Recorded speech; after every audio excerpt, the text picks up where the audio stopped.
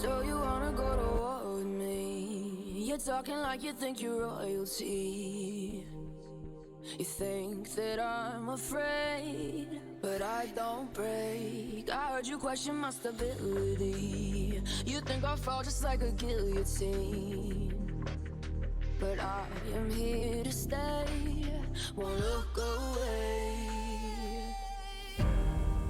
The storm is coming, so you better start running. No, you can't control, feel it in my bones. I'm coming for the, coming for the.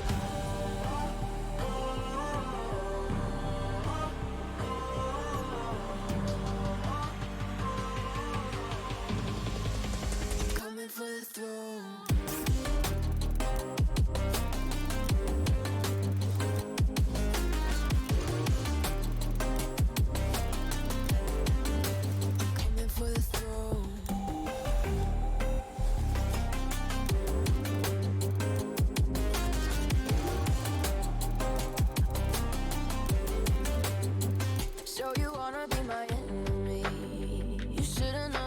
Kiss the rain. Ice runs in my veins. Won't play it safe. I don't belong with your nobility. Who died and made you king of anything? You think that I'm insane? It's your mistake. Kingdoms rise and fall. I've come to take it all. I'll take it. I've come to take it. Kingdoms rise and fall. This is a test of the emergency food system. I'll take it all. Storm is coming, so you better start running. Though you can't control, feel it in my bones. I'm coming for the, coming for the. Wow.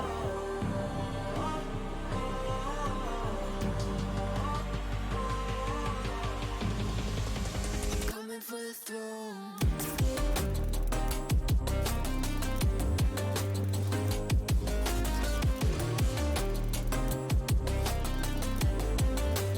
Coming for the throne.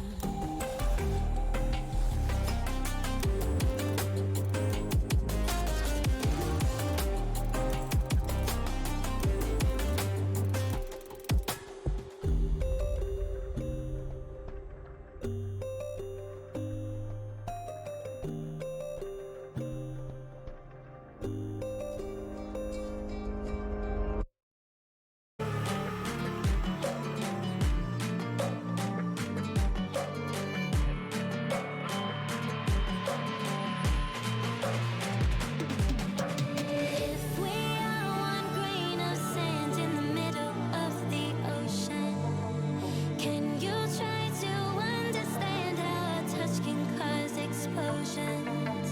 Rise up, I'm too great to be landed. Rise up, we're too great to be standing. They never gonna stop us, fly at 'em like choppers, better cook those risks, cold butter my fists, we fire starters, one out of a million will reach those heights, always had a feeling that I won't deny that work, never could toss, look in my eyes, I'm on the rise.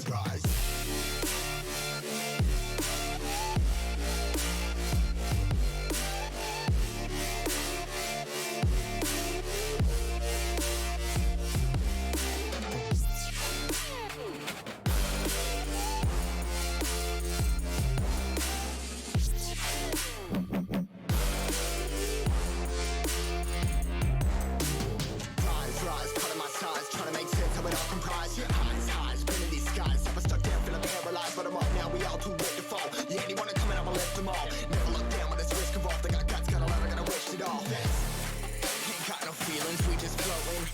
Yeah, I'm that grain of sand that made it out the ocean. A couple milli now, I'm causing a commotion. I've been coasting, hear my name around the world like an explosion. So rise up.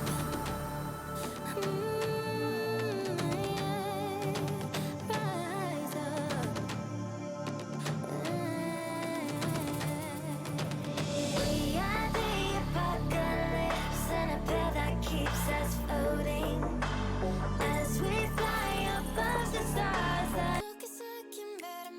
Heck the timer. I'm ready. Did it. But yeah, it's gonna be a time. We're gonna have a nice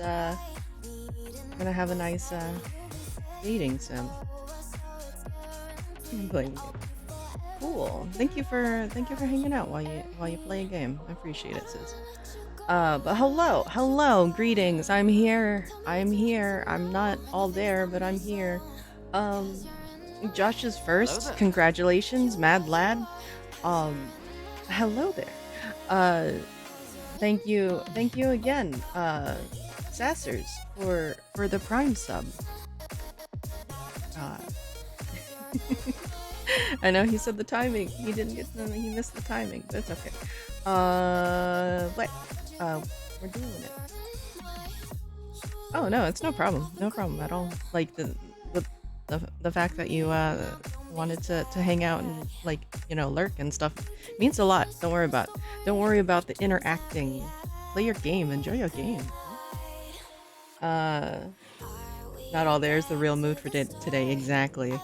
I got like 3 hours of sleep last night, and then I took a quick nap, like an hour-ish nap. It has not improved my coherence, but wait, hobby.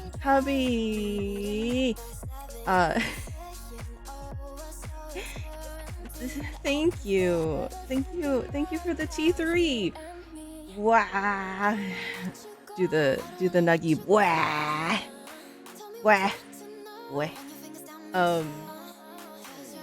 18 months. Wow. Thank you.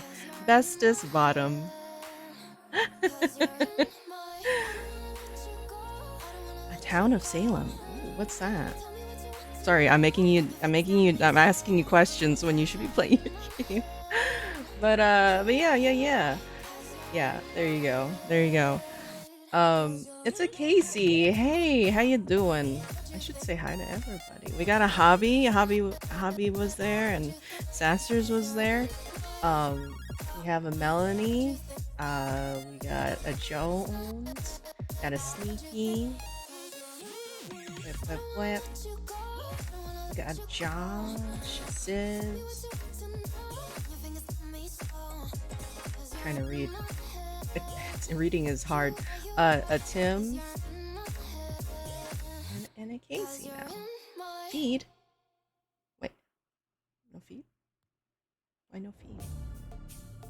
Why'd that not work? Wait. There we go. I'll just do that. Wonder if the feed's broken. Among Us, but it's day and night cycle with old-timey topics like werewolves and the coven. Huh, okay. So a what do they call the Among Us games? I know they say like Among Us type games, but like there's imposter games. That's what they are now, I think.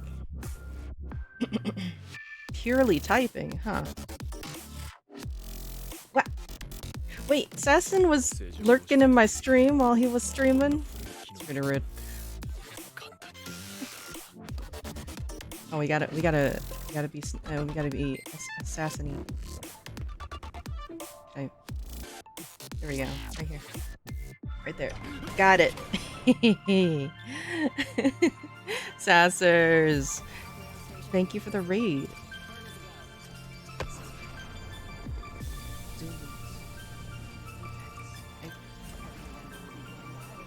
How was the Apex, by the way? And welcome raiders. Hello. For those that don't know, I am Kel. I am Durgan, and I play games and I talk good. It's Androx. Hello. Trying to sneaky do the alert. Haha, realized too late. He was so close. Oh no. By the way, again, like Tim, I love your rainbow schmoove. It's so good. Map's pretty good. Lots of new changes today. Fancy. I still love I love that emote. It's really good. When can I commission you for a little Durgan, a noodle Durgan? Yeah, that emote's really good. Follow Tim. Get the emote right. I guess you have to, you know, do things. I mean, I still owe you another Carfu, right? I do need to do an art stream. I need to, when Ryu is done with her con season stuff. I'll have to get with her and do what we were talking about for a joint art stream thing. Yeah. It's gonna be cursed. It's gonna be good and cursed, nice and cursed. Oh yeah. But yeah, we're gonna play Hooked on You today. Sorry, it's not Beat Saber. I just don't feel very good right now. So we're gonna do that, and hopefully we're just gonna swap it. We're gonna swap it because I know we talked about Beat Saber tonight, but we'll do that on Thursday, hopefully, and hopefully I'll be up for that. And yeah. So, what about butt sabers? I mean, that's Tim. Tim's gonna do the cake saber, right? I do need to try. Like, I don't know if the feet saber thing. Does the feet saber thing work? I don't know. Still need to try that out if it's functional. Yeah, Tim Cake Saber. When? I did see a really cool thing that there was a Beat Saber player that did. I don't remember what her name is, but she did she does the mixed reality thing with the you know, the real life person thing instead of a model, but she used the custom avatar, I guess, mod maybe to I don't know if she did that or the overlay of the different. I think it was custom avatar overlay mod, and she took away the body part and just left the ears and the tail and stuff on the model. So then it looks like she has an animated ears and tail on her body when she's playing Beat Saber. It's really cute. So she looks kind of like Ari, you know.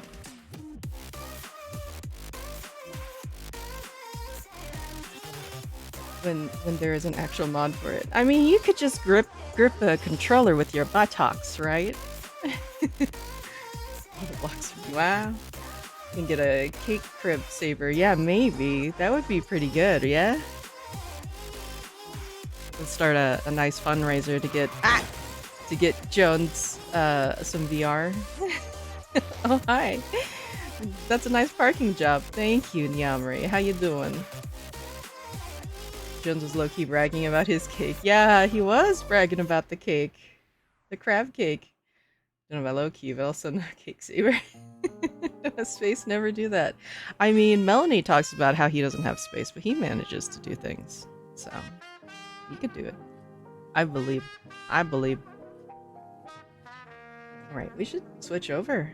What is this conversation? Came back to you. I mean, at this point, Josh, is this really a surprise to come back to? Really? Special technique. Yeah, gripping. Just that's what all the squats gave to Tim. Okay, let's do a quick scene change. Okay. Nothing is off the table. Yeah, see? There you go. Alright, so there you go. Also, I didn't realize this, but I guess when you buy this game, you can link your account and stuff like that to your Dead by Daylight whatever account and get some skin, like a skin or two or something like that. I haven't really looked at it, but that's a thing. Mori me hunches. Have you? I put it on the Discord, but have y'all seen Wesker's Mori yet? It is tentacly. It's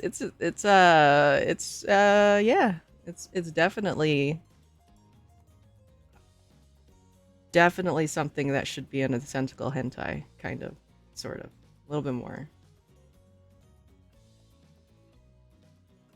And stubby me. Like this chat's gonna be down atrocious today. This game. Yeah, it's pretty good. So cute. Alright, let's new game this. New file. Welcome to your dream vacation. Before we get started, what shall we call? Okay, chat, what were we gonna name ourselves? What's the name? What's the name? The other people know who they are.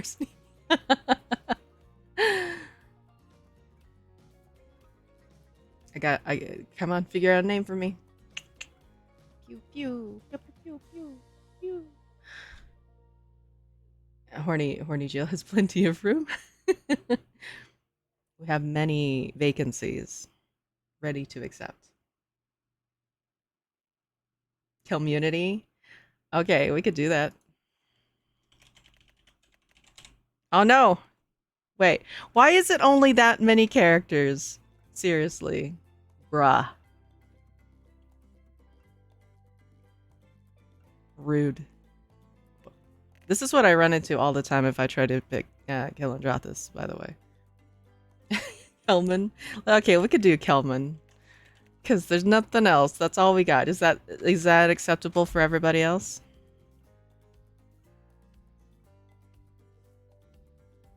Nothing is loaded yet, Androx. We haven't begun. Okay, we'll just do that.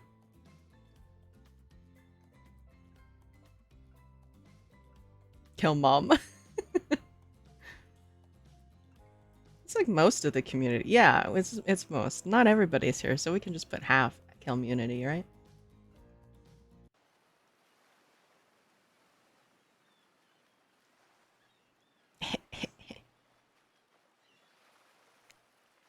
You wake up on the beach, soaking wet, salt water stinging the inside of your throat, as if you'd nearly drowned. Water falls from your mouth as you open it to gasp for air. You have no memory of how you got there.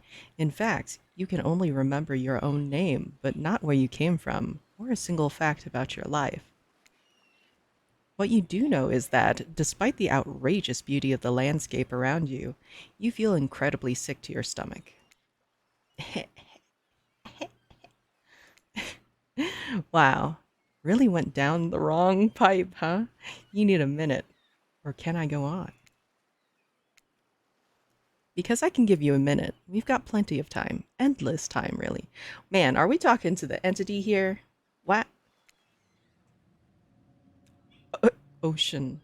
An eternity, if you catch my drift. Whoa, not now, Ocean. Sorry, Kelmun. May I continue? Please, go on. Okay, then. As I was...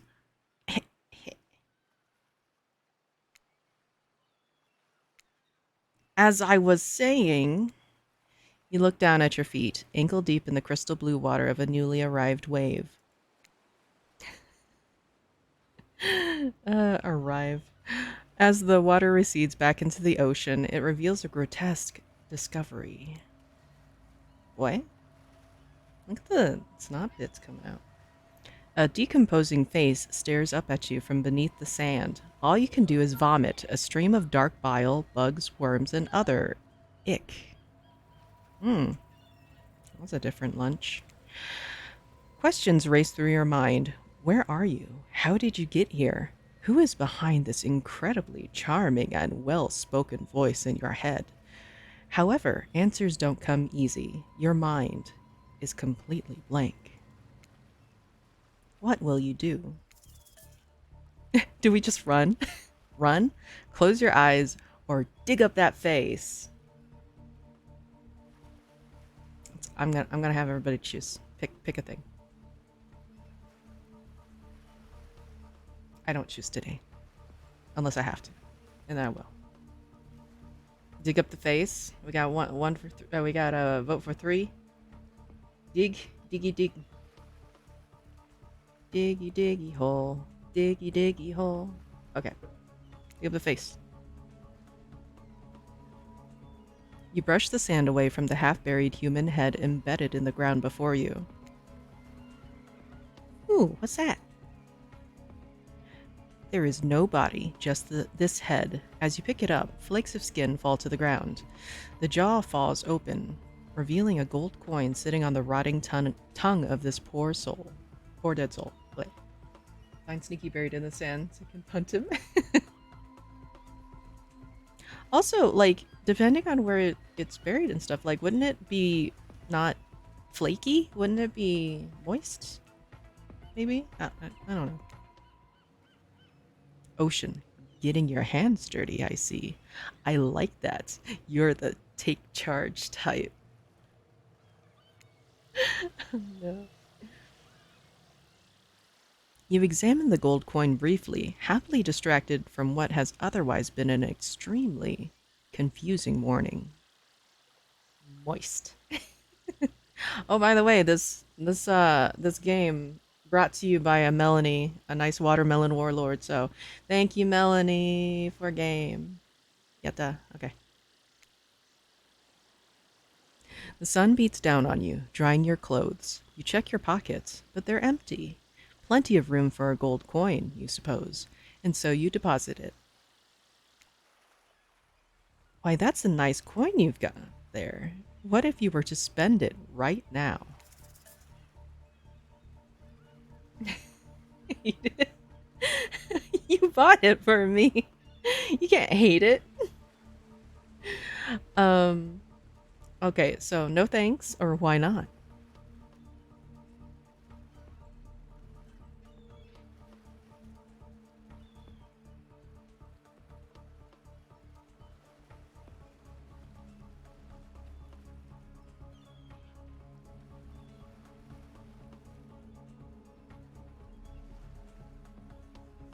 Two. We're gonna spend it. Gonna spend it, I think. Why not? Oh, dang. Well, hello there. I'm Dwight. And I'm Claudette. We'll take that. Claudette quickly relieves you of your gold coin and tosses it to Dwight, who bites down on it like an old-timey prospector before handing it back to her. And this is for you. Yeah, yay! Claudette presents you with a tropical drink. When you take a sip, you find that it's incredible. Money well spent, in your estimation. Yeah, she's not hiding a bush. But I gotta ask, could somebody maybe design the next one of these dating game sims to be all-inclusive? It really takes some of the fun out of the fantasy vacation to be watching your wallet the entire time. Man, thank them for the delicious drink, or this is suspicious. Spit that out. 2D is something else, huh? Even Dwight looks good. It's that romance vision. Everyone gets to be hot. Yeah, hot or cute, right? It's usually the thing. Also, Claudette's not trolling you, so it's not realistic, right? She's not like constantly trying to hook spam you, right?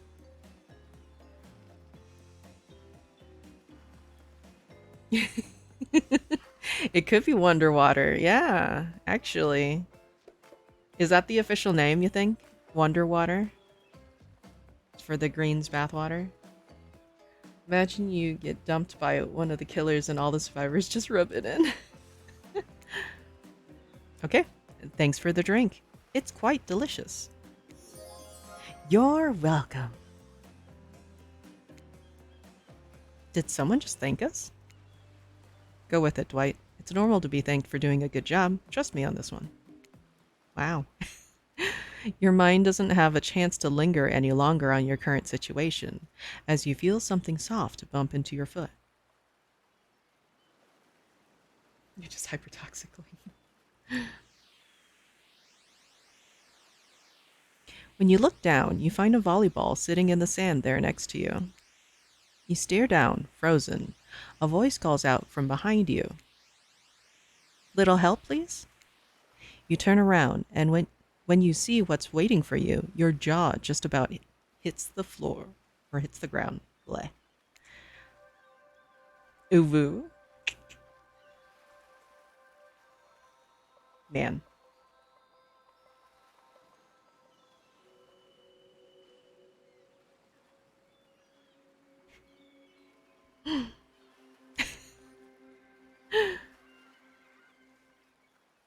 Wow. 4 gorgeous monsters stand halfway between you and a well-tended volleyball court. Man, even her hair is flowy in this. It's pretty good. Wah! Ada, ada. Thirst for Spirit is off the charts. I know, she looks so cute. What the heck?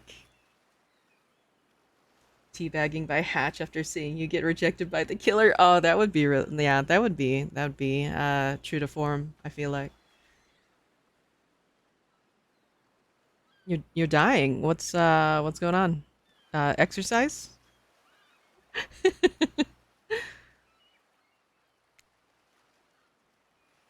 Each of them oozes with undead energy, a magical aura reaching out and penetrating you via your eyes. Uh, your heart begins to race. Curiosity, fear, desire. You can't help but stare at these casually dressed, let's call them killers. I don't know, not to be judgmental, but that's just the energy they put out there. Gonna have T-Rex strength legs penetrating. Yeah, I know. Your eyes have been penetrated. Yeah. Oh, she wanted to yeet me if I yeet her. I think that was the thing. But I think she also wanted to yeet Melanie too. Actually, now I think about it. Yeah, killer looks. But also, hello, Fallen. How you doing? My brain is dying. I've been awake for so long with little. Wait, why haven't you slept? I mean, this is coming from the person that's just like got about 3 hours. But what? My, do as I say, not as I do. Um, why you not sleeping, Nuggy? And Melly, are you gonna lead us both together? For it's the day when Boop gets 150 pounds of muscle. Wondering what to have for lunch. Oh, nice. I hope it's something delicious. And be a big, strong nuggy, yeah. Animating stick figures. Oh, is that for the project thing or is it a different thing? Yeah, yeah, I'd love to see it. Okay. Muscle nuggy, no neck nuggy. Yeah, she's gonna be built like Gears of War character, right? Just no neck, just pure muscle. Just gonna be just a nuggy shape. Full protein nuggy. So many competing feelings rush through your mind at once that you are completely paralyzed. Hello? What kind of voice would Trapper... I don't know if I should be doing voices with these. I don't even know. What kind of voice would Trapper have? I don't... Hello? Immune to volcano nudes already. T-Rex nuggy unicorn thing. Why do I look appetizing? Yeah, voice team, awesome. There are weird days, and then there's this. All you can do is look down at the ball and back up at this monstrous lineup of, well, literal monsters. Sexy ass monsters, though. I think I want to run towards the hatchet now. Yeah. That is Muso Mommy right there.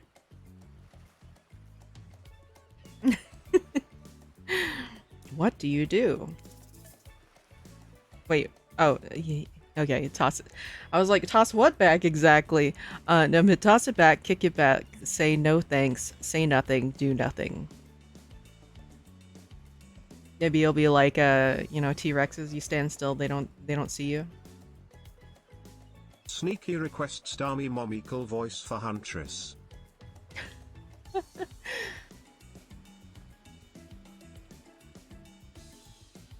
Is it a dawn when they pull you out of the closet?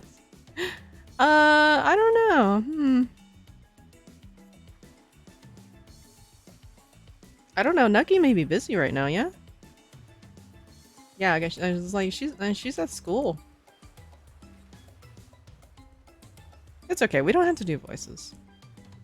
But anyway, we do have a choice. So Sneaky says 1. We have to toss back the volleyball. What are the choices for people? Let's go with that. Drink some water while people choose.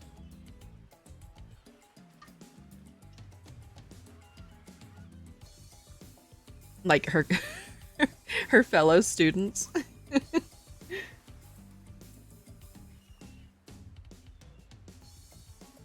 Because I read toss it back as in throw it back as in like just Can you imagine? They want their volleyball back and you just start twerking at them. Be really good.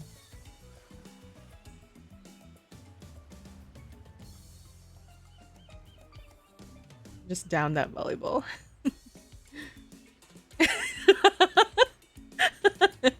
Killer, what that ass do? Oh man.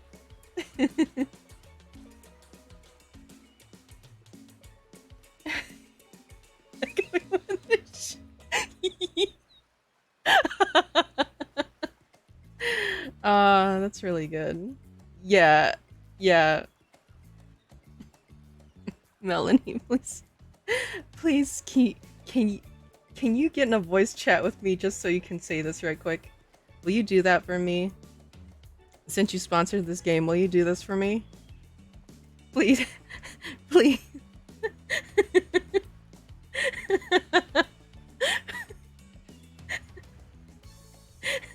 Melanie, please. No, it's not the same. Yeah, for the collective and for me. Come on. Come on.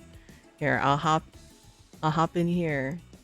Can you just right quick, just a quick what that ass do?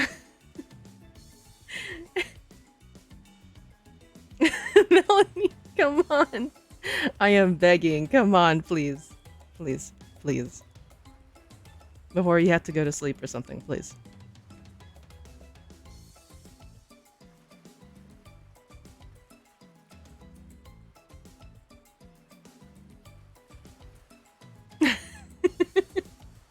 Come on. Please.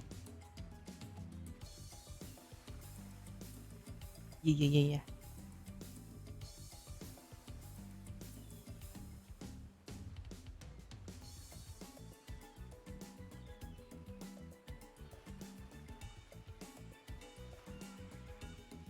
Come on. We can't proceed until you do it.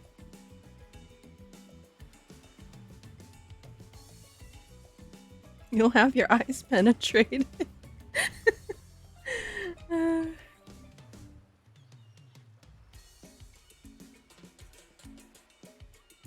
Yeah, I believe.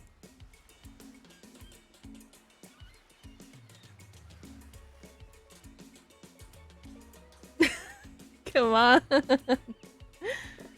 We have to have it. I'm gonna hang out here. I'm waiting.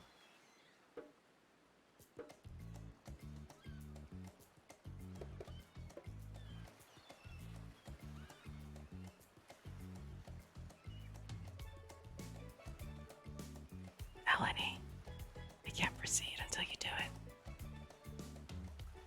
Here. Hey!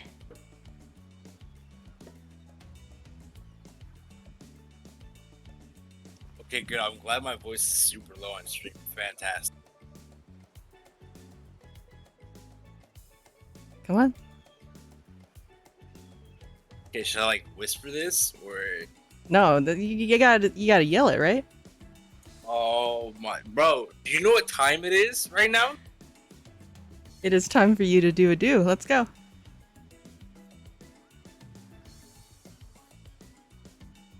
Okay, for reference, this is the East Coast. Okay. It's 10 p.m. You know what that means, right? I It's in the mean, middle of the week, which means my neighbors are sleeping right now. they've probably heard you say worse, right?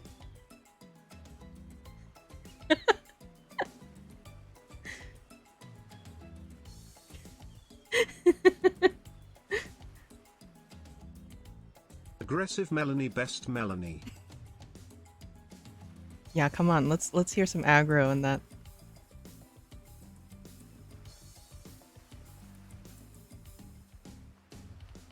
It doesn't have to be loud, but it does have to be aggressive.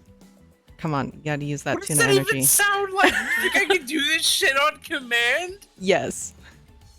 That's not how this works.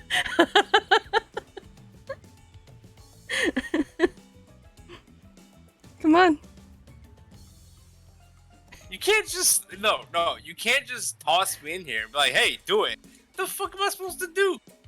Say It's the one of line. those, no. It's one of those things you gotta do like in the moment, man. Like with you can't just say, "Hey, throw it back." Like what? No. Yeah, throw it back, Melanie.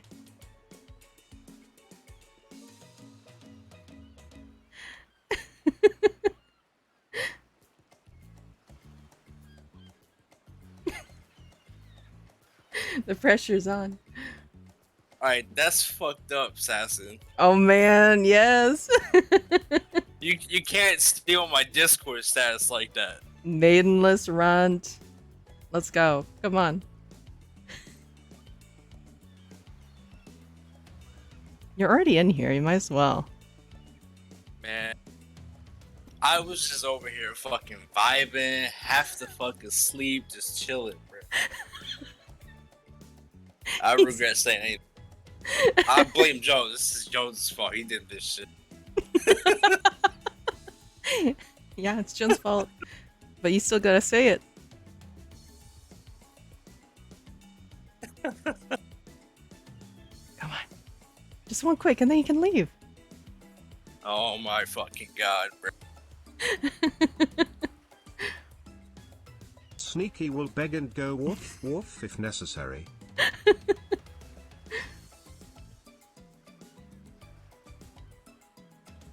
Alright, bet.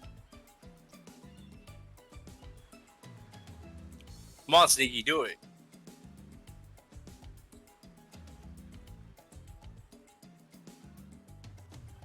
His maiden head.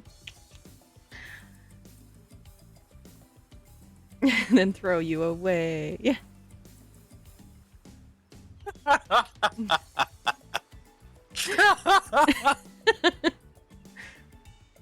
Okay, come on.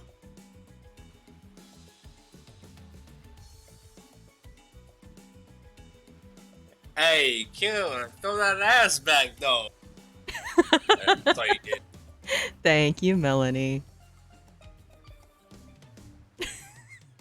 Oh, I'm sorry, See- I'm sorry. Hang on. No, hang on. Oh, okay. Okay. We gotta do it properly. Right? That's I what said I've the been wrong saying. line.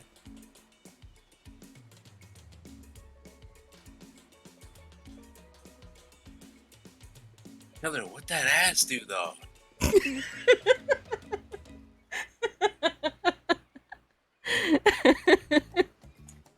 You gonna throw that shit back for me? Come on. Let's see what that ass do. Man.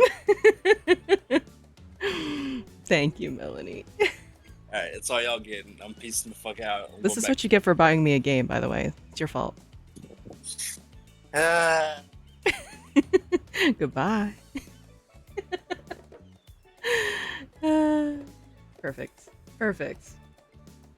We did it. Okay, take care, Nucky. Yeah, let this be a lesson.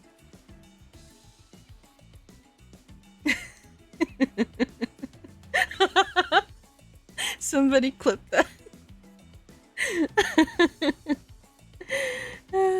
Dang it.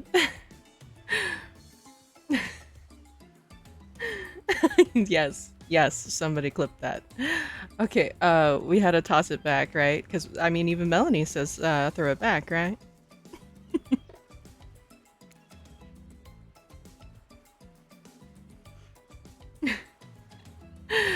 You bend down and grab the ball. It's warm from sitting in the sand on this beautiful day. When you give the ball a toss, it arcs beautifully through the air and lands right in Huntress's hands. Perfect. Thank you, Sneaky.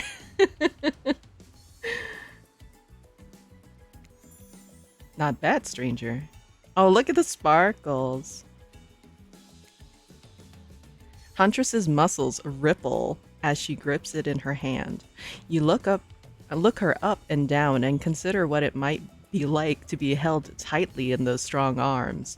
Warm, perhaps. Maybe a little sweaty. But that's okay. It's natural.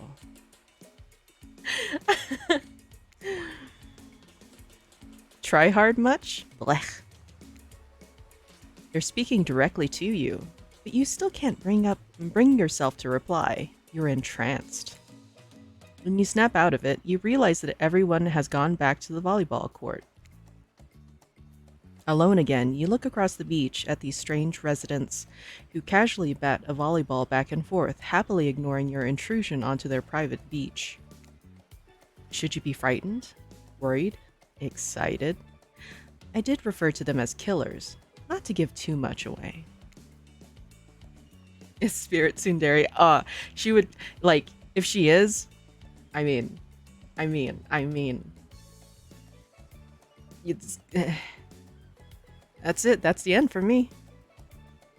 But at the same time, damn, they are looking very appealing in their own way, and nobody so much as lifted a blood-soaked finger in your direction. Don't be scared, Kelmune. You were made for this. Well, geez, if the spooky ocean voice says not to be scared, I'm sure it's all going to work out. With no good reason not to, you decide to head over and see what happens next. It seems like you've derailed the volleyball game just by showing up. You derailed the game just by showing up, nitwit. I don't know what kind of voice that was. I'm just gonna read. And I guess you're also a nitwit. Look, it's best to just go with what Trapper says when he says it. That's a policy I hold for pretty much anyone who always seems to have fresh blood on their hands. Yu-Gi-Oh! Bridged. The ocean says yes. Man.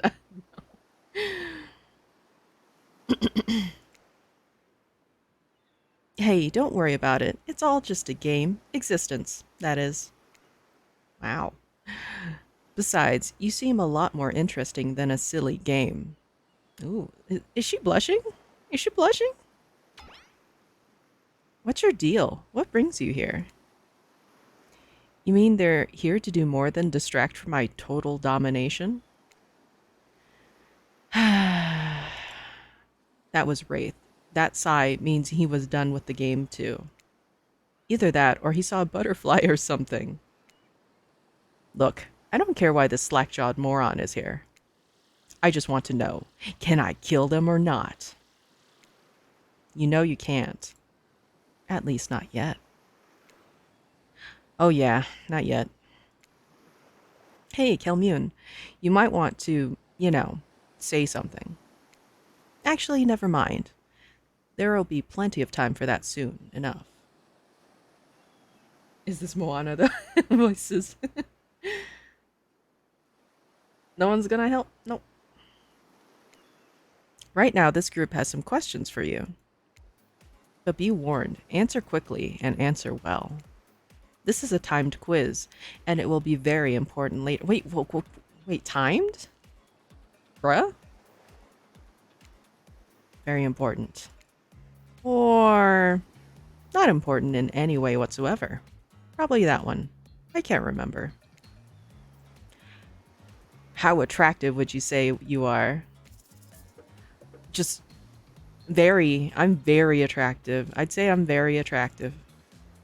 That's what you think very attractive is? Compared to this? Wow. Trapper, what the heck? Trapper flexes, and his muscles are so tight you can practically see the blood running through his veins. Blah. Blah. If you could have any superpower, what would it be? Invisibility, flight, or super strength? If it's timed, then screw that, but what do you guys say? Got some speed dating. Or 100s could shoot, you know.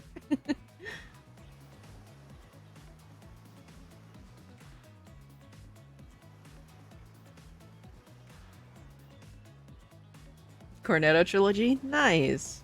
By the way. Flying, super strength. Think about who's asking it. I mean, technically it would be invisibility, but we're not necessarily romancing Wraith, right? I feel like we're gonna go. I mean, maybe personally, I would like some spirit, but you know, we like spirit. Yes, we do. We like spirit. How about you? Super strength is the only real answer. One Punch Man solves all. Wow. Bing bong.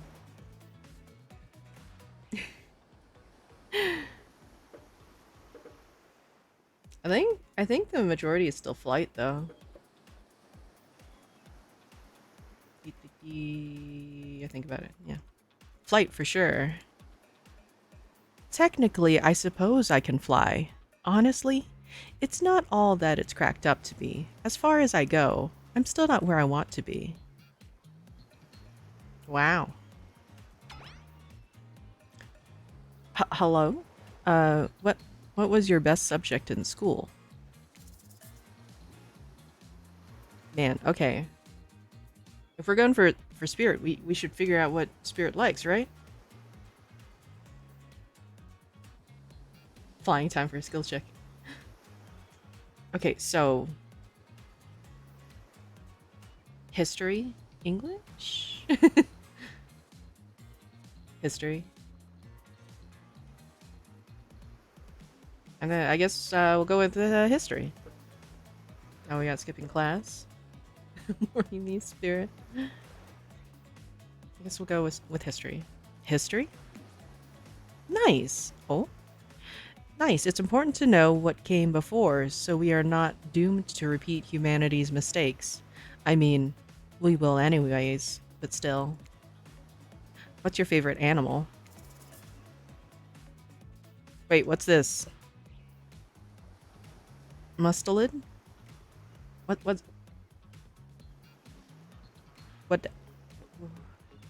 that?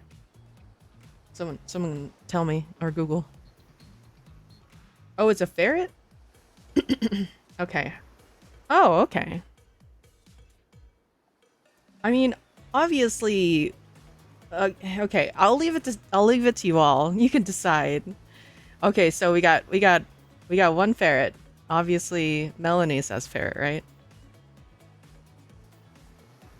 Yeah, we should always just consult Tim for all of these. The choice is clear. Yeah, we have to go with the king, right? Okay. But yeah, we got a Tim. Okay. 100%. Be honest, you have no idea. You're just hoping it's some secret answer that results in a hilarious Easter egg, right? Wow. Tim, you're an Easter egg. How do you feel about that? Because there is no Easter egg. It's just another word for ferrets and stuff like that. But it didn't give me any... Wow, that's rude. What is your favorite color? Red. No, blue. Ah! Blue, blood red, 3-day-old corpse. I didn't realize that was... I'll need to go look through, like, a crayon box again. I don't think that's a color that I recognize.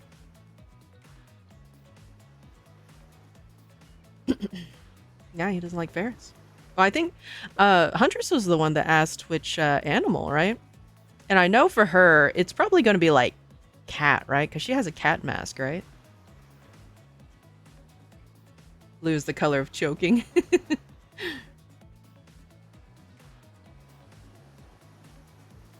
My favorite Crayola color. I know, right? Well, no, I meant like she. I mean, obviously she has a rabbit mask, but one of her skins is a cat mask. I know they're bunny ears. I'm saying one of her alternate ones. Damn it.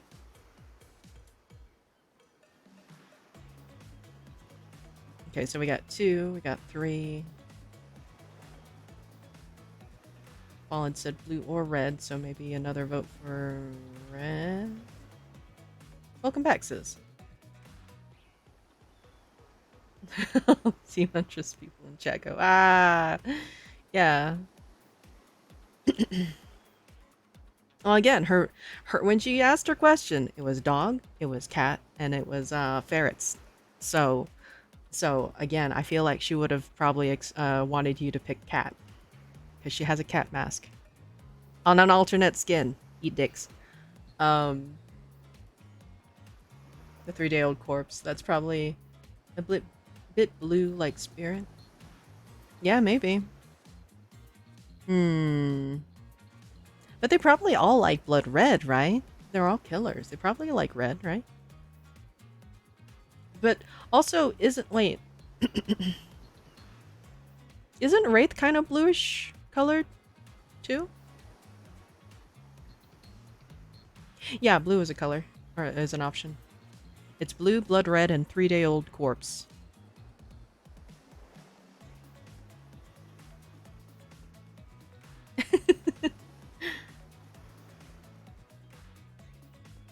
He's working on his tan, yeah. I mean, when you have stuff sit out in the sun and stuff like that, it kind of gets all leathery, right? So we got like what, 2 votes for blue, maybe 3. No, 2, 1. Wait, 2, 3. 3 votes for blue. 1. I think 3-day-old corpse is ahead, though.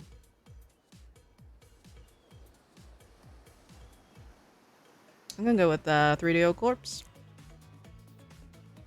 Nobody would expect me to pick this, so I'm gonna say 3-day-old corpse. That's a pretty edgy answer, right? I'm pretty dangerous. I talk about corpses. No biggie.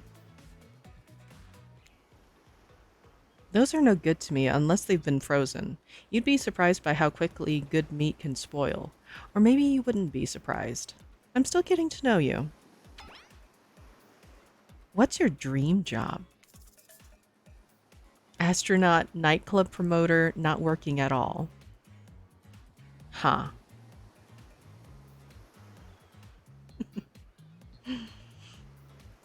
Okay, up to y'all.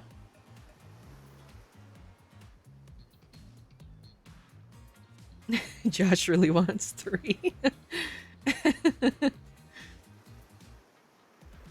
And Yamri's 3. Wow. You're asking a lot of questions for people who were just mad about their game being interrupted. Yeah, they got to get to know you because you're the protagonist, so they're just mysteriously drawn to you. Okay, not working at all, apparently. If we get to do what we want, why work at all? It takes a lot of courage to break free from society's expectations to climb the ladder. Only she could spin laziness into some kind of grand crusade. These damn millennials. Wow.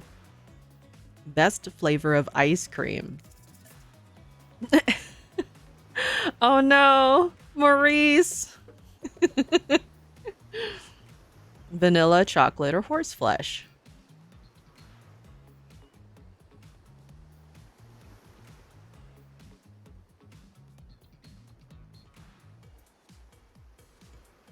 Vanilla. I didn't pick you for being a fan of vanilla, Sneaky. Anything but 3.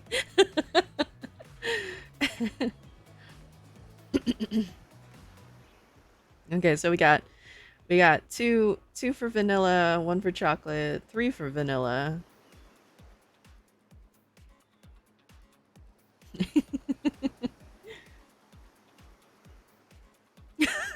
Tim, what's wrong? You've barely touched your horse ice cream. Well, and if the ice cream's made out of Maurice too, you have that third eye too. You have to eat, right? Guess we'll go with vanilla. Oh, you'd hold your horses like this. Yeah, you freeze them, then they get held forever, right? The cherry on top. Oh no. Vanilla? My favorite flavor is pain. What? Same. Same here. Mine is vanilla, swirled with pain. What the hell is this?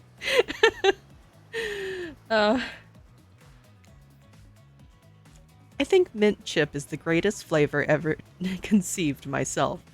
But enough about ice cream. Am I right? Am I right? Hold on a second. This reminds me. I am right. Always. It's a lesson you should learn before we go too much further. Do what I say if you want to survive. Pick mint chip. We're teaching lessons now, narrator? You rascal. Kill or be killed is the rule on this island, even for faceless voices. Tell me, what's the best flavor of ice cream? Okay, are we gonna go with the narrator choice? Are we gonna go with them, or are we gonna like double down on vanilla? Pain is the correct choice.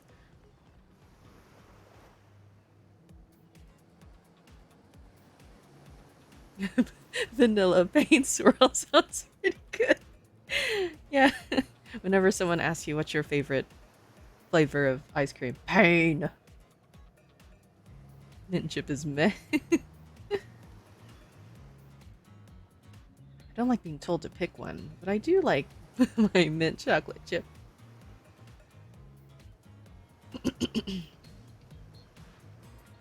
Okay, so I think we got two for mint chip. We got one still for vanilla. Yeah, make narrator mad. Am I the only one that likes chocolate ice cream? I like chocolate ice cream. It's not my favorite. Like, I mean, I eat vanilla and I eat chocolate. It kind of just depends. Okay, Sneaky says vanilla again. Pain or cookie dough, they are pretty similar. I actually don't really like cookie dough ice cream. I don't really like eating the cookie dough in particular because it's... I think it's usually because of the grittiness to it, and I may get attacked, but it's okay. I don't really like cookie dough. I like cookies. I don't like cookie dough.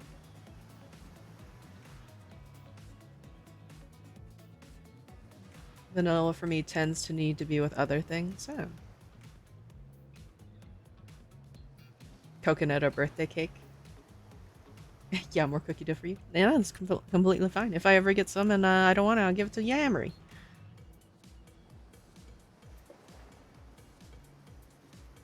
Potato chip ice cream on the other hand.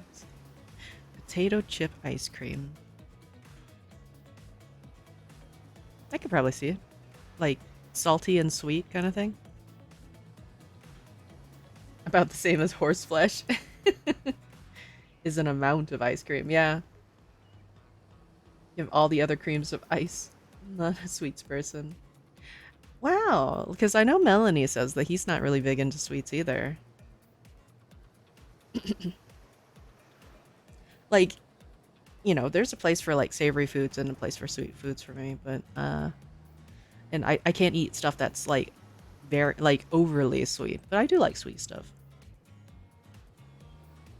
Tim, get ice cream. Nice. Tim's so quick at that. Almost had it. No, no. Yeah, you were so fast, Tim. Is it because you just responded, so you were right there? Blood was in the water. Yeah, we are talking to the ocean right now. I bought ice cream, yeah. Had to get up in my chair for that. I didn't even see the message appear. That's really good. And this is why I want to pay my freaking mods sometimes, but they won't let me. The jerks. Back on this, but the mod's eyes all lit up. Yeah. It's in his holster. Fastest ferret in the West. Yeah. Murder bots for sport. Ka-chow. Gotta be speed. Alright. So I think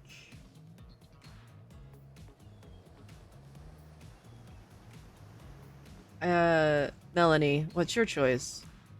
Mint chip or vanilla? We'll just make it those two. The mods are all killers.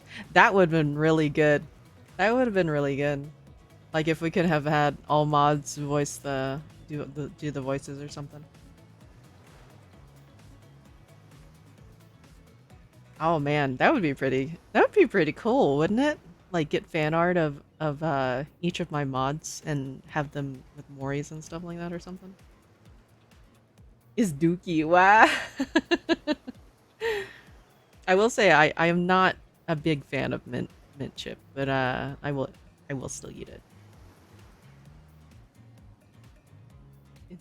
Into this, I'll voice him. I think he's a cameo. I don't think he's a romance option. I think only these four are the romance option, but there are others that make I know the one I've seen the most is Trickster. Trickster does show up as a cameo. The best flavor is vanilla. You got a reading comprehension problem? I just told you mint chip is where it's at. Fan of mint in general. Next killer dating game. You almost bought yourself a game over there, buddy. That's right. I can end your life whenever I want to. I am in control, so don't you forget it.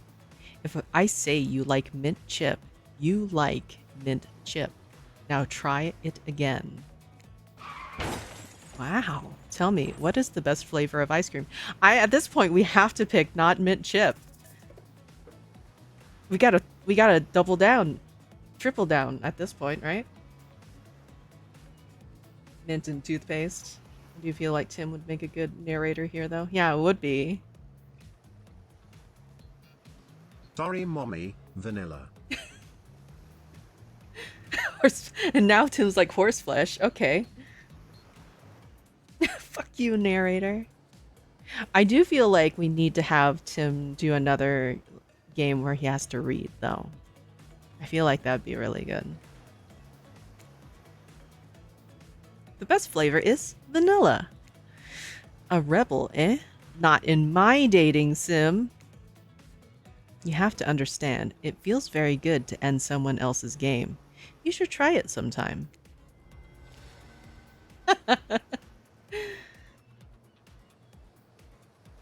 Well, we did it. We win. Try again. Give up. What you mean give up? Try again.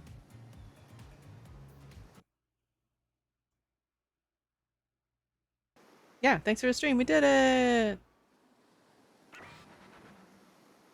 Okay, we're gonna just skip through some of this and not read it because you just did it. Yeah, but we have the moral high ground, and that's what matters.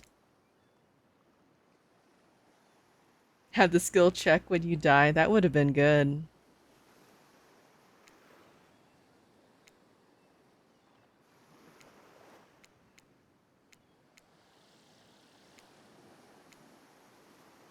Moosels. I just,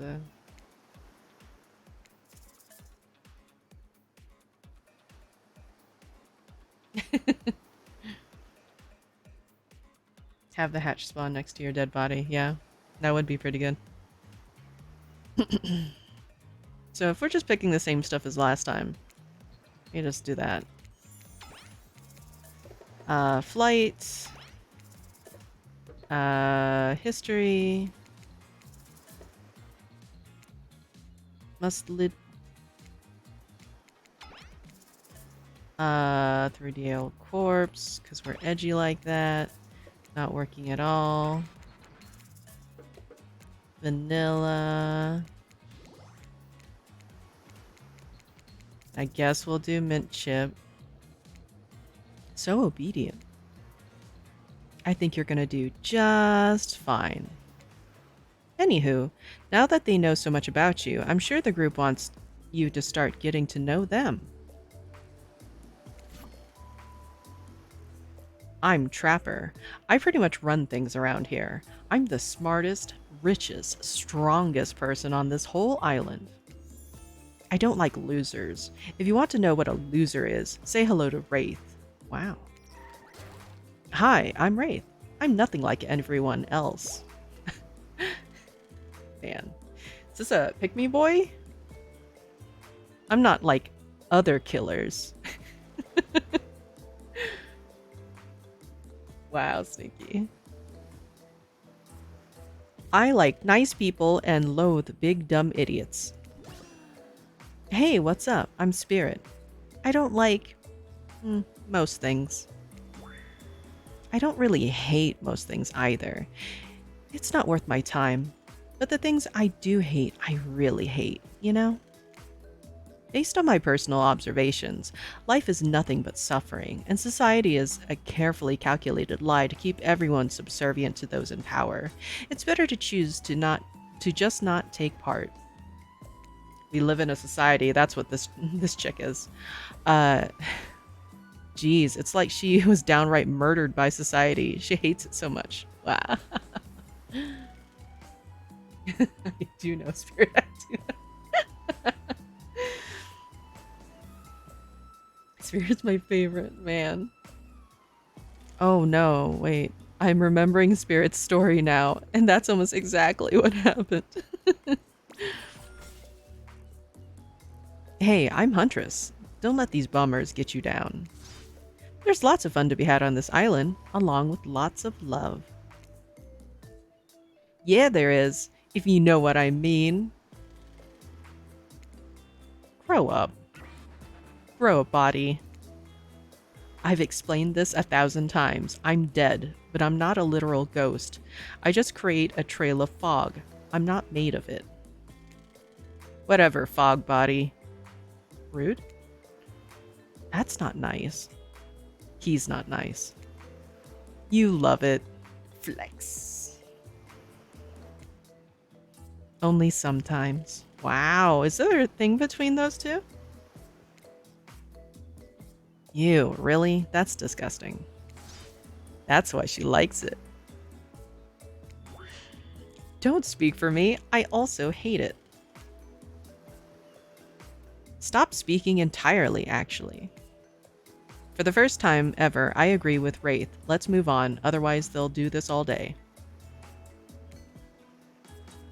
Besides, if I know this crew, and I do, they'll want to show off soon enough.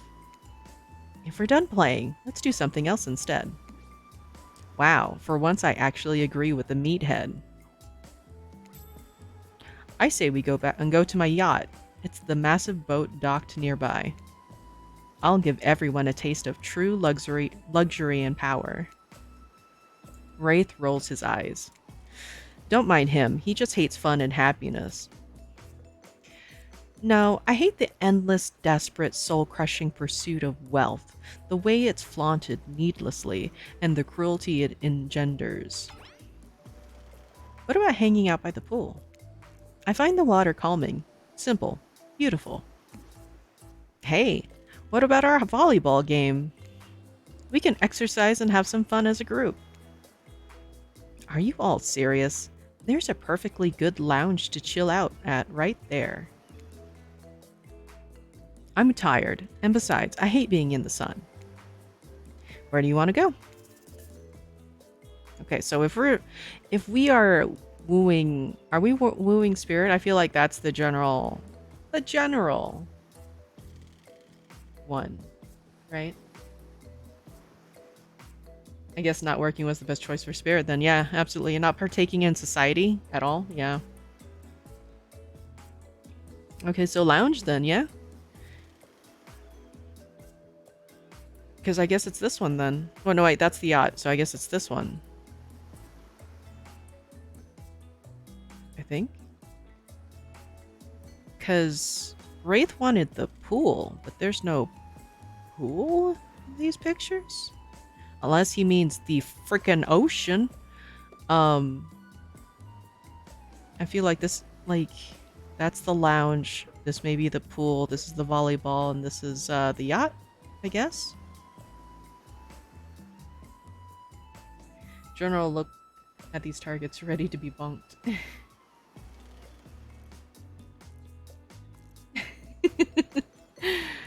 I guess I'll do that. It'd be great to relax for a second at the lounge.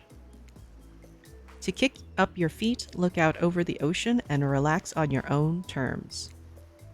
Who would want anything else? Dry, comfortable, enjoying a cool drink on a hot day. It's the best.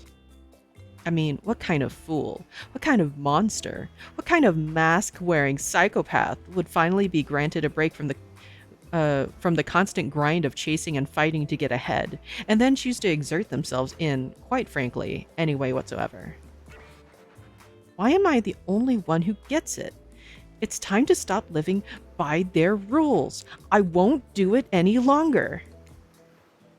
Yeah, we should probably give her a second to calm down. Hold on. For just one moment. This is Dwight and Claudette, our activities coordinators. They're also the cooks, waiters, bartenders, janitors, and every other job. They're the only help remaining on the island. This place we call Murderer's Island. Cue dramatic musical flourish. Was that dramatic? None of the others survived. Ahem. Survived the interview process, I mean.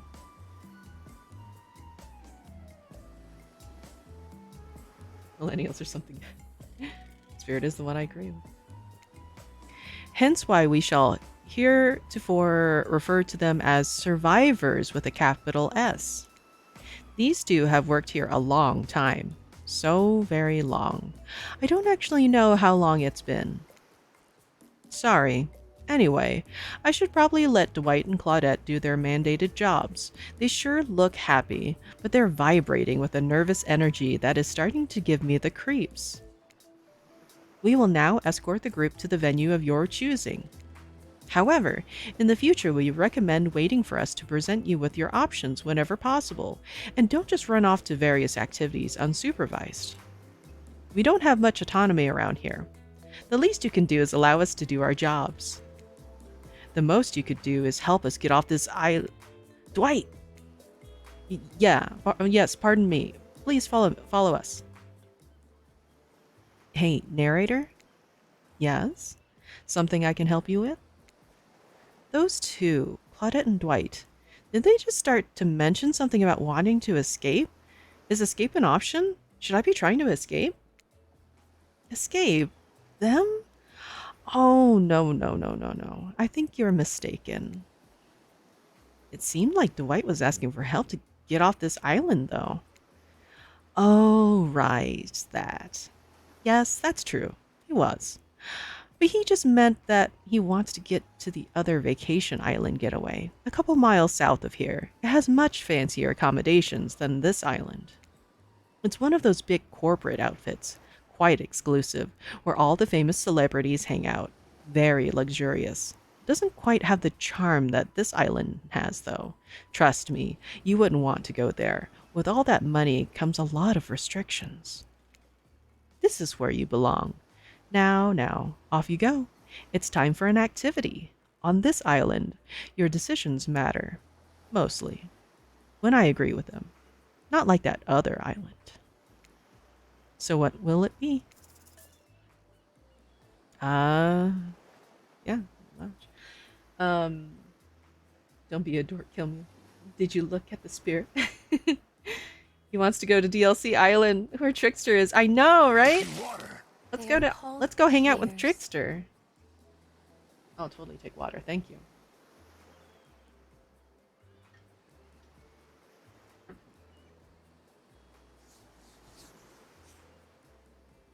I have seen TikToks where it talks about like, um, Spirit being murdered by her dad and stuff like that, and then is, you know, condemned to eternal suffering and blah blah blah, and then it's just like Trickster just wanting to make music out of people's screams, happy, happy, happy fun time, happy fun murder time. Finally, freedom from the preposterous premise that the four of us would be engaged in some sort of thrilling 2-on-2 volleyball match. Spirit looks at you from beneath her gigantic sun hat. She takes a conspiratorial tone. I don't know whose idea of volleyball was in the first place, but I hate them. I tried to feign a sprained ankle, but everyone already knows that I technically float above the ground, so nobody believed I was even putting any pressure on my joints in the first place. Then I tried to annoy everyone by not giving a crap, and when that didn't work, I tried whining, and when that didn't work, I threatened to kill every single person on this island. But it turns out I'm not the first to toss those kinds of threats around on this island. So, thanks, I guess, for getting it called off. So, apparently she's the yandere, and apparently everyone's gonna love her, right? Chat? I can feel the excitement just oozing from the folks that like yanderes, right?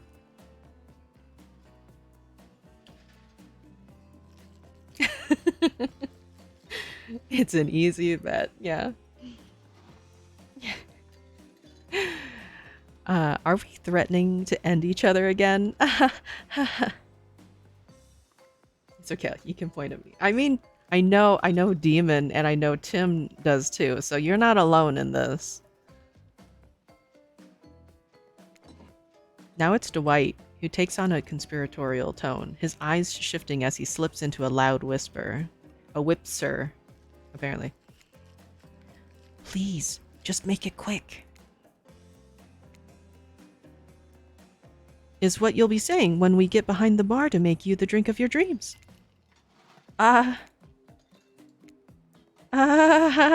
Hilarious, right? Right, Dwight?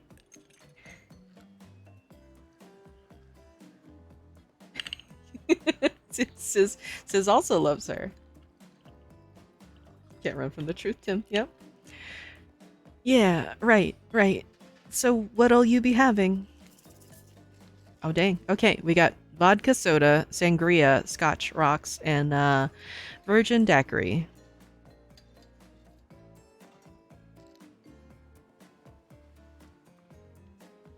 Not gonna lie, I do like daiquiris.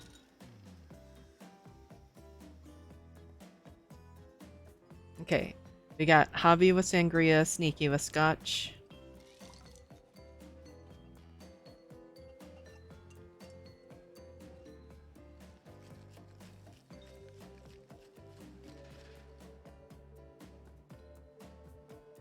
Man. I'm surprised you didn't pick vodka, huh? Tim? Vodka?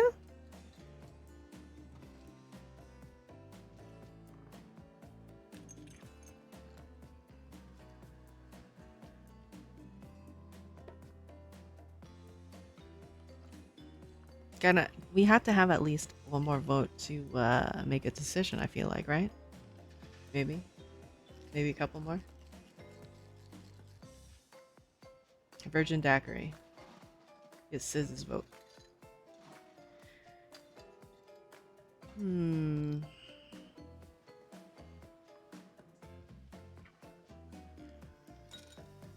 It's a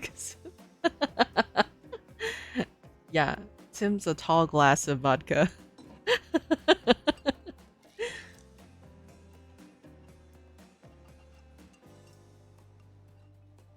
Because, like, if we're thinking, like, all these are the different killers, right?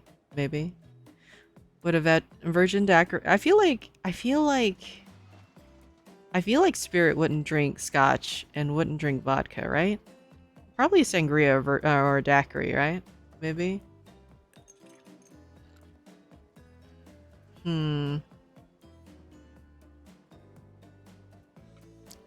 Let's go with. I don't know. Like.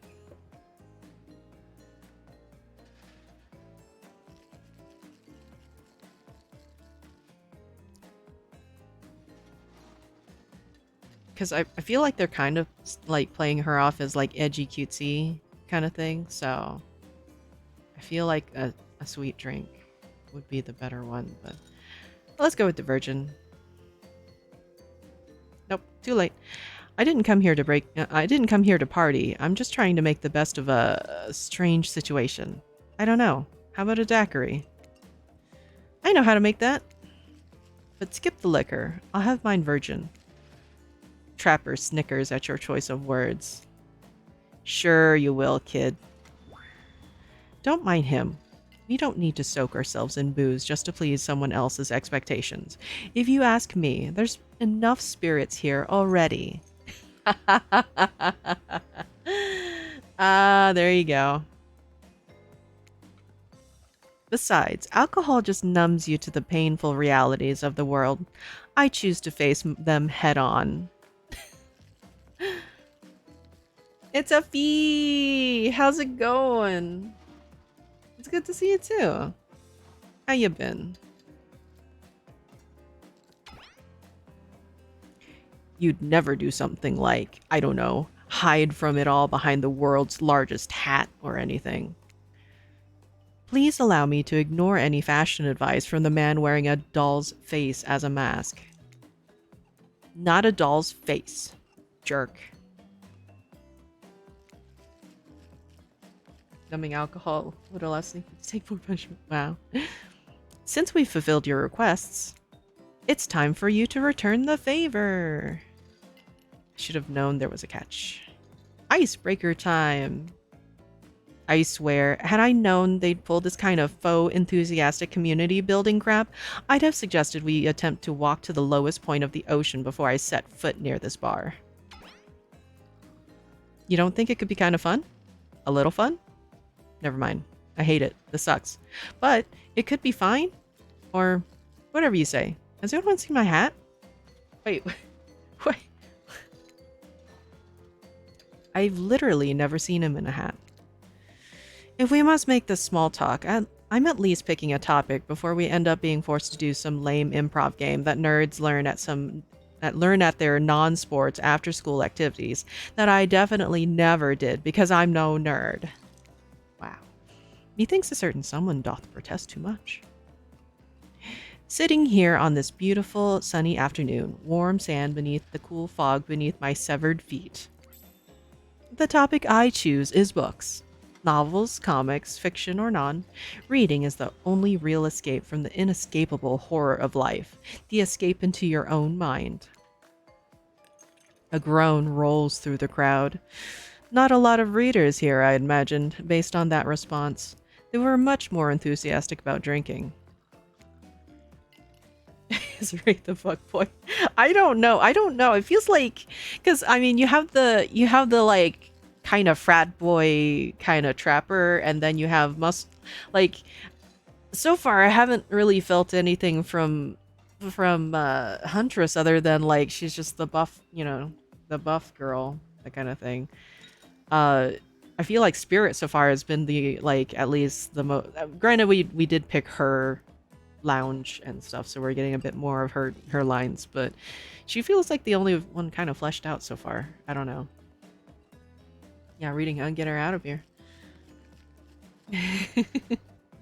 But yeah, like Wraith, I don't know what they're doing with his personality. He feels all over the place because he kind of felt just kind of like I don't know, like kind of just straight man kind of thing, maybe to balance out everybody else, that kind of thing. But then suddenly he went floppy. I don't know where he's going. I don't know what kind of personality Wraith's supposed to be right now. Unless he got drunk and now he's just kind of flip-flopping because of that. Wraith being a fuckboy. Maybe, yeah, maybe. Considering the situation we're in, it seems an appropriate time to ask you. Kelmune, what's your desert island book? The one book you'd bring with you if you were, well, on an island like this. Oh, and it has to be classic horror, for reasons that should be obvious.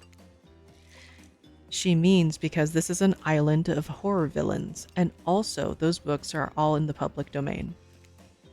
Nothing too modern. Humanity has really gotten soft these past 100 years. So what's your favorite? Dracula, Frankenstein, Dr. Jekyll and Mr. Hyde.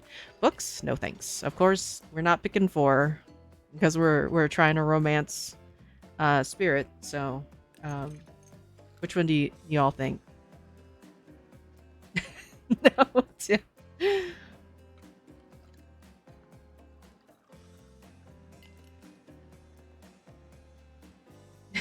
It's going again. What I go back to? No, Josh, that was say so. That was innocent.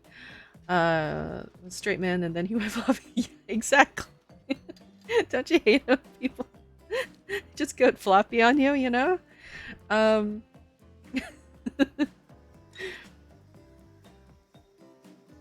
Okay, so we got 2 for Frankenstein. 3, 1. Favorite reading classes canceled. Little floppy. Okay, so far, well, Sneaky, are you 2 or 3?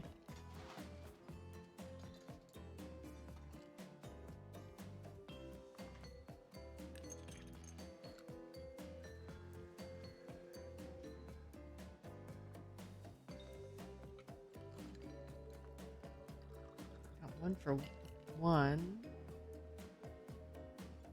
Haven't read 3, so hard to choose between 1, 2. Flop. Yeah, there you go. Schmoove flop. With 2. Okay, we'll pick 2 then, I guess. Yeah. Yeah, Spirit's in this. Hey Ari, how you doing? Okay, I guess we'll go with that because, I mean, she's in pieces, right? But I don't know. I guess, yeah. That makes sense, Frankenstein. I didn't actually read it, but I've seen like 3 movie versions of Frankenstein. They've all been pretty good. You know, you can lie to make yourself look smarter. They're killers, not mind readers. Oh no! No, we don't want Wraith. We don't want the fuckboy. Oh, that's a good one. Seeking knowledge, but finding only death? Yeah, been there. I can't say that my experiments have been as successful, but, well, fingers crossed. Damn it. Sleepy, probably going to bed soon. That's fair. Definitely get to catch up on the sleepers. Dang it. What would have been her choice then? Would have been Dr. Jekyll and Mr. Hyde then? Because she has the kind of dual murdery personality things like going on? Would that have been the choice? Yeah, that's what I was thinking. Like,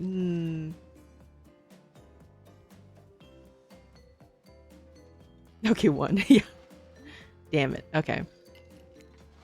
And fire? Don't even get me started.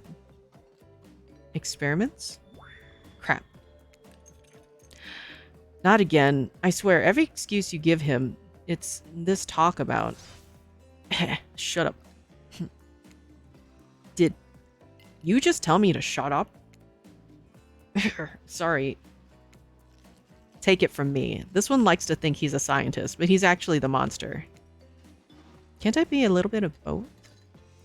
Like I said, I haven't actually read it, but that sounds smart enough that I'd be willing to believe it's the true meaning of the story.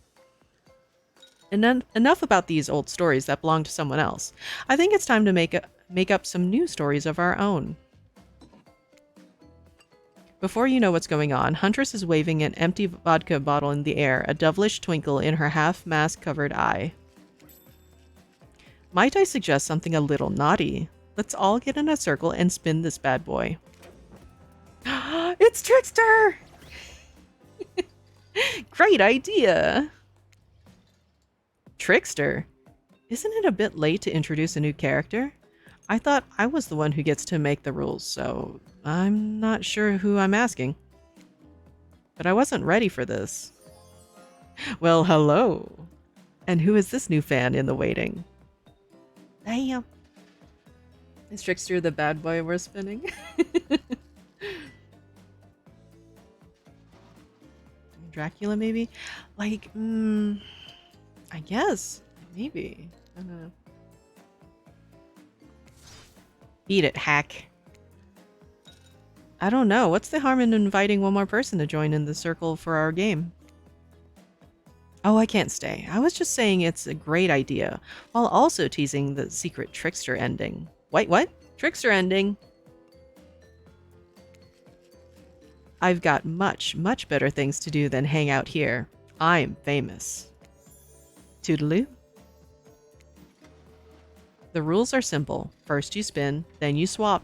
Spit, that is. Please not Wraith. But let's be clear, this ain't a peep show. We're here to have a good time, but in a classy way. With spin the bottle. Classy. Okay. All makeouts will happen out of view of the public eye. Real romantic-like.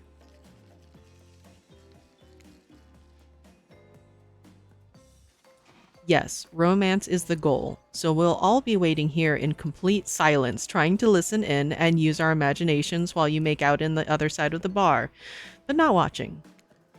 Like adults. Romantic. Well-adjusted adults. Kelmune, you're up. You grip the bottle in your hand, and put your fate in the hands of the empty bottle gods. Go hide in a bush, Claudette. Leave Spirit and us alone. There's no weird sound effects. Oh, that would be a cringe. Mini games consist of two parts. On top, a pointer which rotates in a clockwise direction. Oh no, there you go, Tim. There's your quick time event. And on the bottom, a target you're going to be pointed at. This here upcoming minigame is a special minigame. Perfect for the less coordinated because there is no winning or losing. Well, not technically. Wherever the pointer stops, that's your result. I suppose if it doesn't stop where you want it to, that is a bit like losing. No one has to know if you don't tell them. The same skill check would be pretty good. Okay, ready to play? Or would you like me to repeat that? Like, do we have to click on it? I guess? I don't know. Ready. Away we go. Spin the bottle and see who you're gonna smooch. Oh, it is just a spin like that, huh? Man.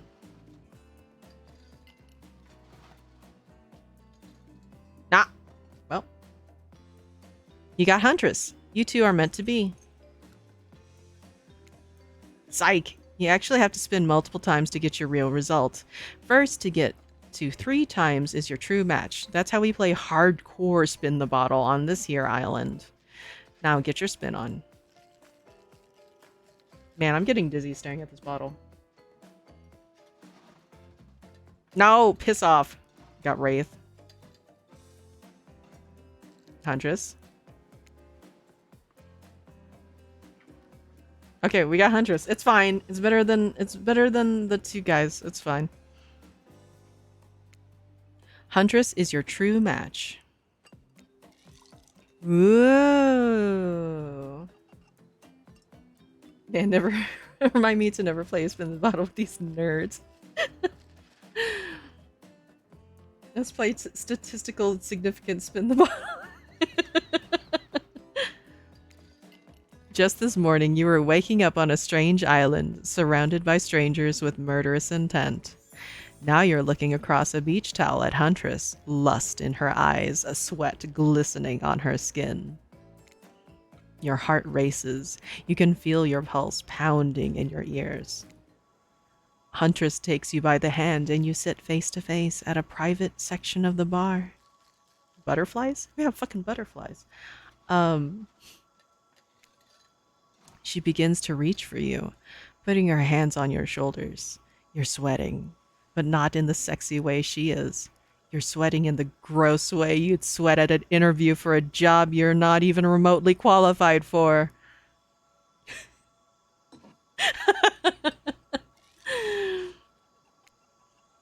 You don't know what to do. If you try and lock lips in this state, you might gross her out so completely that she will never be able to look at you romantically again.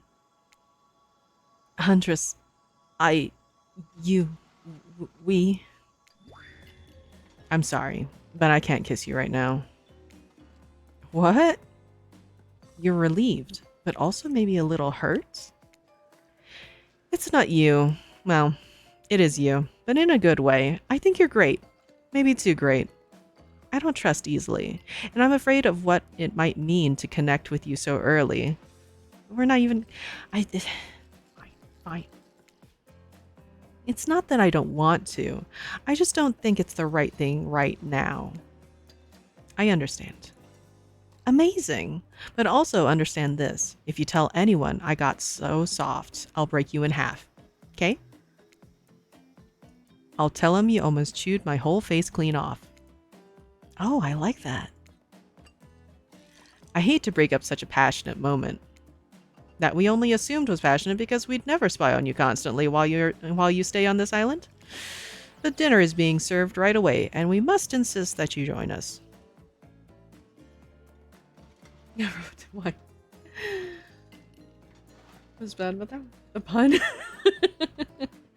Tim secretly controls Churro. We wouldn't want anyone dying of starvation. When there are so many more interesting things to die from. Seems like the next activity is mealtime? How quaint. You were expecting what? Capture the flag? Do you know how complicated it is to run a game like that? Much more so than sitting and talking. You arrive at the cookout area to find an assortment of picnic tables scattered around. What were you expecting? Some kind of grand hall with a huge banquet table? This ain't some prestigious fantasy epic like you'd find on cable. Okay. Dwight and Claudette usher you to your seat, but there's very limited seating directly around you. And, oh great, terrific. It seems like everyone wants to sit next to you. Even better is that they don't want to sit next to certain other people either. To start, no one wants to sit next to Trapper. Of course they don't.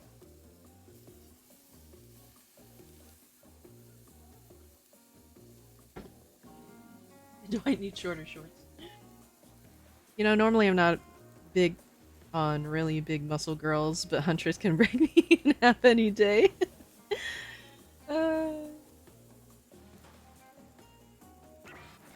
Meanwhile, he refuses to sit next to Wraith or Trickster.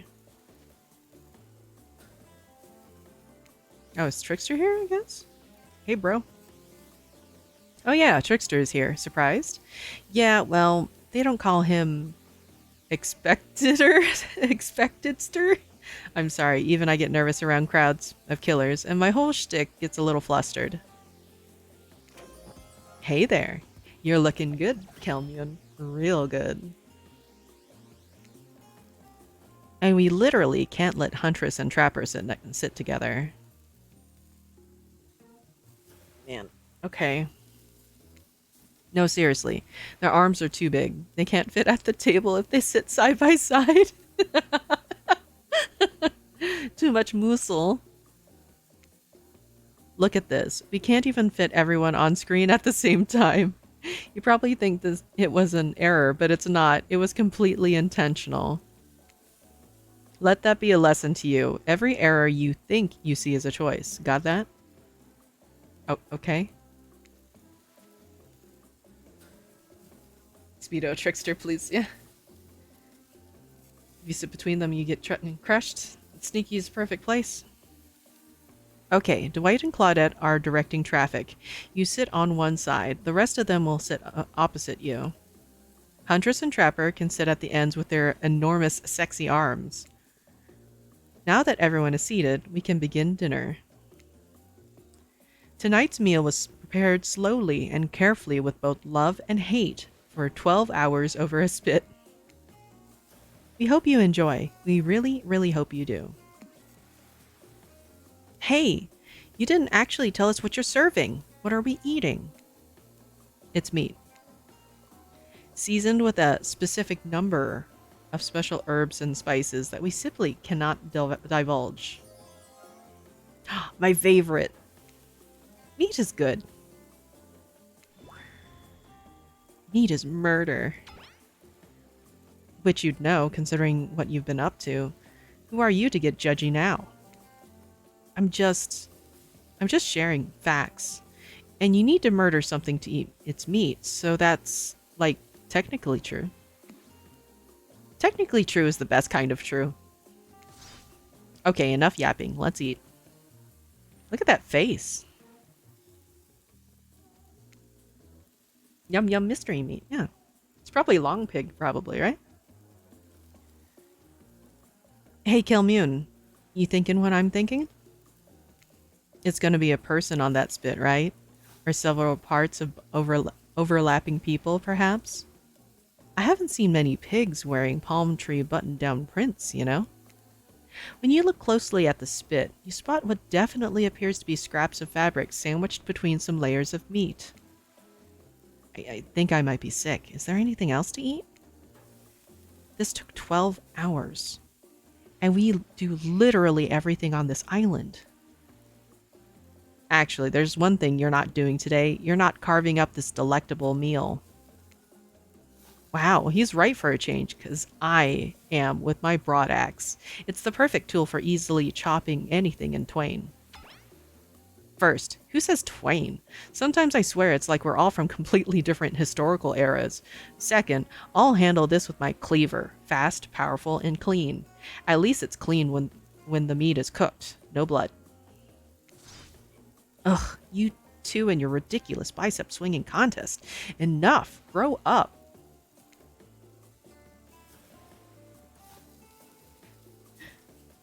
Obviously, my gorgeous katana is the only option. Obs. The hell it is. Oh, I'll show you both my katana and send you to actual hell if you like. Please, stop. Please. I hate when we fight, or talk, or even when we look at each other in the eye. Man, Raid needs to get the fuck out. Like, bro, like... I can do it. I have the skull of Azeroth. Okay.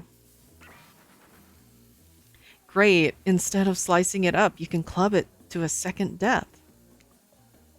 Hey, Kelmune. I know this isn't what you want to eat, but hurry up and volunteer to carve up Felix. I mean dinner. Man. Wait, isn't Felix Isn't Felix the survivor that Josh likes playing a lot? Because isn't he the one with the suit? Right? Are they eating a Josh?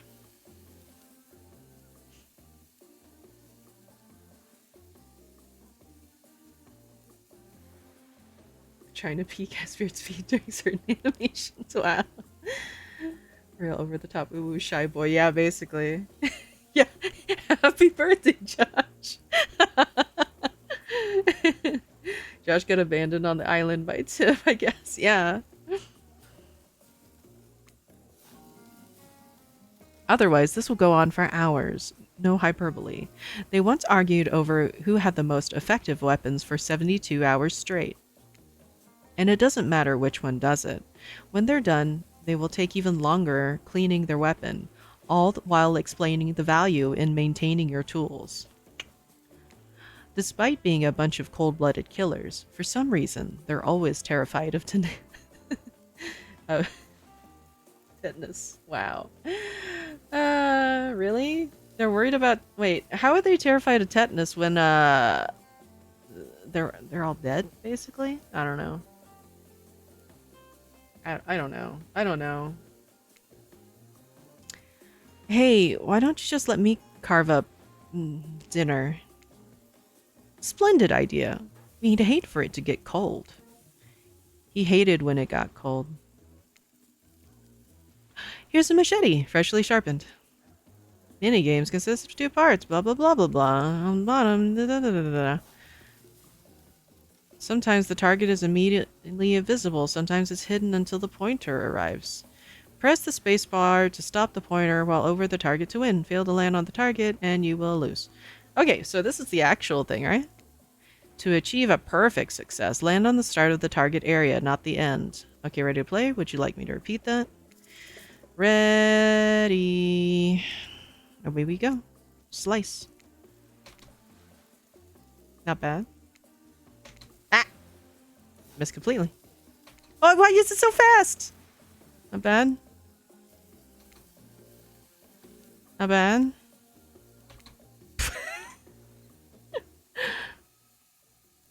It's okay, at least you tried a little. Sometimes trying a little takes a lot of effort. What the hell was that? You ruined dinner. Your swinging was so poorly aimed, you hacked it into pieces. The bad kind of pieces, too. I hope you're drunk. Dinner is finally served. It really is all skill checks. Yes, it is. For real. The sounds, especially coming from the masked killers while they eat, which involves lifting their masks and shoving food up behind them, are nasty. Spirit, meanwhile, doesn't even eat. She's the only one who seems to really be embracing being dead. You're all dead, right? This is obviously hell? I mean, come on. We're still trying to be mysterious here. You think mystery comes easy? Claudette and Dwight aren't the only ones who've been working their asses off to make this night perfect. Well, at least they're lifting their masks. This is only 99% as disgusting as it could be if they just tried to mash stuff through there. Wait, so how does Ghostface eat? Because all of that is solid, right? Like, I don't know.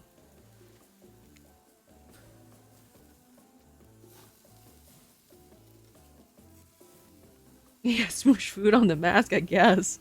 I guess if they're all technically dead by what they were saying, then I guess he doesn't have to eat. He may just enjoy the food texture on his mask. Yeah, asking the real questions. Spirit, why aren't you hungry? The 2 best things about being dead is not having to eat. That's only one thing. Think about it, Kelmune. Number 2 is no number 2. One less thing to think about in the afterlife.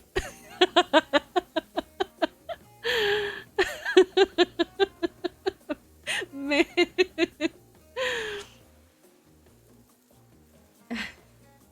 Silly straw for Ghostface, I could see that.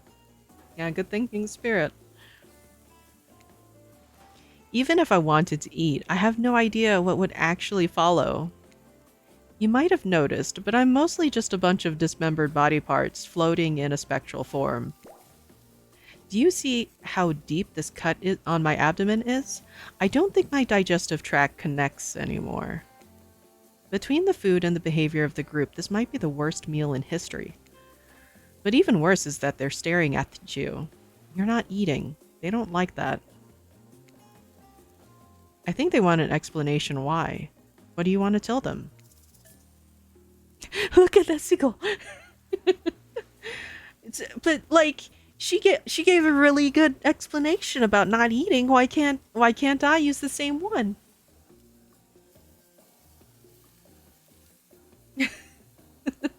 Yeah, I should be able to tell them I don't want to poop. Icy water. They are called tears. For the water.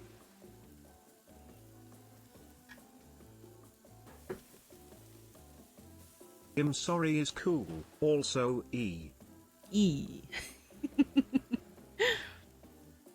Okay, so we got a sorry. We got a seagull. What else? Anybody else want to vote?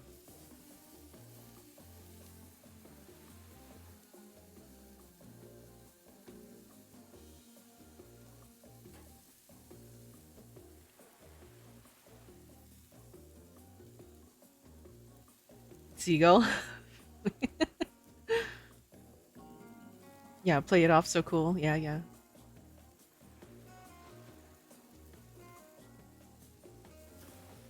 Man, can you imagine if you like pointed at like Seagull and then ran off and then they all chased you?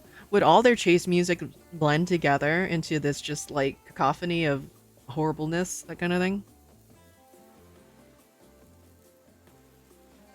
Yeah. Tim, do you not like booping? Answer truthfully. Okay, so I guess Seagull then. I would love the chase music nightmare. Oh, jeez.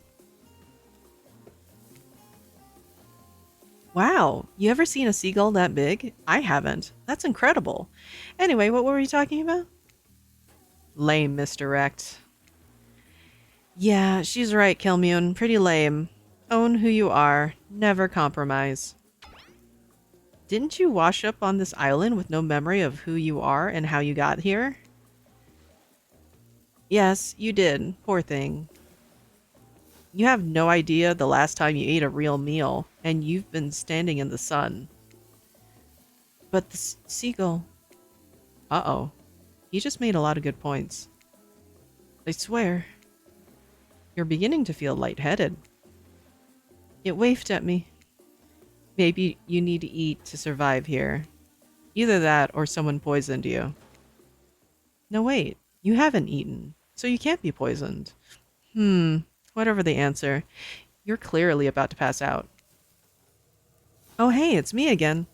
Your friend, mentor, and guide. Narrator to the narrator, the ocean. Not sure how I feel about that characterization, but I'll allow it.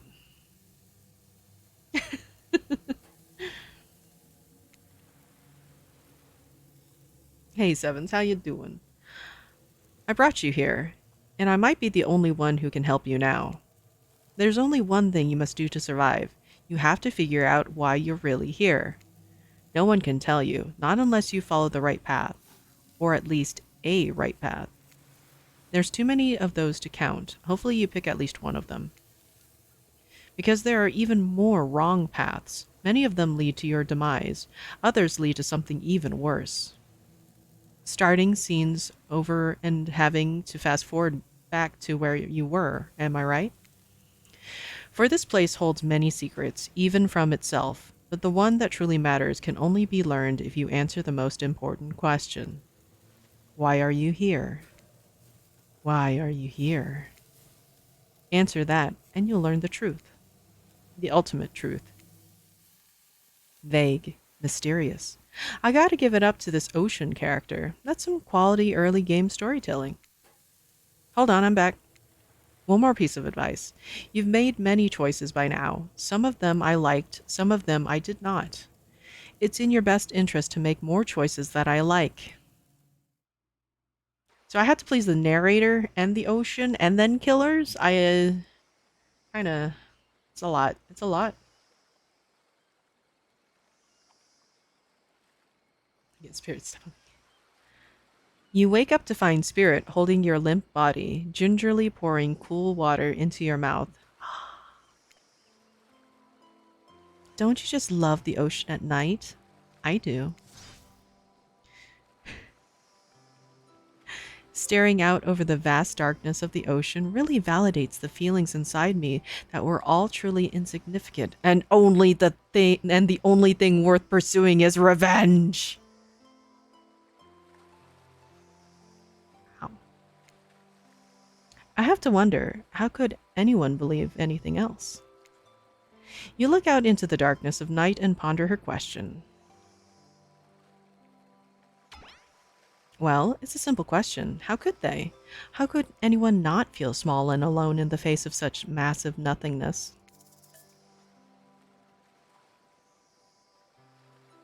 Vengeance, me spirit. Yeah. Okay, you've always been alone. You found someone special. What do you think? Do you think, like, hmm, hmm, because she's into this whole, like, you know, again, we live in a society, uh, loneliness, edge, edge, edge. What do you think?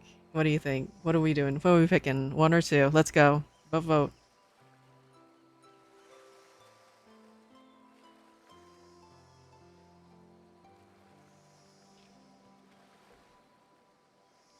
Yeah.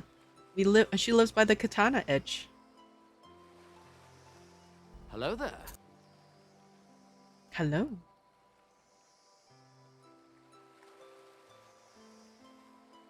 Okay, we got one and one for both options, I think. She's kind of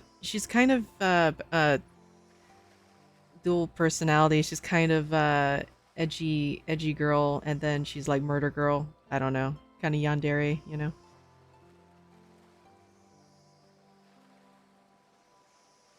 While you were off being a normie, she studied the blade.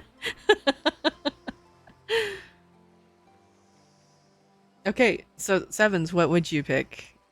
One or two? We're trying to romance spirit, so.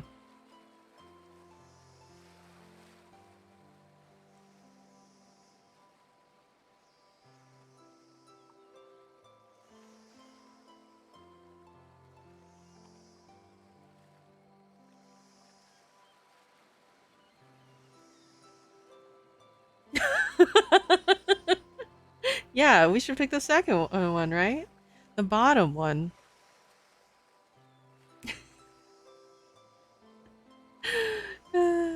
Okay, anybody else want to vote?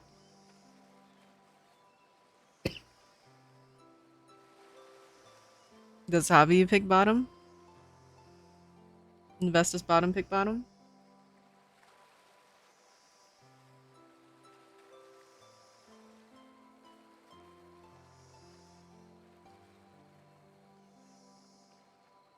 Okay. You found someone special. I used to feel that way. Small, unimportant, alone. But lately, I'm not so sure. I've started to feel different. I've started to actually think that maybe this island is where I might meet someone special. You look at Spirit, who has turned from the ocean to look at you while you speak on this topic she's clearly so passionate about. A friend, perhaps? Something more? I don't know what this island has planned for me. Ha!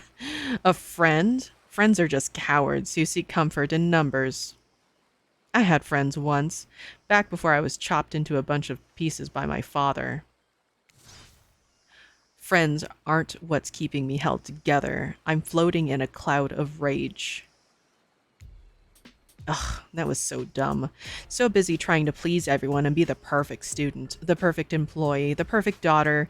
I didn't take care of myself, and now I'm all I've got. Worst of all, I got distracted from my true purpose, my destiny, the purpose that was sitting inside me my whole life. Okay, so this might sound a little bit silly, but Spirit looks around to see if there's anyone else on the beach. When she's convinced that it's only you two, she continues. Yep, forever alone. It's green. Yeah, we should have studied the blade more, unfortunately. There's a dragon that lives inside of me. Woo! I've always known, but I've tried to ignore it. When I couldn't ignore it, I tried to push it down. I'm so stupid. You're not stupid. That sounds badass. Yeah, it does. Right? But I didn't let it out. And then I, chop chop. And now that dragon is pretty much a one-track revenge beast. But enough about me. What's inside of you, stranger?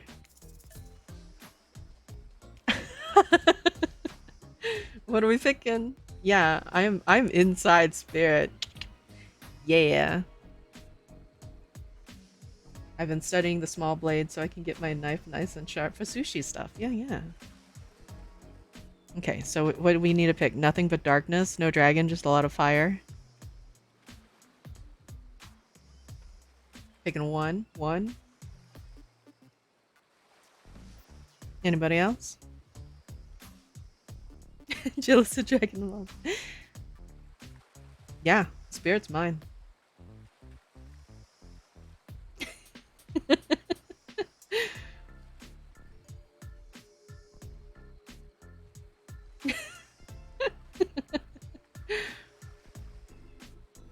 Feels like stole my pickup line option one. Nothing but darkness. Okay, I guess it's overall just one. I'd kill to have a dragon. Maybe not the best choice of words. I mean, a dragon sounds awesome. Honestly though, I don't feel like I've got anything inside me at all. Just darkness, never-ending darkness. And here I thought Spirit was the biggest goth on the island until you arrived. Perhaps I could light a torch and search through that darkness. She's blushing! And just as things are really heating up, you hear a flurry of footsteps behind you and you quickly spin around, ready to fend off whatever new danger has popped up on this strange island. Only to find out that it's Dwight and Claudette sprinting across the beach, clipboards in hand, which they're waving in the air above their heads. It's very important that we stick to the itinerary and attend each event as scheduled. Playing sick for cute flirt points was not a part of this evening's activities. That's strictly slotted in for after campfire story time. At this rate, we'll be late. Spirit light, yeah. Ooh, let me get you your darkness. Holy moly, Claudette looking like a whole meal, yeah. Playing sick? No, no time for excuses. Well, there is, but that's scheduled for after what comes after the flirting. Go, go, go, go! Once everyone has gathered at the fire pit, Dwight and Claudette quickly make an announcement. We're not going to blame anyone in particular, but someone. And we're not going to say who, so don't worry, you hasn't been sticking to the schedule. That means we're behind on time for evening activities. And we'll only have time for one person to share their special spooky nighttime story. Just one story? But story time is my favorite activity. This is a narrative-heavy experience. Ugh. You're telling us that only one person gets to share? How will we decide who? Oh great. We have to decide as a group? That never goes well. Whoever did this, step up now. I swear I won't be angry. I'll merely chop your head clean off. No fuss, no muss. Voice trembling. You realize this is probably it for you, but you embrace your fate. Sorry, everyone. I think they're talking about me. To be honest, I still don't understand how this whole schedule thing works. I guess I lost track of time while I was passed out? Been there before. Even though it's taking some pressure off of me, which is an absolute dream come true, is it really fair to pick on the newbie? Seriously, has anything here ever happened on schedule, even once? Damn it, Donald. If you try to flex that authority gimmick one more time, so help me, I'll snap your head off so quick, and then I'll drown you in his blood, Cynthia. Fuss and muss are back on. You two know I love to hack, slash, and slice. We all know you love to kill. It's almost all you talk about. Nobody named any names. Who even knows any names? Not us? I renounce my name. Who's Donald? Who's Dwight? Who even knows anymore? Call me nobody. Change his name. But we still gotta get started on story time, so. Thank you, Sneaky. Kelmune. Who do you think should go? Ah, damn it, that's a name. Please pick somebody quickly so that this tropical vacation doesn't turn into a bloodbath. I mean, we gotta go with her. Wait, but she doesn't usually want to participate, right? Or... But she probably like to talk about herself, right? But this is an organized event thing, so she may not want to participate. I don't know. I guess we'd have to, right? Just pick her? Claudette gets a few bonus points because sandals. Wow. She does like stories. That is true. That's very true. I guess let's go ahead and pick a Spirit then, yeah?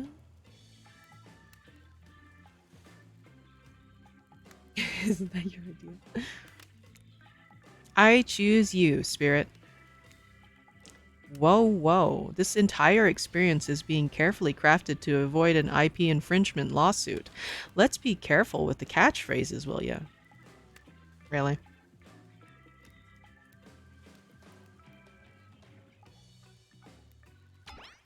Really? You want to hear from me? Spirit huffs and dramatically rolls her eyes as she gets to her feet in front of the campfire. Don't let her talk you out of it. She's great with ghost stories. I don't know where she gets it, but she comes up with the scariest stuff. Seriously disturbing, even to me, and I literally pulled a guy's skull and spine out once with my bare hands. Talk about bullshit stories. If everyone else is going to chit-chat, I guess I can just sit down and... Huntress's eyes go red behind her mask, and both Trapper and Wraith take their seat. They know when it's worth fighting, and when it's not.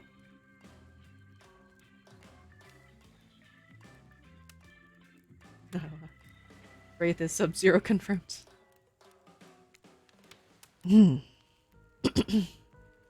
Well, I hate to break it to you, but tonight's story isn't scary. It's a romance. Too late now, though.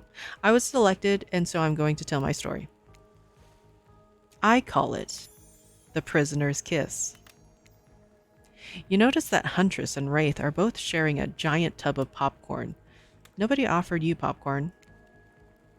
It was a dark summer night. Warm rain seeped from the sky like blood from an old wound. Detective Hata, a celebrated investigator and renowned hostage negotiator, was called to the scene of a strange occurrence, unlike anything she has ever seen before. When she arrived, the scene was chaotic. Crowds had begun to gather. A dozen other officers were doing everything they could to keep curious onlookers away. But how could anyone resist wanting to know more? For there, in the middle of a busy market, had appeared a giant box. Strange, alien in its appearance, and massive in size. What's in the box? No one knew how it got there. Was it delivered? Built on site? In such a busy area, how could something like this just appear? A real mystery. It was as if conjured by magic. Covering the feet. But this was no illusion. The huge box was very real, and someone was trapped inside. Spirit pauses her story to look from face to face of each audience member. She has no expression, but you feel her vibrating with energy. She's in her element.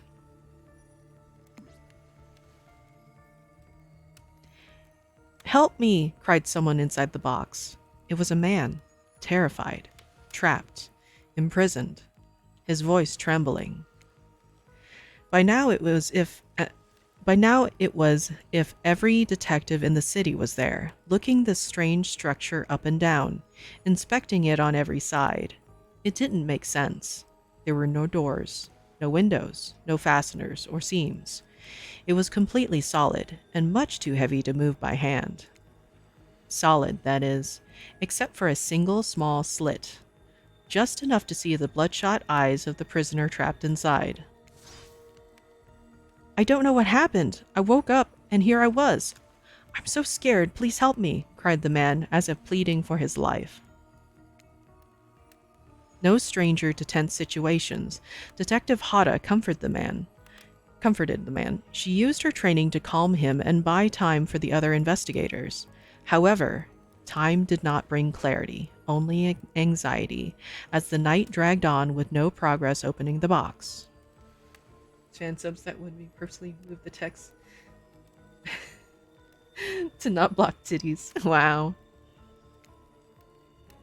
And as the night grew longer, the seeping rain puddled on the ground, and the man inside grew more desperate, more sad and lonely, more pathetic and in need of help.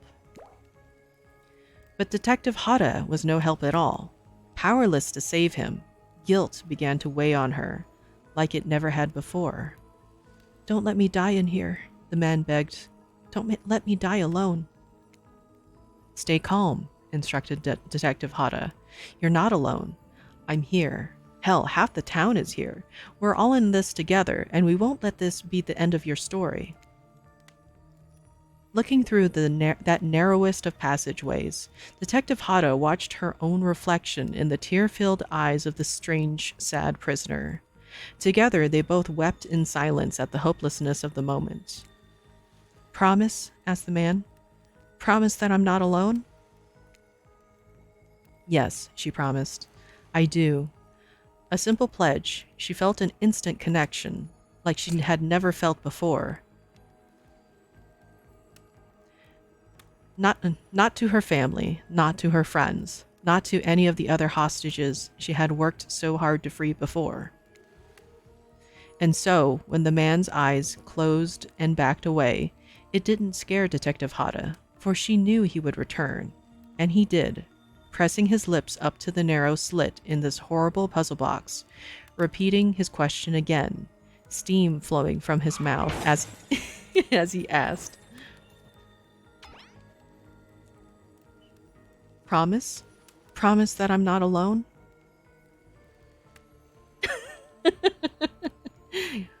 Blocked.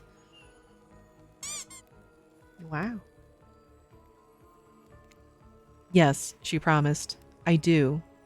And pressing her palms against the cold outside of the box, without truly knowing why, Detective Hata leaned forward and placed her own lips up to the opening, letting her breath creep into the strange structure, allowing her warm lips to fall on this man's. It was a gentle kiss, a moment of compassion.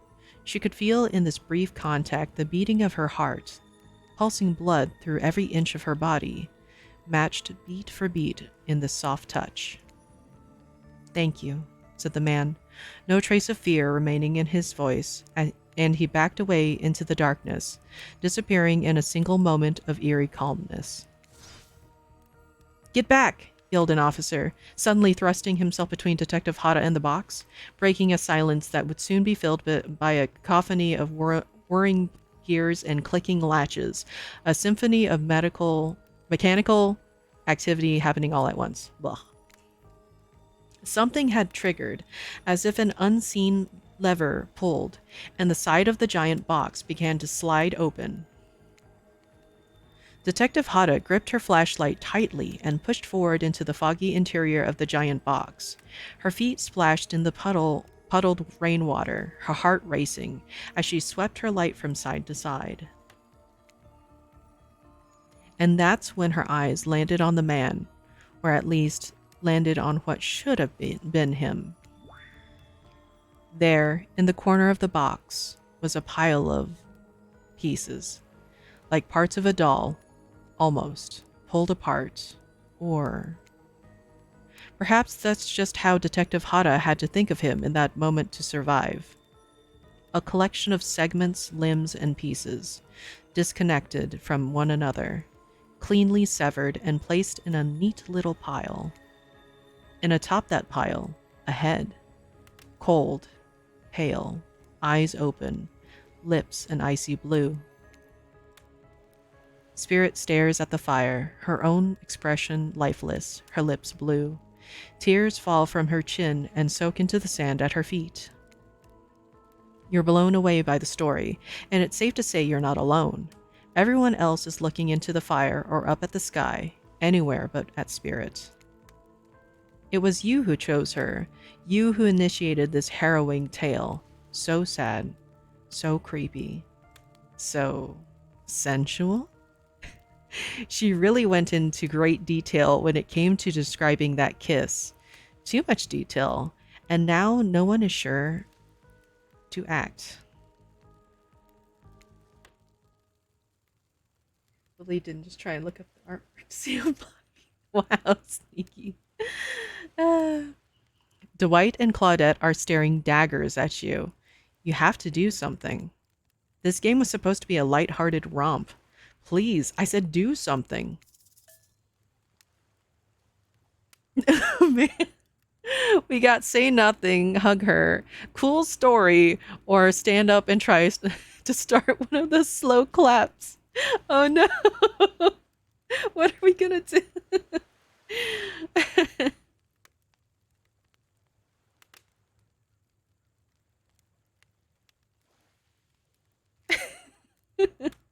Yeah, I'm kind of wondering if we're gonna get stabbed if we hug her, but it's fine. It's worth it, right? A spirit hug. Cool story, bro. That's be really good too. Yeah, these all sound really bad.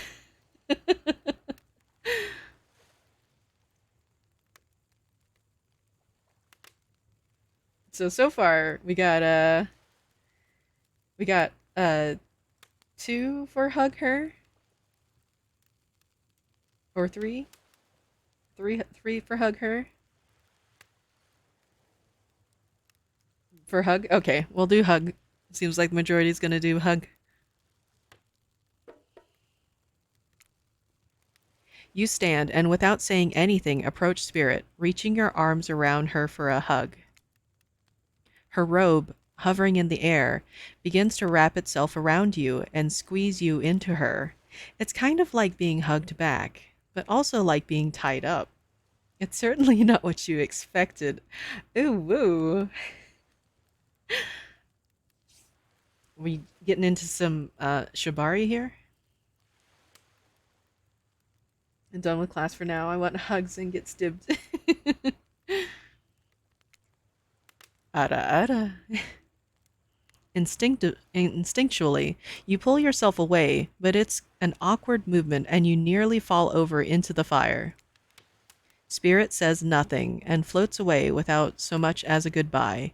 You, meanwhile, realize everyone had just watched this truly strange interaction from the corners of their eyes. On that note, everyone decides it's time to take a break and split up for a little bit so that they can all have a moment alone before bed. Everyone leaves, and you're alone by the fire. The only thing you hear is the ocean slowly lapping against the shore. Yeah, and of course, like, it's a good choice, but then you make it awkward by, like, pulling away. I mean, you're literally romancing a dismembered corpse lady. I mean, being wrapped up in her robe is probably the least of your worries. Yeah, no stibbies apparently. Slowly laughing.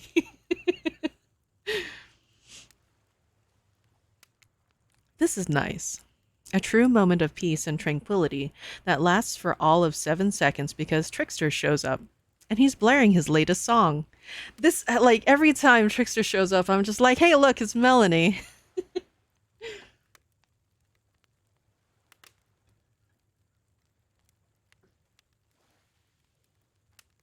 The ocean being a side narrated really adds to the side narrator really adds to that laughing. Yeah, basically.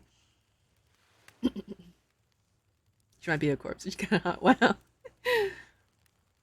Tuna would have to voice him. Yeah. K-pop new song. Yeah, Melly. Don't you like K-pop? Oh, Nuggy, you missed. I think you missed the Melanie's "What That Ass Do."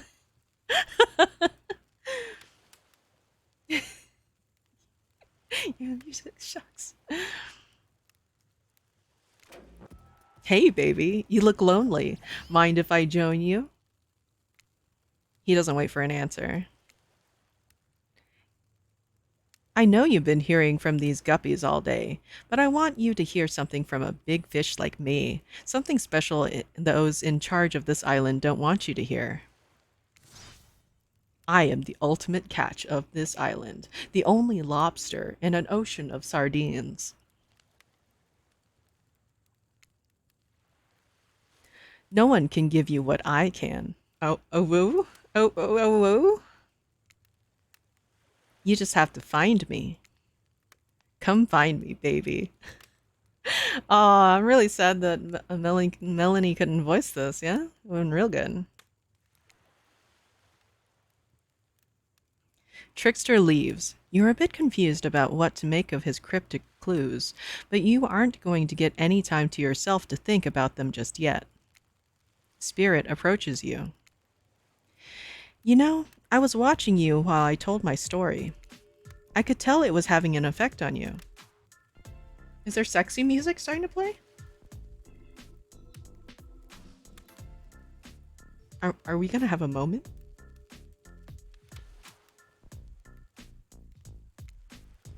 This fog that follows me around, I could feel you breathing heavily, taking me in. You and I are both absolutely flabbergasted at that piece of information. Legit, you learn something new every day, even when you're a narrator. You're doing it again, right now. You need to calm down. You should come to the hot tub with me. Hot tub! Hot tub time! Dipping in hot tubs with the spirit? You've come a long way in a single day. I'm not saying you shouldn't follow her and offer like that. Just don't forget our little talk. Hot tub stream. You and your storyteller friend slip into the water. It's just the right temperature for an evening dip. Plus, if some jealous shark comes along and manages to jump from the ocean into the pool, you're also pretty sure your killer companion could handle it. I just want to be totally clear. Even though that story bore some similarities to my life, it was not about me in any way, shape, or form. Not symbolically, not metaphorically, not any otherly. I believe you completely. Sure, you were cut into pieces in your life, and so was the person in the story. A perfectly normal coincidence. Sure, you're on this island, trapped, one might say, in a most puzzling place. Also a completely regular coincidence. And sure, his lips are blue, your lips are blue. Really? You'd call this blue? Searching for answers, hoping to find revenge. Okay, so the similarities stop there, I guess.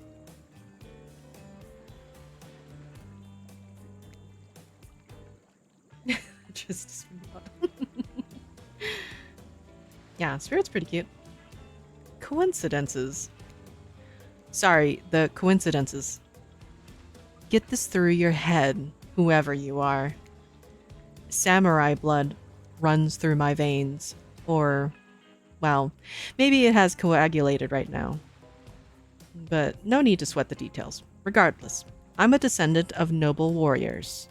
Thousands of years of training with bladed weapons preceded my entrance into this world. Do you know how many swords that is? A lot. You've got to figure that with that many sharp blades, a person is bound to get disconnected from a body part here and there. The truth is, and I wouldn't typically share this, so don't go blabbing about it. I dreamt that story, like watching a movie in my sleep when I was just a little girl, years before my father sunk his blade into my skin. I've never been able to shake it. That's a very adult story for a child to dream. Do you believe me? Who cares? Can kind of see her toes. Her toesy woesies. So it's a choice. Yes, no, who cares? Give you the humidity from here. Man.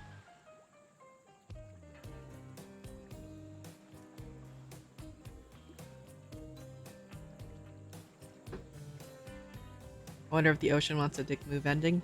Possibly. Yeah, battery empty. Okay, so we have yes. Just get everyone near romance and then dip, yeah. But we need the trickster too, yeah? Always humid.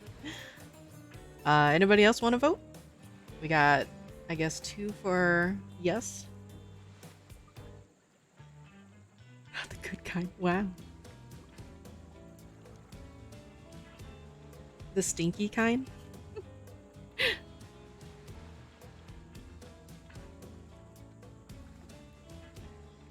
Guess we'll go with yes, I think.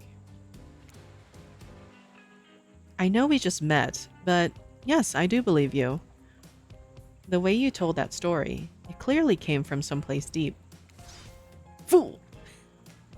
Who taught you to trust a stranger? You're going to get hurt if you don't learn to take better care of yourself.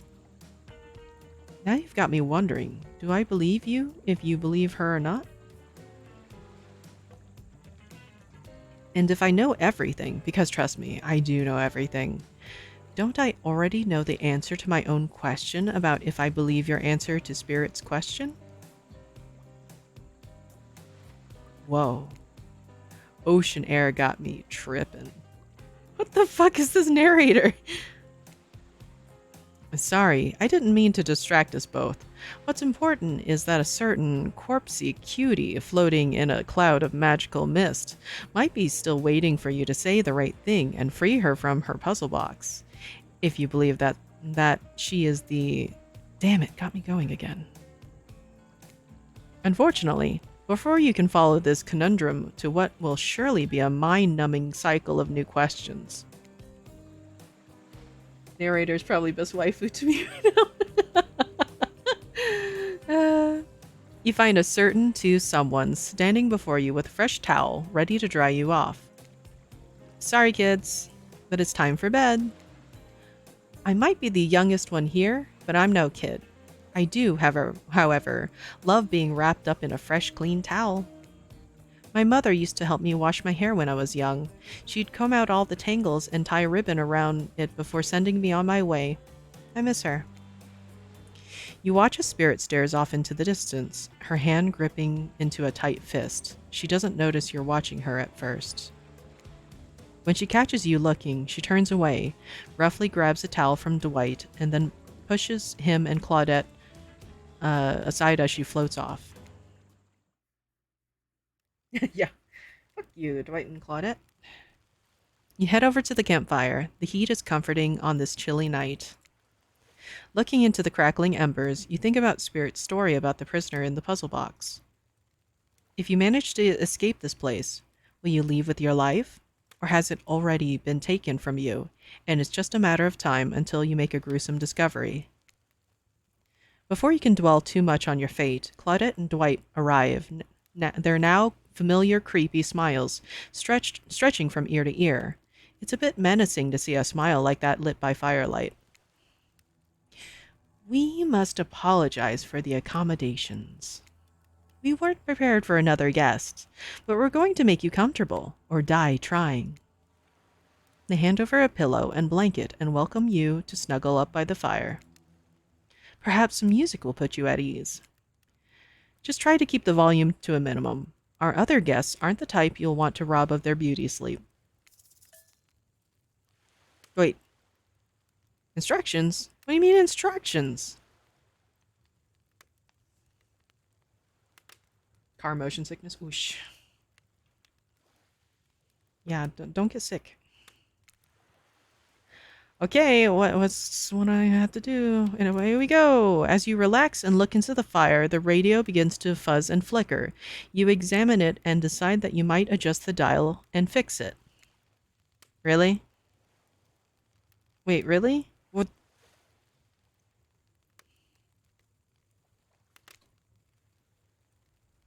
Let's see what's on this station.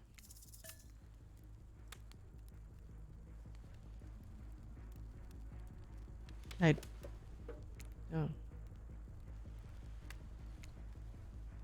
All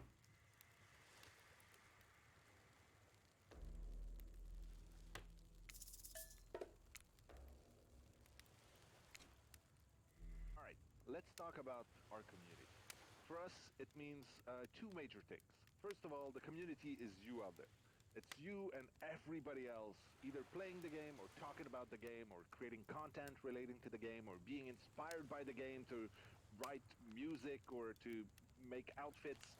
It's everybody that's part of what makes Dead by Daylight this amazingly rich and passionate environment. It means groups of people who interact on every single possible social platform in person. It means people who play together. It's even the people who play by themselves and never talk to Okay. anybody. Uh, It's just like so the guy it's talking about important Dead for by us Daylight. to be able to break it down and figure out exactly who is part of the community and how do we list.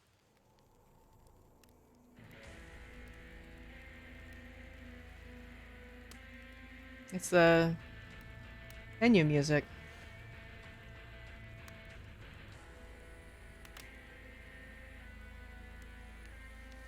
Huh.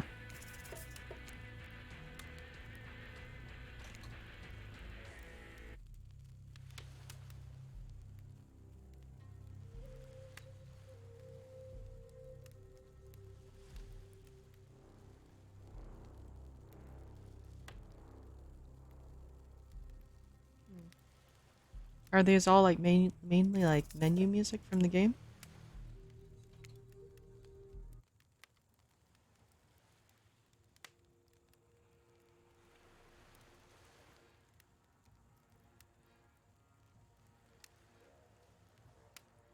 Yeah.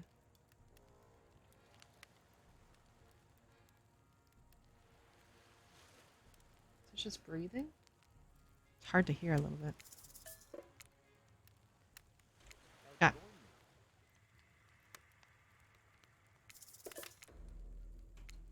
Damn it.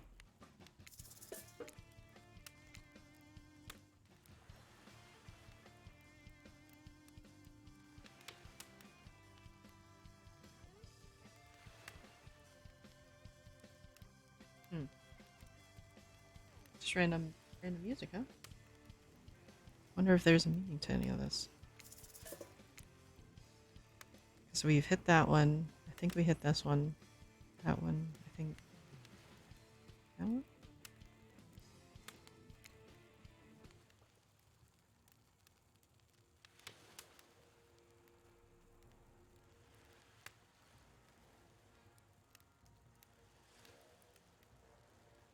I don't know. I guess we're done.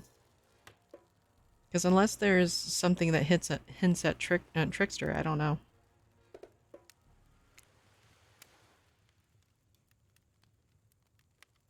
Wow. I'm just gonna go wake up a killer, by the way. No matter how many things you listen to, you still can't sleep. You decide to ask one of the killers to spend a little more time with you until you're sleepier. Okay, that sounds good. Sounds like a great idea. Who would you like to summon to your side as you lay by the fire?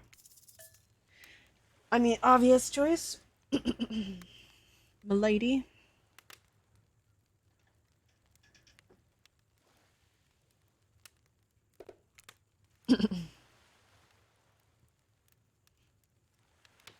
Spirit, are you around? I was wondering if I could get a little company.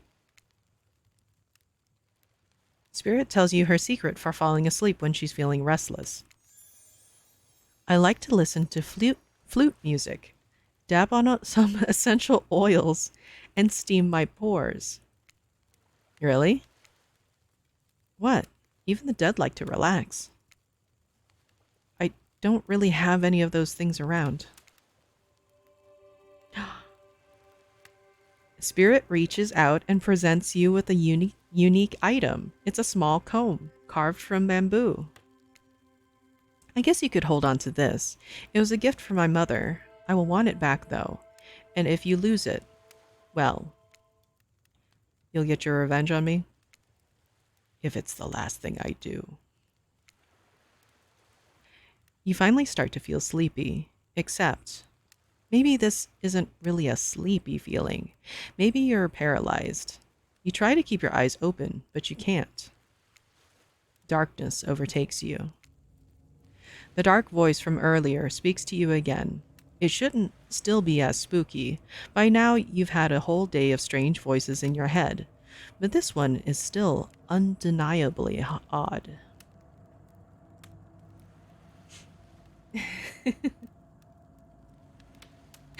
Wrong kind of dab.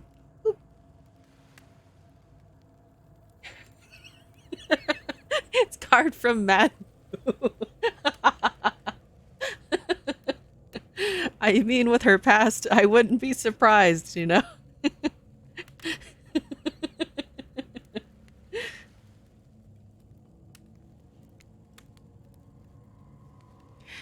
The human body is made up of 60% water. Did you know that? Of course you did. Everyone knows that. Even amnesiac video game protagonists. Well, guess what? Drink as much as you'd like. You'd never get to 100%. You hear me? Don't think I don't see what you're up to. You awake suddenly to see someone looming over you. Oh God. Trapper is sitting beside you, sketching a portrait. Oh, you're awake. I saw you with the spirit right before bedtime. You should know, they're not what they seem. Not like me, who is obviously completely honest and trustworthy. I was out checking to make sure you weren't sleeping near one of my... Actually, never mind. Just be careful where you sit. But since I'm here, I'd like to share 2 things with you. 1. I do not take rejection well. Flex. 2. The first thing is very important to remember. Were you drawing me? Trapper doesn't answer. You aren't drawing stink lines radiating out from me, are you? Still nothing from Trapper. Look, I'm not an easy guy to get along with, but I am an easy guy to spend time with. That will make sense if you choose to spend time with me tomorrow. The rest of this scum live like rats. They wouldn't know a good time if I bit them on the ass. I mean that, literally. Point is, if you select me, you're in for a day of luxury, extravagance, and fun. Yes, I said fun. And if I don't pick you? Remember what I said earlier? Or it might be the last thing you ever forget. Hey, you look tired. Get some rest. Sleep. Maybe even sleep well if you can. Just try not to roll over to the about 15 feet to your left. Finally alone for real this time, maybe. You drift off to sleep again. Hopefully, you're not poisoned. What? No, it's happy birthday, Josh. Hey, Spectre, how you doing? Trapper has identified a stinky Dargan.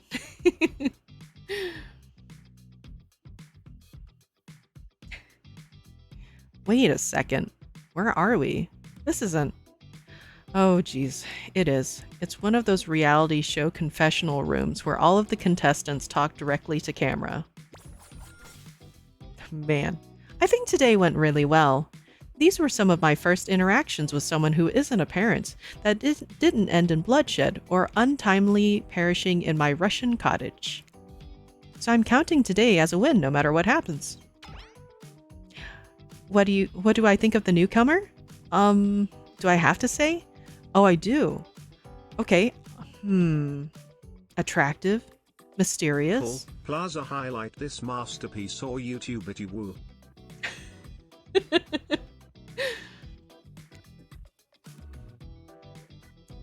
I really don't know that many other words since I was raised by my mom in the woods until she was skewered by an elk and I had to wash her entrails off my Seraphin. That being said, the other 3 should make sure to be on their guard. I don't know who this newcomer will want to spend time with tomorrow, but I, for one, will not let my guard down easily. Who knows about the others? Wraith, I think, knows more than he's letting on about this place, but he's a hard nut to crack. Meanwhile, Spirit is just screaming all the time, major buzzkill. And Trapper. Oof, where do I even begin with Trapper? He's buff, sure, but daddy issues much? Sheesh. Sheesh! Look, I don't need anyone. I've been perfectly fine on my own since my mother died. I eat a fine diet of raw deer, bear, and human, and I'm fit as a fiddle. All right, Javi, get some good sleep. Rest well. Have a good, non-stressful work tomorrow. That being said, something about this newcomer makes me think that I might be missing out on some huge part of this thing called life. Look, I'm always full of rage. The key of knowing how to control your rage so you can just use it. I am a master of self-control. And right now, I'm using all the self-control I can muster because today was a disaster. Spirit is the best crimsy to love. Let's just say I didn't love it. That was funny. Laugh. I said laugh, damn it. Anyway, I'm planning to kill this idiot. Don't tell them though. I want to lead them on a little bit more. It will make it much better for me when they're screaming. I'm not really sure how to feel about Kelmune. On one hand, everyone I've ever cared about has met an awful fate, so it's probably good for Kelmune if they just keep ignoring me. On the other hand, there's something about them that maybe could work out for my plan for me. I know that everyone thinks of me as a beautiful, cold-blooded killer or monster. I can't help it. Circulation just isn't my thing. I don't choose to be cold. This cute hat and robe, okay, those are a choice, sure. If someone were to come around and capture my heart, at least that beats being stabbed in it. Besides, if I'm going to get bloody revenge on a society that has used me and thrown me away, maybe it wouldn't hurt to have a little help. Ooh, woo, still alive!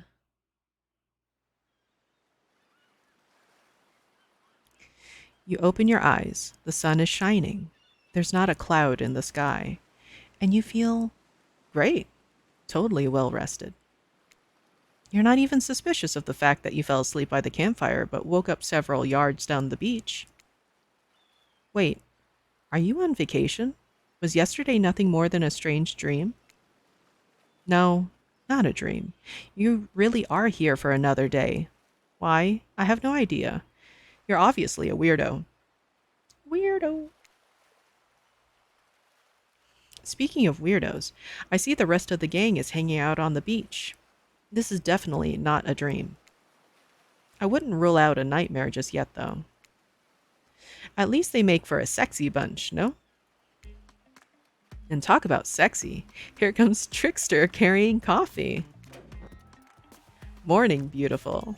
I thought you might like a nice cup of joe to start out this incredible day off right.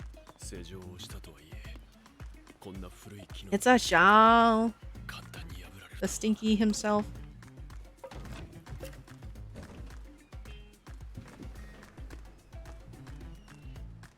Have rope. How's Shao? I'm fluffy. I'm cute. I'm Wega Lita Boot. I'm bitchin'. Great hair. The girls all love to stare. I'm wanted. I'm not. I bully quite a lot. You thirsty? Just me. How about some coffee? Who am I? Just guess. A wolf boy who's the best. Youre. What? There it's been. Shao, what's this? What's this? I call you stinky all the time. Worf. Wow. But thank you for the raid, Shell, and thank you for the 10 hecking gift subs. What the? Bruh. How's your stream, by the way? Welcome, Raiders. I'm Khellendrathas. I'm Kel. I play games. I talk good. Hope you enjoy your stay. Yeah. It's cringing so hard I had to lean over. What? Perfect. Perfect. We like when Shaw cringes here. I really hope Shaw was twerking. Yeah. We need more Shaw twerks. Yeah, absolutely, 100%. But yeah, how was your stream? How was the stream? Did you do some winning? We're winning here. Winning romance. No, we need more. What I'm saying is we need more. A bloodbath. Oh, what happened? Cause there's a new map, right? I think Sasser's mentioned that. Oh, I guess there's like big changes or something, I think. Things happened? I don't know.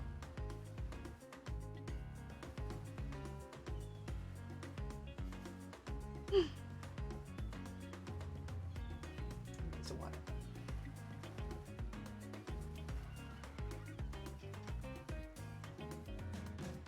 Oh no.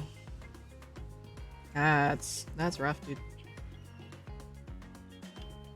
Hopefully you still had fun though, yeah? Immediate greed, oosh. It's a local. Hello. Well, yeah.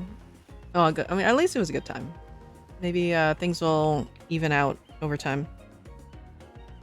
But yeah, for those that are new here, we are currently playing Hooked on You, the Dead by Daylight dating simulator. We are our current love interest is Spirits. We are currently talking to the Trickster, and it's an interesting time. This game is it is a time.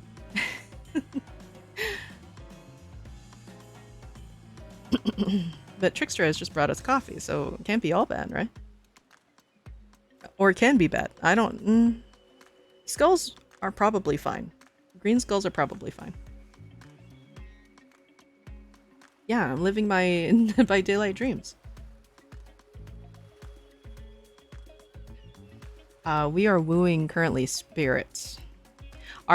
There's only four killers that I guess you can technically romance, but there is apparently a Trickster ending. I don't know. But you can romance Trapper, Wraith, Spirit, and Huntress. Yeah, I think we're doing pretty well on Spirit. She seems pretty fond of us now.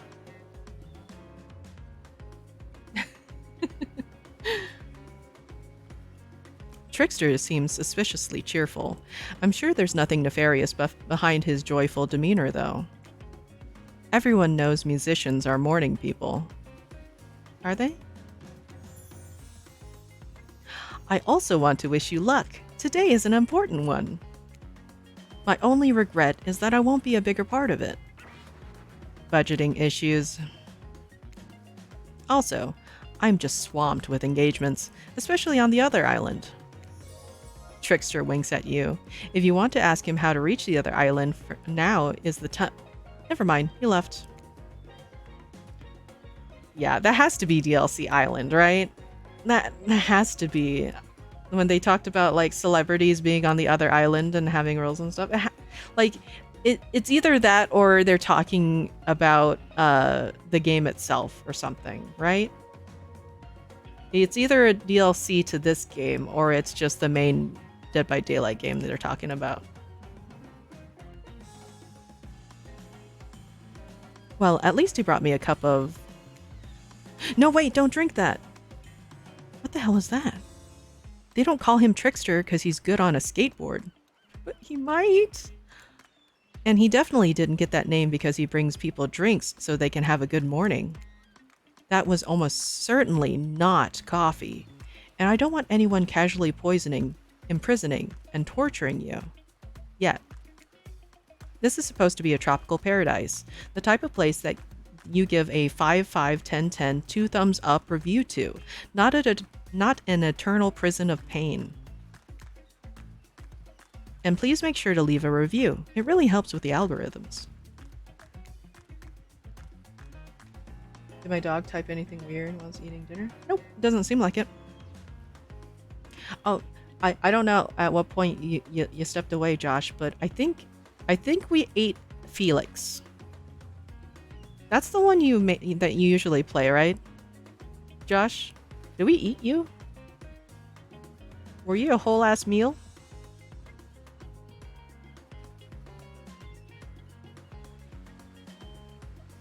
Just trust me, I'm looking out for you. So can we please move on? Hey, wait a second. How did a possibly this possibly unreliable narrator physically just knock that coffee out of your hand? This is not Parliament, and the floor does not recognize the ocean to speak out of turn at this moment. I need no recognition, for I am the ocean. I dominate the land. I submerge those who defy me, and I become their watery grave. Actually, speaking of graves, I would like to say something. Something of grave importance. Fine, go ahead. Even if this place is an eternal prison of pain, and I'm not saying it is, even a place of extreme horror can still receive a 5 out of 5, 10 out of 10 thumbs up review if it was crafted with love and or that's the type of thing you're into. You know, the ocean is right. A lot of hard work goes into a place like this. You should really judge it on the artist's intent, and whenever possible, start from the mindset of giving them the benefit of a doubt. Constructing these elaborate simulations, vacations, is not easy to do. Sometimes there are some small bugs or inconsistencies, but that's just the nature of the process. Perfection is overrated. The universe is filled with mysteries. We ought to celebrate those who venture to bare their souls as part of the creative process with the ultimate intent of making things for our enjoyment, not to be overly critical of them. Are you two trying to sell me on this place actually being good? You don't have to say it like that, especially after I saved you from that poorly made cup of coffee. Luckily for the ocean, this chat is into that way too much. Sorry, we should have been here 5 minutes ago. They always do this on the second morning. Sad, really. Even if they do make some great points. Oh, sure, they make great points. I agree. Can we please move on? Yes, of course. Apologies, Kilmune. The last few minutes aside, have you been enjoying your time here on the island? Okay. Yes, I've been having a lovely time. Yes, it has been really entertaining. Yes, I'm not suspicious there is no option. I'm thinking 3, but that's up to you all.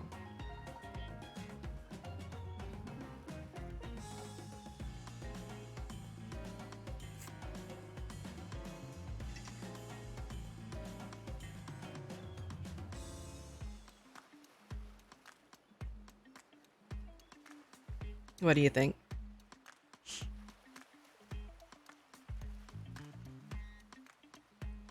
Fourth wall break or one for actual opinion? Yeah. I don't know. It's very tempting to pick 3, but then also too, like, it feels like they absolutely will railroad you if you try to push back too hard.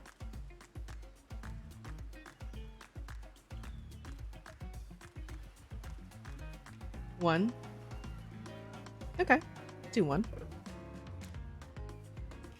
If I were to summarize my time here, I'd call it a lovely time. Aw, lovely. We love to hear that. Because isn't that what this place is all about? Finding love? No. Shut up, Dwight. You'll get us all killed again.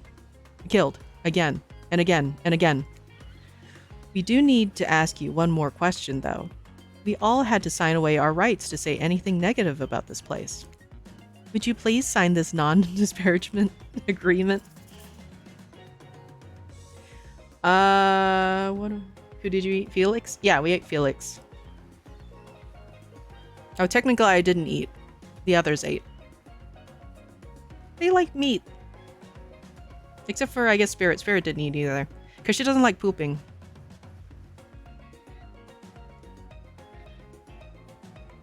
Oh dang, are we gonna fight it and not sign? We're not gonna sign? Okay. Alright.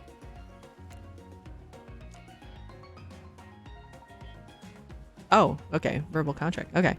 No, I will not say anything negative about this island. You have my word that I, Kelmune, agree with the terms of this verbal contract. Perfect. Delightful. Excellent. Yes. Yes. Started with Felix. I almost play Jake now because he has a better suit, mostly. Oh, okay. Alright. This poop time means more couples time. But you just need to get those joining toilets like that like Fallen showed and I've shown in stuff. You just get conjoined toilets and then you could just share couple time while on the pooper, right? Hey, Kelmune, it's still totally cool if you have constructive feedback. The place to leave that is in a positive review, because we all know that nobody reads negative reviews of games, or resorts like this. Anyway, I see Dwight and Claudette have gone into a trance, and with the grumbling I hear from your belly, that can mean only one thing. Breakfast. Why are they sharing narration now? Like a couple, Ocean and narrator. It's Risu. How's Risu doing?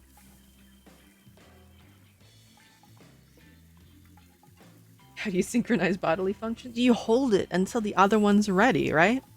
Or you both like, I don't know, drink coffee and then poop at the same time. I don't know. Perfect timing. Everyone rolls into the dining area to lard up those sexy little bellies with pancakes and bacon, and so much for maintaining these beach bods. We're all half naked in a tropical paradise. Can we get some strawberries here? A yogurt? Magic powers will only get you so far. Even killers watch their sodium intake. But do they? You take your plate and sit down, thinking about yesterday and the whirlwind of feelings you experienced. Danger, dread, disorientation. It was like going through puberty again, except all in one day on a beautiful and mysterious island.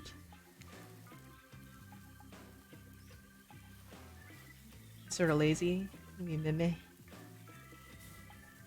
looks like you're not the only one doing some introspection, though. Trapper stands up to talk about how his day went, in case anyone was wondering. Personally, I wasn't. I can't imagine you can make me any angrier today than you did yesterday, but I really hope you do. I really, really hope you do. Unrelated. Anyone see where I left my cleaver? Haha, just kidding. I always know where my cleaver is. Well, that was bizarre. Back to your Nope. Now Huntress steps up to talk about her feelings. Everyone's sharing feelings, apparently. At this point, anything could happen. I'm open to all the possibilities that this strange island has in store. How open-minded? Ah well, that surely must be it. No one else would weirdly stand up during breakfast to... And just like that, here comes Spirit. Did everyone sleep well? I did. Or should I say, did not? I haven't slept in 20 years on account of the whole burning quest for a familial revenge thing, and last night was no different. So, in that case, it was exactly how it should be. Got a lot of reading done, though. Now, if you don't mind, I'm going to go back to quietly resenting being trapped here with you all, while looking cute doing so. Guessing Wraith has had enough time to work up the courage to speak in front of a group. Ah, perfect. There he is. Take us home, Wraith. I'm glad the introduction of Kelmune to our island paradise. And yeah, that was in quotations. Didn't distract me from my normal routine, ignoring all of you and vice versa. This place is an eternal prison of suspicion and suffering, and no one cares. I'm still the only one asking any questions. I'm asking a question too. It's, when will Wraith shut up? And now they're all looking at you expectantly. Wait, are you supposed to stand up and explain how yesterday made you feel? I think I need to process everything by myself. I'll see you all soon. Nice murder feel sesh, yeah. Damn, what a power play. Keep 'em wanting more. You're getting good at this game. Or, sexy true to life experience. Shame you didn't get to eat any breakfast, but so be it.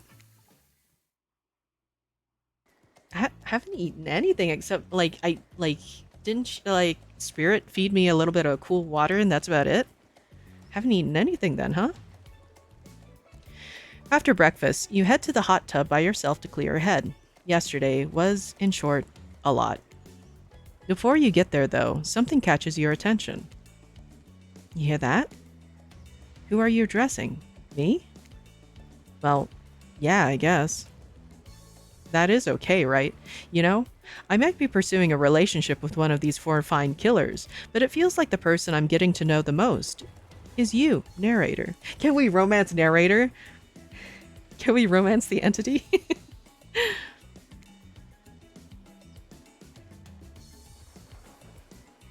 It's only okay in so much as it serves to illustrate that you've lost your mind, seeing how I'm not real and all. Yeah, I heard it this time. I think it's coming from behind the pool shed. No, stick it in there. A little more. A little more. Oh yeah, that's it, yeah. Oh no. What?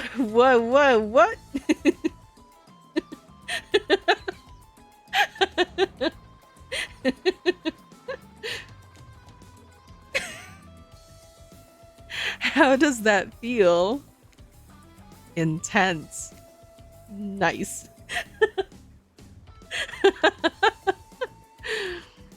Yeah, that feels right. He's gone wrong. Feed him to the sky spider. This is uncomfortable. Now I want you to take that and put it right. Yeah, you know what I'm talking about. Just like that? Exactly like that. I swear I had no idea these two even do whatever it is they're doing. I'm afraid to look. Please say something so they know you're close by and can hear everything. Fixing the generator, yeah.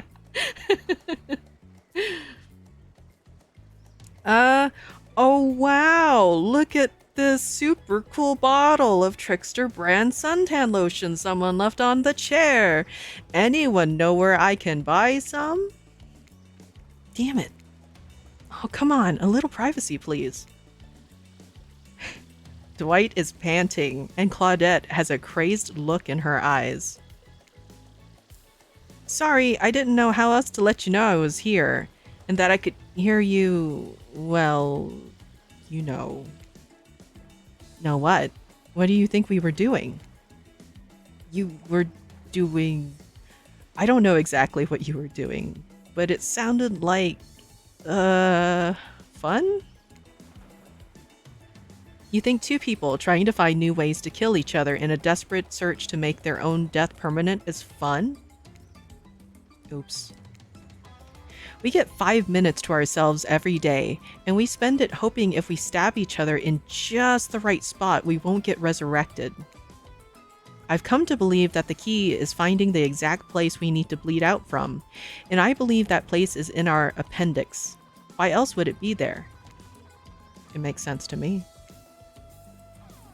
Did you actually think we were me and him? Dwight? You don't have to laugh that hard. They get it.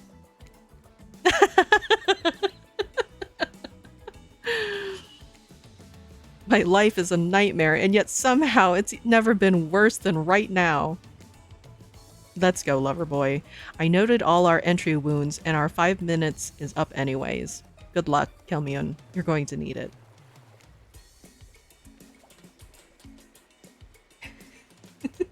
Jennifer being Dwight's ass. Man. And hey, if you figure out how to escape this island, please make sure your ghost tells us how. That was both a tragedy and a comedy. A cragmedy. Shut up. I liked it. Anyway, where were we? Oh, yeah. You're headed to the hot tub by yourself to clear your head. Yesterday was, in short, a lot. So far, today has been exhausting, too.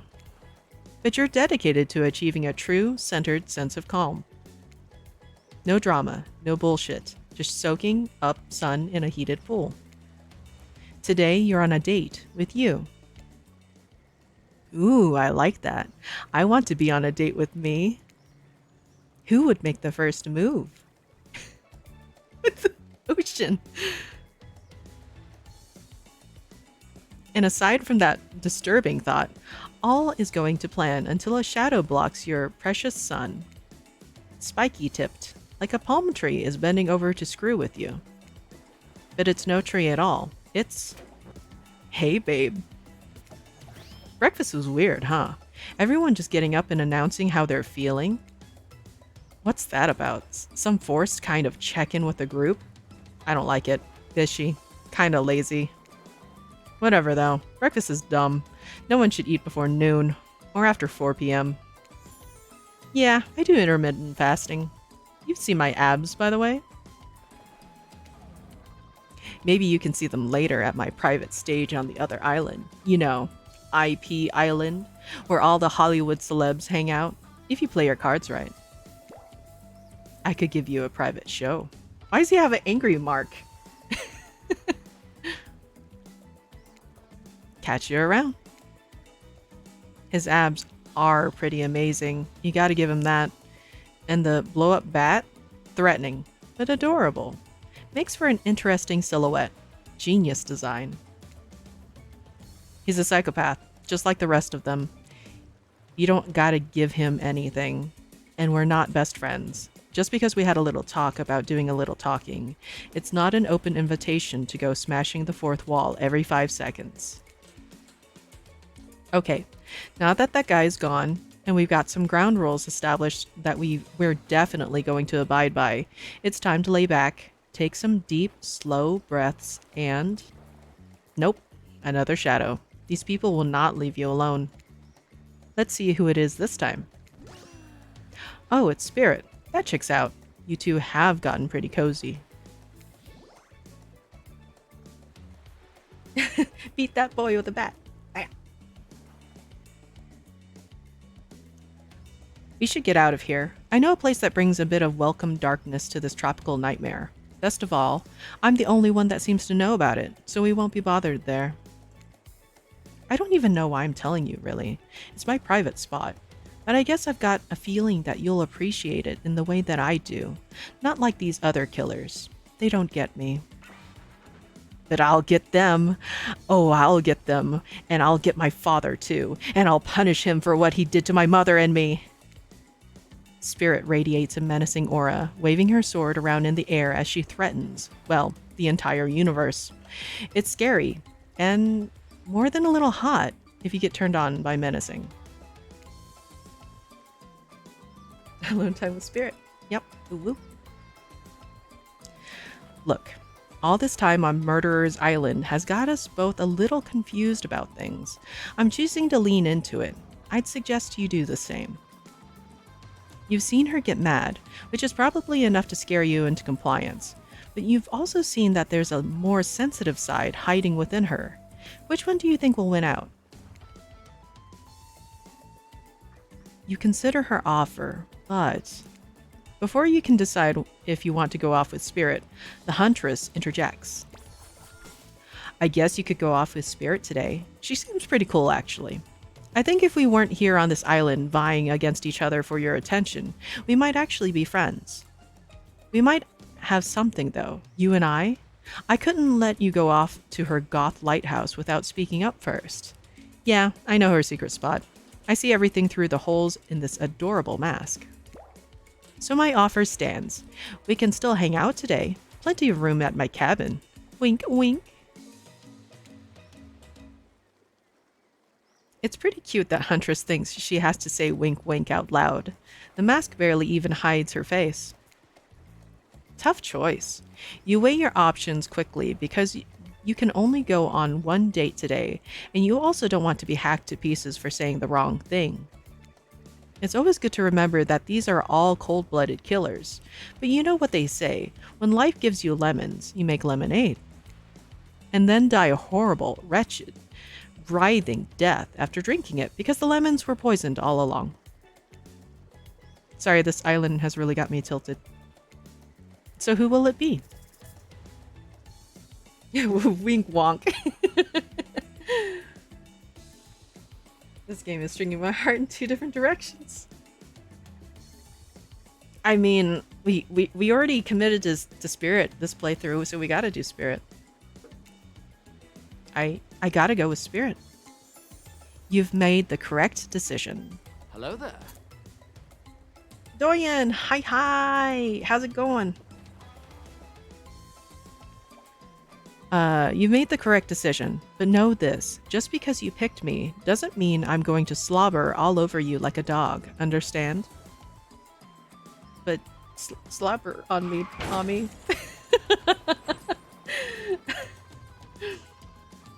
I'm doing pretty good. Just romancing some Spirit. It's pretty good.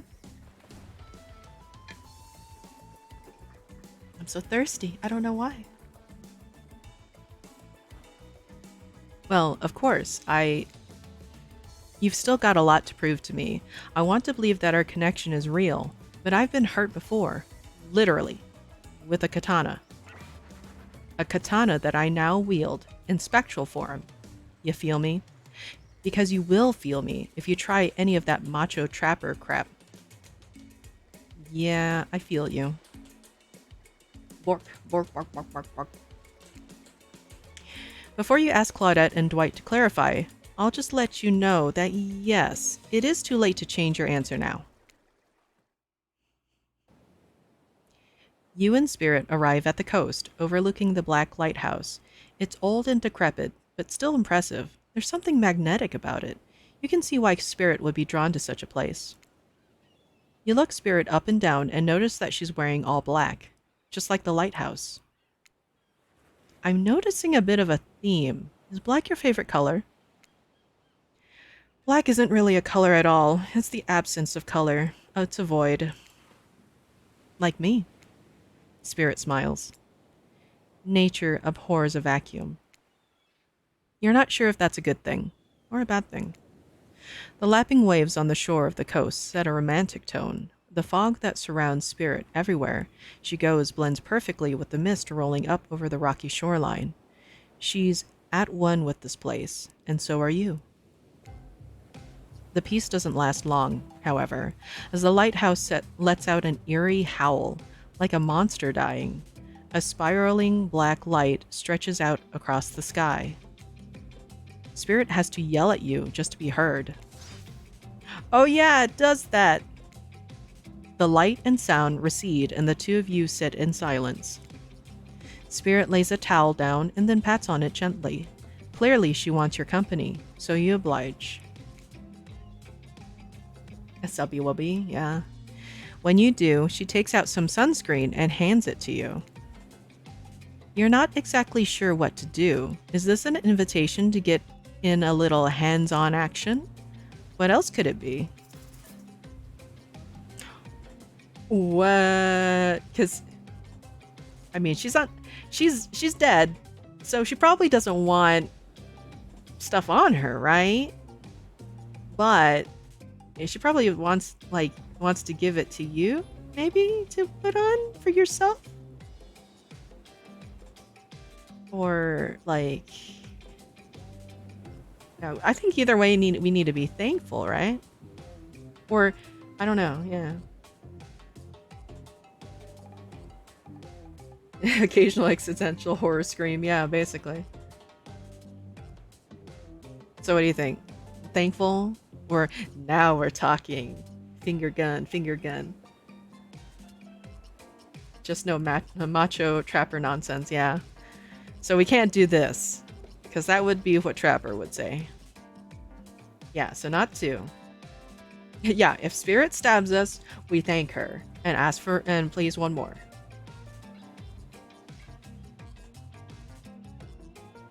So I guess one then, yeah? Yeah, I think one. thanks.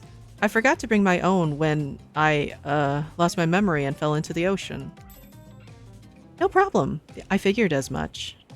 Spirit turns away while you slather lotion all over your body. You need any help reaching those difficult spots? You see a hand float around your back.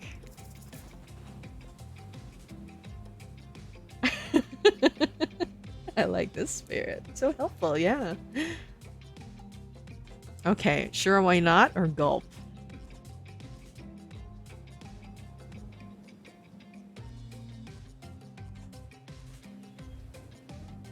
Sure, why not?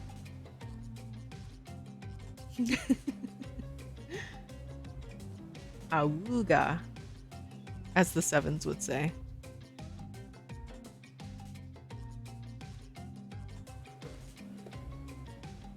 I guess sure, why not? Sure, why not? Spirit's hand on your back is ice cold, but she has a soft touch. When she's done, she takes care of herself. Oh, she takes care of her. Wait, she takes care of...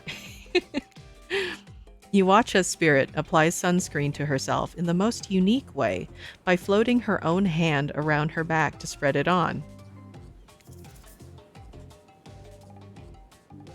Man, I don't think we should ask about the shard sticking out of her, should we? I mean, like, it would be getting to know her, but, like, that's a sore subject, right? Literally.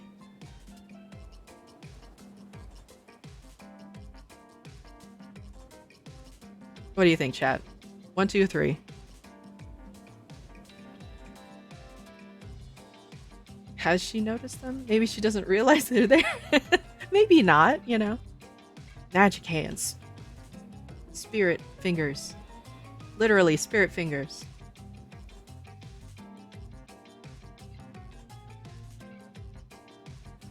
Ask her about other uses for magic hands. Okay. We have, like, what, 2? Let's see. 1, 2, like 3? For floating hands, I think. Okay, I guess we'll do floating hands ability, I guess. The fact that your hands just float around you like that, you can reach things way easier than I can. It's almost like you're some kind of superhero.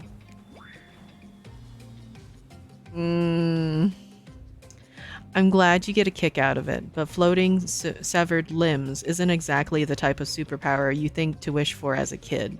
I'd much rather be able to read minds. Maybe then I'd understand why some people act the way they do. Yeah, way to make it super dorky.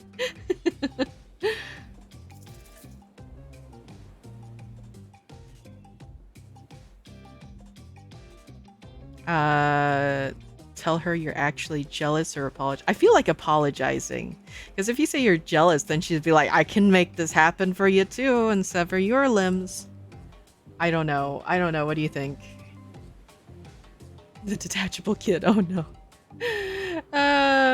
TDK.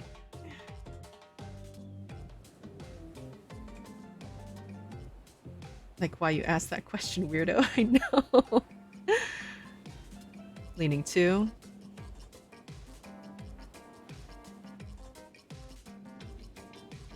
Because, like, it's hard to figure out exactly what kind of answer they're looking for, because especially with her, she's like, you know, you don't know when she's going to be like, ugh, way to conform to society for thinking you're obligated to apologize or something. I don't know. I don't know anymore.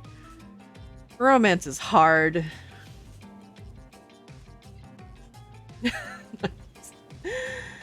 There could be aspects of accepting who she is now. Oh, it's impossible to read the writer in these games. Yeah. Yeah, you also have the charisma of a dead rat.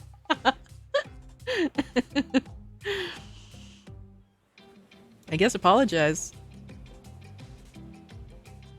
I'm truly sorry. I clearly hadn't thought through what your experience was like. Sometimes humor is how you deal with uncomfortable situations, but clearly you read the room wrong. I was just thinking about what you must have gone through to end up like that. It had to have been horrible. It was worse than death. At least death ends, eventually. But I wouldn't want to forget it. It literally made me who I am right now. Truth is, I could pull all of these bits of glass that are stuck in my flesh out right now if I wanted to, but I don't want to. Each shard is a reminder of what my father did to me and what the world did to him. That's why I refuse to play the universe's game. I hate the idea that I'll be forced to succumb to the pressure the way he did in the end. The way that fear and anger filled him up and then came bursting out. The way his misery flooded our home and drowned us all. Yeesh. It's hard not to think about revenge. The dragon inside me. It's doing to me what the world did to him. I have to fight it, even though it gives me strength. I must maintain control. You're stronger than he ever was. I'm sure of it. I appreciate that, Kelmyun. I suppose a little help isn't a bad thing. In life. In love. This world is a lot to endure alone. Maybe I could use a little assistance reaching my delicate toes for a bit of lotion. Sneaky, here's your chance! You know, having your body contorted into these vengeful poses, it really does a number on my joints. Yeah, the dragon inside. Ooh.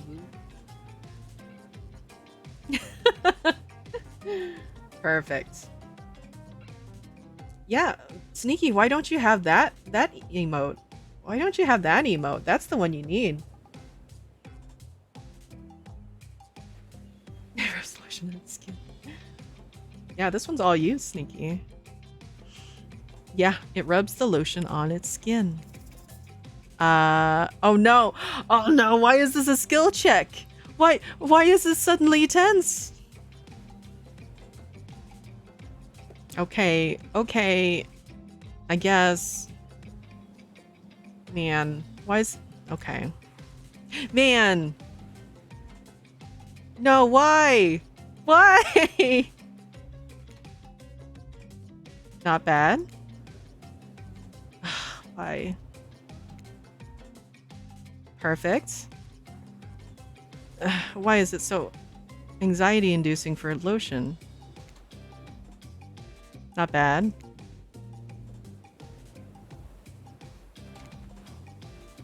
Not bad.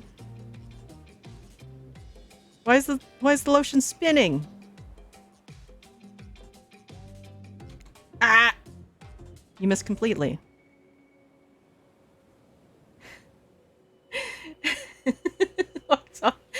To this chat, it's literally a massage. Yeah. Choking on her toes is okay. Well, I suppose that the lotion made it to where it was supposed to be going, eventually. And you weren't too incredibly wasteful. I'm not a woman who believes in rushing through things just to get them done. If there is a next time, I'm sure you'll do even better. Bleh. She's got me tongue-tied. You look up at the lighthouse, its ominous dark form hovering above this moment between spirit and yourself. Evil as it clearly is. In this case, it does you a solid by blurting out another ominous moan and burst of black light that rescues you from this awkward silence. What? From seemingly out of nowhere, an ancient-looking ship appears in the water. It glows, itself a thing of death, a spirit of a ship that once sailed these seas centuries ago. A tattered black flag whips in the ocean air above the ship as it careens towards the shore, before crashing on the rocks. It must have been drawn in by the lighthouse. You hear the distant shouting of sailors as the old wooden ghost ship breaks up and sinks into the water. Oh, right. It does that sometimes too. Should, we do something? Nah, the sharks will take care of it. Within a minute, the ocean is quiet again except for the waves. Note to self, hungry sharks. But these time-traveling pirates, or whoever they are, or whoever they were, you're half sure you saw one of those skull and crossbone flags. aren't the only ones drawn here today. It's Wraith. He has emerged from the palm trees behind you. Oh, great. I didn't come here to break up your date or something. I came here for that. Wraith points to the lighthouse. It is indifferent to his attention. I've been seeing it in my dreams, shining its strange light on me. I can't avoid it.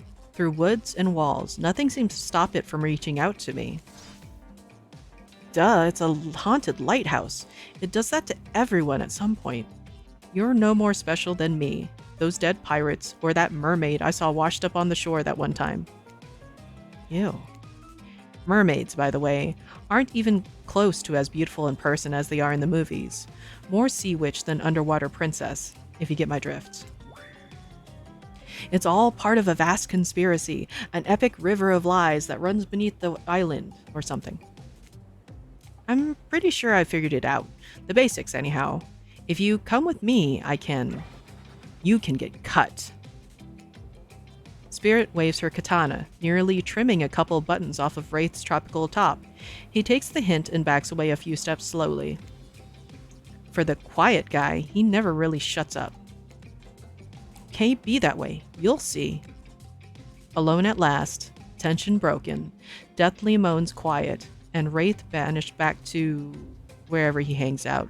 You scooch closer to Spirit, breathing in the damp, foggy air that seems to emanate from her. It's not quite clear how that whole fog thing works, but you don't even care. You're feeling this moment. Spirit seems to be feeling it too. She starts to adjust her robe, and you get a peek at the bathing suit beneath. Ooh, woo!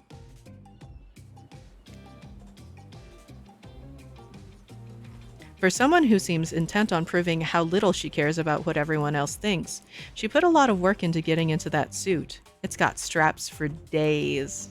Yeah. However, you're so focused on what's happening with Spirit, you don't see the next interruption coming. Ugh. And Claudette and Dwight burst in on you and interrupt whatever you were doing. It doesn't seem like they were worried they'd bump into much. We're here to make a very dramatic announcement. Well, technically, we're here to invite you to join us back on the beach, where we'll be making a very dramatic announcement. It's hard being the producers and the hosts. Aren't survivors supposed to work in groups of 4?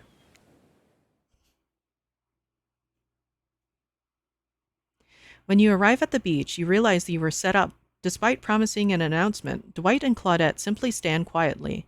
This isn't at all what was promised. Wait a minute, there's no announcement here. But there is! Me! You got mud in your ears, friend? I told you to get lost. Don't you see? Lost is where I am, and so are you. But I know the way out. I've got a map back at my secret lair, literally and figuratively. Yeah, I know the difference. That's why you should ditch Spirit and come spend the rest of the night with me instead. You've got a secret lair? Damn it. Who said anything about a secret lair? I said I've got, sap in my secret hair. There's a flap on my secret chair. Don't change the subject. Don't ask me what he's talking about. You're trying to make a mess of the first nice day I've had in I don't know how long, because it's not even clear what year it is, but in a while. I'm not about to be ditched for the likes of you. It's not me messing things up, like I keep trying to tell you. It's this dang island. I've come to accept a difficult truth. What's happening here, well, I'm convinced that it's our fate. It's not anyone's decision. It's simply the way it will be. There's no use fighting it. What would you even know about fighting? All you know is hiding in your spooky little secret hair and crying like a little baby while ringing your little bell. So don't tell me what I can and can't fight back against. I was born a fighter. A dragon lives inside me. I can't not fight. Even when I when all I might want to do is hide. Don't you see this giant hat? It's a metaphor. If I do have a fate, my fate is to win every fight that comes my way. Got it? Folks. Oh, you hide. I've seen you hide. You do your phase walking routine. What do you call that? It's basically cloaking. And we all know that cloaking is a type of hiding. Folks, you cloak. I don't cloak. I'm not a cloaker. I phase walk out in the open. You just can't see me. You have no idea what they're talking about, but this sure sounds like some video game community forum thread. Minutia, if there ever was such a thing. Not that you would know about that either. It sure doesn't seem like Dwight and Claudette are going to stop this, so it's on you.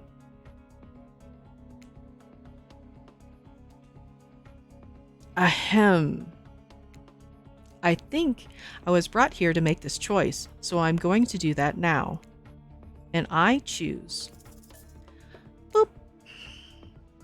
When it comes down to it, neither of these two seem easy to love. I mean, damn. Spirit literally has broken glass shards sticking out of her. But she has a certain charm to her gloom. Spirit and I were actually having a nice time. Besides, if it's my fate to end up on this island, well, to hell with fate, really. And don't take this the wrong way. Wrong way, Wraith. But the amount of awkwardness you pack into a single day, no wonder you're so skinny. All that second guessing yourself must burn a lot of calories.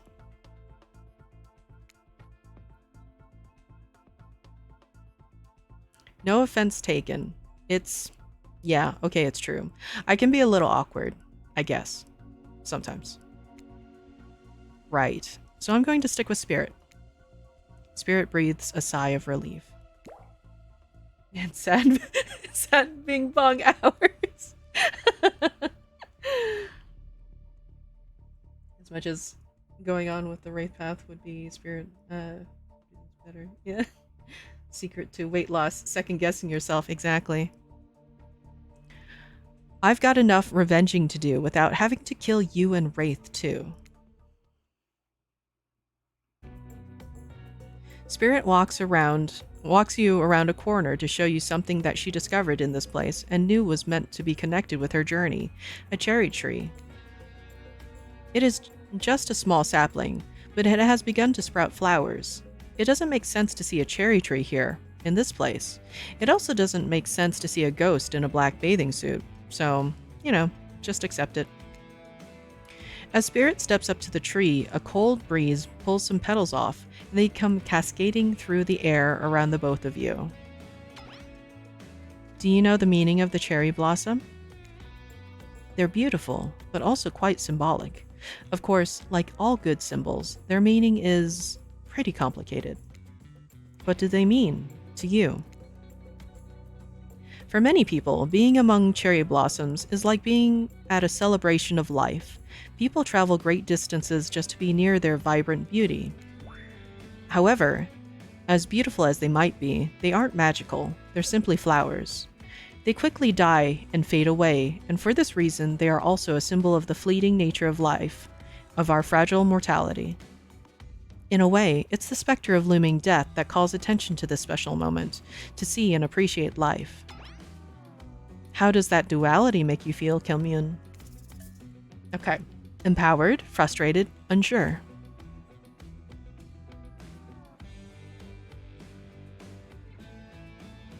Drink my water. I'm so thirsty.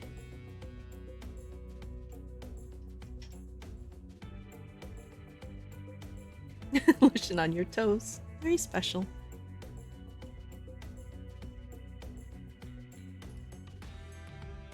Frustrated. Okay, so we got one. We got a vote for 2. They are called Thank you. tears.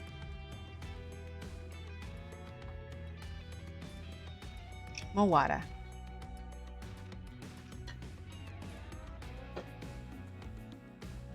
Spirit's so spicy. Gotta drink all the water.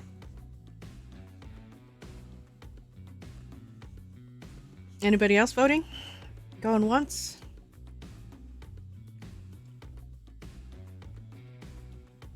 Go on twice. Sad bing bong hours.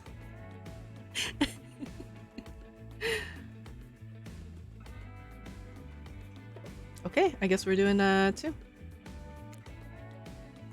As you look at the tree and consider Spirit's question, you reflect on your own current predicament. Stranded here, no understanding of why, no control. The beauty of this island, the attention of such an interesting companion, it should bring you joy, but it comes at the price of being completely confused and hopeless. You look down and see a crumbling cherry blossom on the ground at your feet. As you stare at it, something begins to rage inside you, like a dragon. How can anyone find comfort, even for a moment, with death and decay looming on the horizon? It makes me feel so frustrated. It makes me so mad. I want to do something about it. I want to strike back against this shitty reality. Spirit lets you go off, staying calm despite your bubbling rage. She must know thoughts like this. Is that why she asked you? So that you'd see things from her point of view?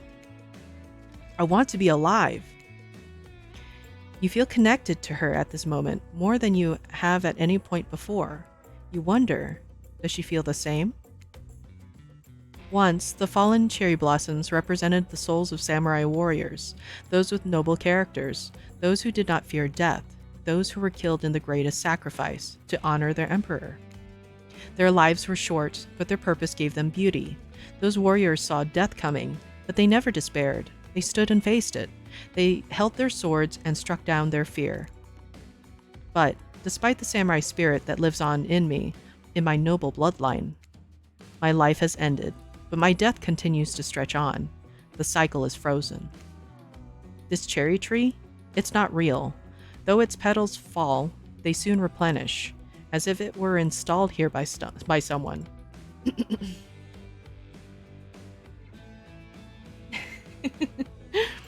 You watch as Spirit chooses her words very carefully. By something with no respect for the balance of life and death. We're sorry to interrupt. You know we don't believe you, right? Yep. But this time we got a really good reason. It has nothing to do with us being manipulated by an unseen force, because that's definitely not happening. Nobody accused you of that, but okay. We're just here to tell you that it's time for dinner, silly. Get it while it's hot. I guess it's time to go, or whatever. Thanks for spending some time with me today. I enjoyed it. Me too. Yeah, time for Spirit to mori them. What a fun day you've been having. I can see it written all over your face. You're shining. And that's not just the remaining anxious sweat from spending an afternoon courting a psycho killer. No, you're really feeling this whole romantic experience. Don't worry, I'll keep your dirty little secrets. But enough gentle ribbing. It's time to get back to business. All the, appetizing singles have arrived for dinner, including Trickster. Wraith is here too. We're not going to do the gag where we cram all of them on screen at the same time again, so just believe me, they're all here, and they're just as sexy and demented as you remember them. With your love on the line, everyone is being very careful not to offend you by saying the wrong thing. Congrats, by the way, on getting this far. I'm as surprised as you that these four are falling for you. No, not because of your personality, but because you just met them yesterday. However, since Trapper seems like the biggest long shot to end up holding onto your heart, he throws caution to the wind and speaks up. It's a Melanie again. How was your nap? Lotion. Yeah, we lotioned Spirit's toes. It's a pretty small consolation prize for being the least loved killer on Murderer's Island. But hey, letting them have this one moment in the spotlight is the least we can do, and heaven knows they won't do any better than that. If I'm dining solo, I'm eating what I want, and you're all eating it too. Lamb shank, rare, salt, pepper, no sauces allowed, and serve it with one single piece of broccoli so Wraith won't complain. I like broccoli. It gives me horrible gas. Oh, I don't like that.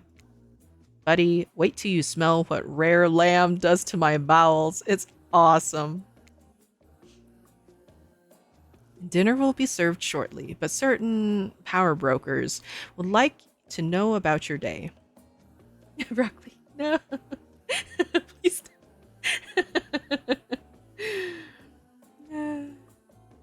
Yeah. You're just a small tree. Broccoli is pretty tasty. Would you like to share your day with the rest of the group? You've had an interesting day, that's for sure. But how will you describe it to the others? Say too much or too little, and it could affect your standing with the group. Okay, but don't just sit there saying nothing. Nothing is not an option. Okay, be coy or gush about your date. Get that tiny tree out of here.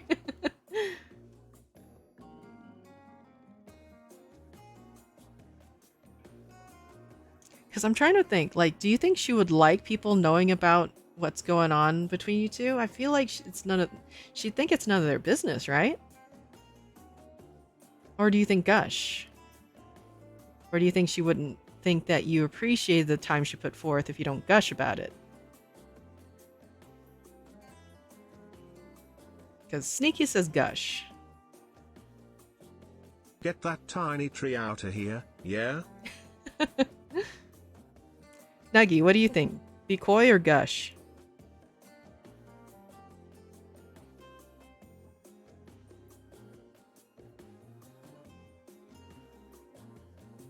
Gush? Okay, Doyen says gush. Kale's instilling doubt into me. Because she's very private at the same time, so I don't know, you know? I don't know.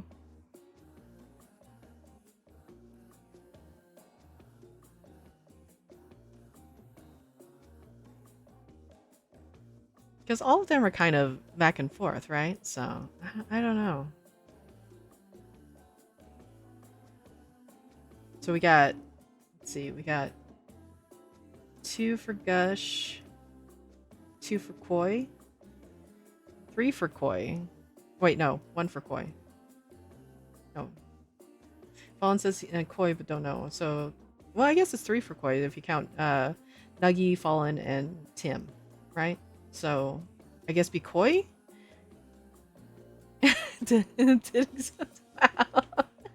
All right. Anybody else want to vote for gush? Or we're picking coy then? Yeah, Tim has an opinion. No, you made a decision. Sorry.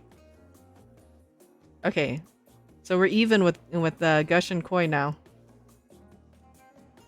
Jones or Melanie, pick one. Coy or gush?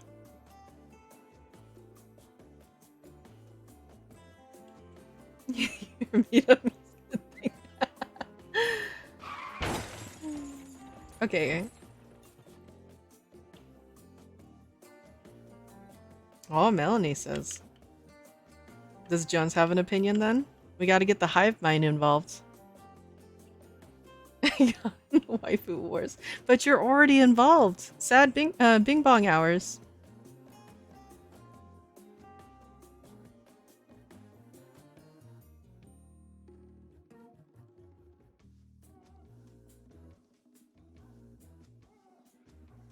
Vish? Okay.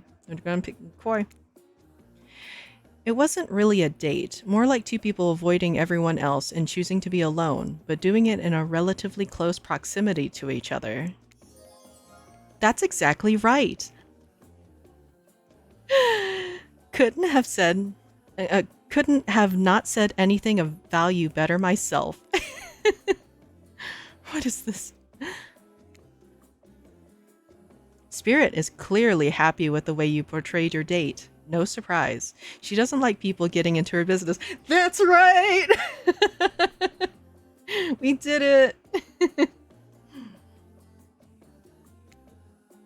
Dwight and Claudette bring out dinner. Everyone eats in silence. No one trusts anyone now, and they are all very tired. Oh, wait. No, sorry. That's a dreary supernatural horror thriller set in Antarctica, not a charming parody dating sim set in an undisclosed tropical paradise.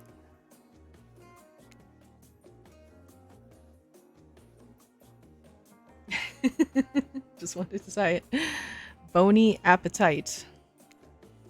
Don't you mean bon? No, almost everything we serve has a lot of bones in it, even the vegetables. Impossible to avoid on this island. Everyone eats without speaking. Tensions are rising, both of the sexual and deadly variety. When everyone finishes, Dwight and Claudette come back to clean up the table. They linger around you as they pick up your plate, take your napkin, and dust crumbs off the table. What would you like to say to the servants? Thank them, ignore them. I feel like it's going to be thank them, right? You don't want to be an actual ass to like the servers, right? Anybody have any strong opinions on this? Because I'm probably going to pick thank them. Yeah, don't be rude to waitstaff.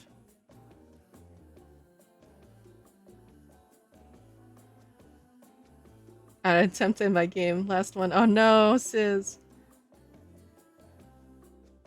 Yeah, treat your servers right. Your top-notch service is much appreciated. I can't. Everyone, if you would please be so kind as to follow us to the fire pit, we'd greatly appreciate it. We've been told something big is going to happen, something that will change everything. Yeah, but it is Claudette and Dwight. You can go willingly, or you can go unwillingly. You have no choice. Tough cookies. Did you have a choice on how you said that, dweeb? Yes, and I immediately regret how I did. Good. Something needs to change around here. Fire is rebirth. Fire illuminates the soul. I hope the fire isn't too smoky. Smoke hurts my eyes. I have pretty sensitive eyes. I'm also horribly afraid of it. The fire, I mean, not my eyes, because of childhood trauma involving fire. Yeah, Wraith, what is wrong with you? And finally, everyone starts moving towards the fire pit, if only to get away from Wraith's complaining. Wraith. Kind of slowly ending up on Team Awkward People. You take a seat on the comfortable log, feeling the fire's heat against your skin, and wait for other killers to take their places, wondering who will want to tell a story this time. Sad boy amalgam. Will narrator tell a story? I bet they've got a stunningly creative mind. Hey, you think, are they allowed to simply place thoughts in my mind like this? Doesn't seem fair. Everyone makes their way in, but something unexpected happens. Nothing happens. Something almost always seems to be happening here, so nothing is probably not a great sign. Oh, cool. And now everyone is looking at you. So, do something. Should I pick someone to tell a story? Or we could play charades? Boggle? Well, we were actually thinking, why don't you tell us a story? Wraith points his spine and skull staff thingamajig at you. You duck out of its way. Who knows what that thing can do? Probably shoots lasers. Try not to bore us. We're just very interested in you. Why is she always like, hey, look, my butt, every time she's flirting? Like, look. Like muscular thighs. Don't speak for me, Huntress. Now you can tell if you're warm from you can't tell if you're warm from the fire or if it's your nerves heating up. I know that the fire is right here, but maybe if we stop talking about it all the time, we can start to pretend it's not here and doesn't, threaten to burn us all alive. Huntress also knows what this chat likes. Yeah, that's true. He's not supposed to hear me. Get out of here, Wraith. Kelmune was about to make an important decision about telling a story or not. Okay, are we telling a story or not telling story?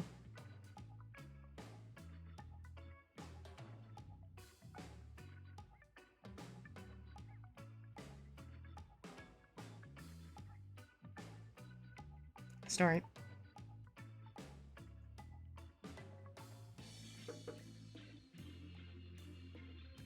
I guess let's try a story, yeah? Sure, I'm game to tell a story. Yeah, hey, Trickster. I hope it's a mystery. Okay. So what type of story do you want me to tell? Murder Claudette and Dwight. Okay, romance, adventure, or action, because that's apparently not an option. Or it could be actiony or romantic, I don't know, whatever. The Adventure of Moida. I don't know.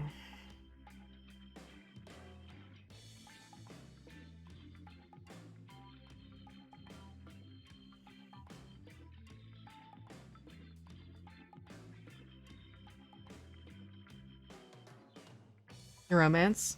Anybody else have any strong opinions?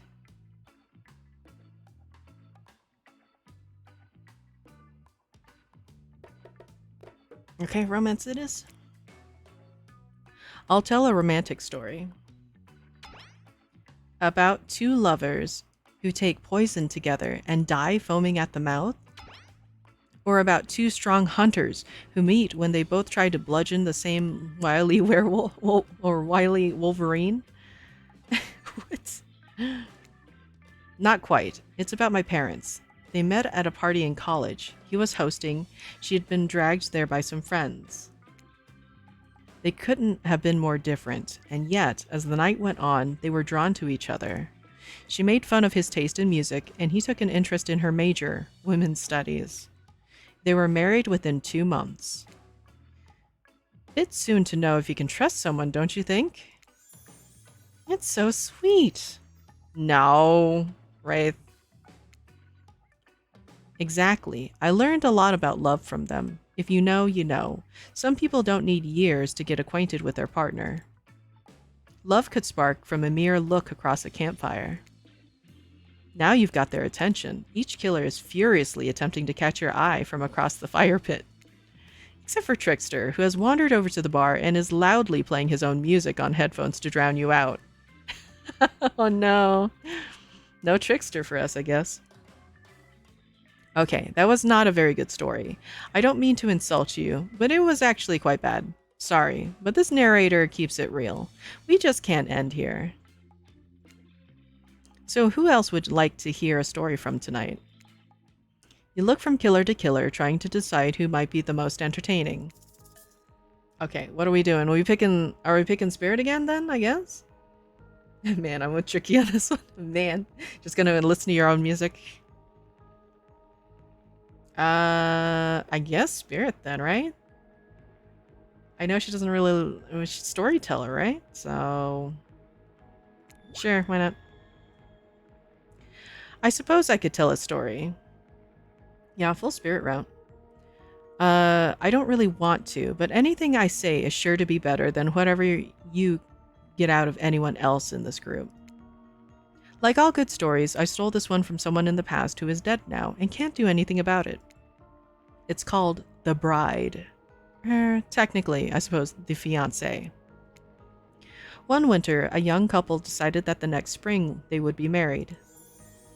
The two were madly in love and could not wait for the snow to melt, so they could join in matrimony and unite their souls for eternity. Per the latest bridal trends, they decided to have their wedding ceremony at the edge of the woods by a beautiful, shabby chic farmhouse. Together, they spent months planning the details of the wedding. The two created invitations, figured out seating arrangements, and tasted 100 cakes before settling on the perfect one. They chose... Ilikoi, by the way, so fancy? I don't know. Lilikoi? I don't know. When it came time to figure out the decorations, however, the bride, or the fiancé, I guess, since she wasn't actually married yet, wanted to take the lead and set the style. After all, her boyfriend had been wearing cargo shorts and open-toed sandals for pretty much their entire relationship, so he was definitely not to be trusted. Wow. After deciding on such a lovely natural setting for the ceremony, the fiancée decided that she would create a unique floral arrangement from the local wildflowers that surrounded the farmhouse. As soon as the sun rose on the first day of spring, she set off into the woods. Each day she spent hours mapping out where the best blooms could be found and prepared to pick them herself the morning of the wedding, so that they'd be at the height of their freshness and beauty. Enamored with the incredible variety of flowers in the woods she surveyed, the bride, or the fiancée, since they had not yet been married, became obsessed with knowing just how many there were so that she could choose the absolute best. When the fateful morning of her big day finally came, the fiancée told her husband-to-be that she had one final errand before the wedding. Excited for the ceremony to come, she dressed in her beautiful white gown and set off into the woods to gather flowers. Treading carefully, she followed her route, selecting only the best stems and collecting them in a basket. However, when she came upon a once familiar clearing, something was not as she expected. Somehow, it was more beautiful now than it has ever been, and just on the edge of her view there was a new bush filled with blossoms so vibrant and colorful, she became dizzy just looking at them. But the fiancée ignored her sudden spell and pressed ahead, scooping up flower after flower, and every time she did, she noticed just further ahead, and possibly even more beautiful blossoms. Carried by the sweet fragrance of spring air, the bride, or the fiancée, crept farther and farther into the woods until she turned a corner, stepped over a mossy fallen tree trunk, and realized she had been here before. But this wasn't the clearing she remembered, or at least not how she remembered it. The flowers were suddenly overripe, decaying, falling from their stems into festering moldy piles on the floor. Where bees had been, now only flies buzzed. Where the scene of flowers had once intoxicated her, the odor of mildew now made her sick. She turned and looked back, but the path was dark. Into a shadowy glen she walked, and walked, and walked. That day, as guests gathered at the farmhouse, the fiancée was nowhere to be seen. Her friends, family, and love began to look for her, but to no avail. They searched the pasture, the tree line, and into the forest, but there were no beautiful wildflowers or young lovers to be seen. Just old dead trees, trampled vines, and moss-covered rocks. The fiancée stayed a fiancée for eternity, always wandering, looking for fresher blooms to clip, but never finding them. Distracted by a never-ending search for perfection, unable to see that you are loved for who you are. Out there all alone. I thought it was beautiful and sad. Just like someone we know. How was story time? A lot of people like to take pot shots at sequels, but I think every good story deserves a follow-up. When you think it's the end, the sequel is almost never as rewarding as the original. That's why I'm much more a fan of the episodic style of storytelling. Knowing it's a series takes a lot of pressure off of any individual installment. What? It's a lunaire. Greetings. Hello, Stargazer. Hello. Hey, Lunaire, how's it going? Thanks for the raid. Welcome, Raiders. Annihilating me. Onyx. Yeah, unexpected. Mori, nice. Your mom. Oh, and Stargazer, thank you so much for the follow. What? But yeah, how was your stream? And welcome Raiders. I'm Khellendrathas, also known as Kel. I play games. I talk good sometimes. I don't know. Welcome. Hi. How did Omori go?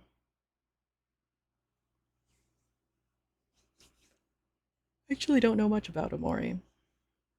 Fox Shield, hello. But yeah, right now we're doing Dead by Daylight dating sim visual novel. It's Hooked on You, and we are currently trying to romance Spirit. Quill, yeah, almost. I should just be like, I'm Khellendrathas, also known as Claire. That'd be pretty good. Can't put people like fall. Oh no. Piety? Hello. Thank you for the follow. Stream went well. We did a live voice acting thing with some friends in Omori. Oh, nice. That's pretty cool. Eagle, eagle, eagle, eagle. But I'm glad it seemed like things were good and had fun. Yee. Actually, again, I don't really know anything about Omori.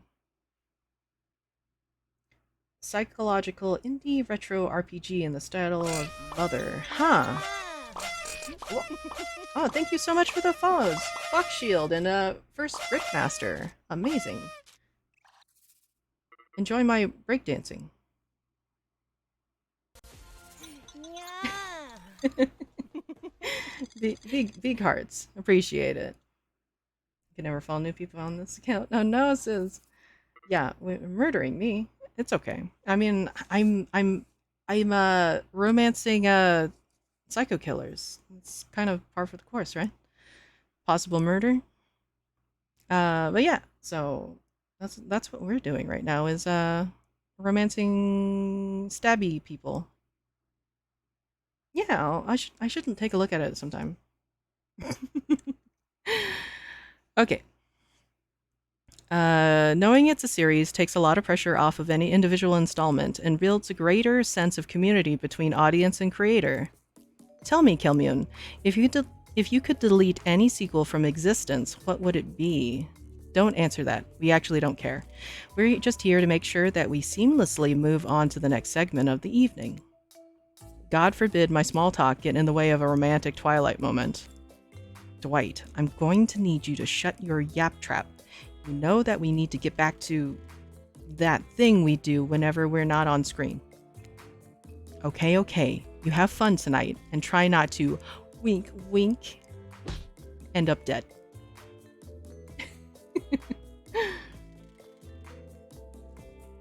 This is what I wanted. Flash a thumbs up. Wow. Feed. Apple. Why did you say the words wink, wink out loud? And what kind of double entendre are you getting at with the end up dead thing? Dwight is physically incapable of winking, not since the accident. And you do know that all of these people are despicable criminals with double-digit kill counts, right? Well, except for Spirit. She really doesn't belong here. She's strictly a victim, not a perpetrator. No wonder she's pissed. Did I hear someone trash-talking Spirit? Dill me in. What do you say we take this talk to the hot tub so I can soak this bod while I roast that ghost with some killer hot takes? Wow. Yeah, only double digits? I figured it'd be higher than that, yeah?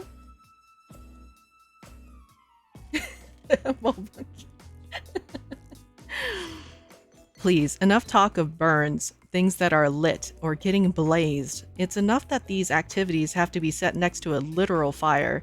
Must I be surrounded by figurative flames as well? What if we turned and ran as far away from this place as we could, just you and me? On those spindly legs? You'd probably tire before you got too far. If it's running away to someplace more secluded, Kelmoon is after. They should obviously join me. Have you seen these legs? Pure power. Yeah, they are. Not that my walk speed really reflects my giant stature, but that's because I choose to move slowly for stealthy reasons. It's my own choice, and it's completely logical. Why is everyone so obsessed with comparing themselves to each other and creating drama? I'm so over all that. Don't you get it? Society wants to trick you into fighting with each other so that corporations can swoop in and sell you their fake solutions to all your fabricated problems. Ugh, Spirit, why? I'll be sitting in the shade and drinking something locally sourced while thumbing through a public domain novella printed on recycled paper because I refuse to play their game anymore. It's like she's actively trying to be as unappealing as possible. Does it really turn anyone else on or just me? Despite Trapper's insatiable appetite, it seems his attention, along with the attention of everyone else, is still on you for the moment. Pretty sure I've been killed by each of them myself in the double spirit. Spirit, why? If you could, I don't know, just pick one of us. Maybe we could all move on with our lives, or, you know, some special projects we might have going. You heard him. Who will it be? Who will you head off with for an evening activity? I'm just saying, you may not get a ton of chances to date around like this before your time on Murderer's Island comes to a close. And no, I'm not satisfied with that name either, but with this streaming reality TV dating show boom happening, it's pretty much all that wasn't taken. Which killer will you pick? And yes, we're back to excluding Trickster because, ugh, that guy. Wow. When do we get to pick Trickster then, huh?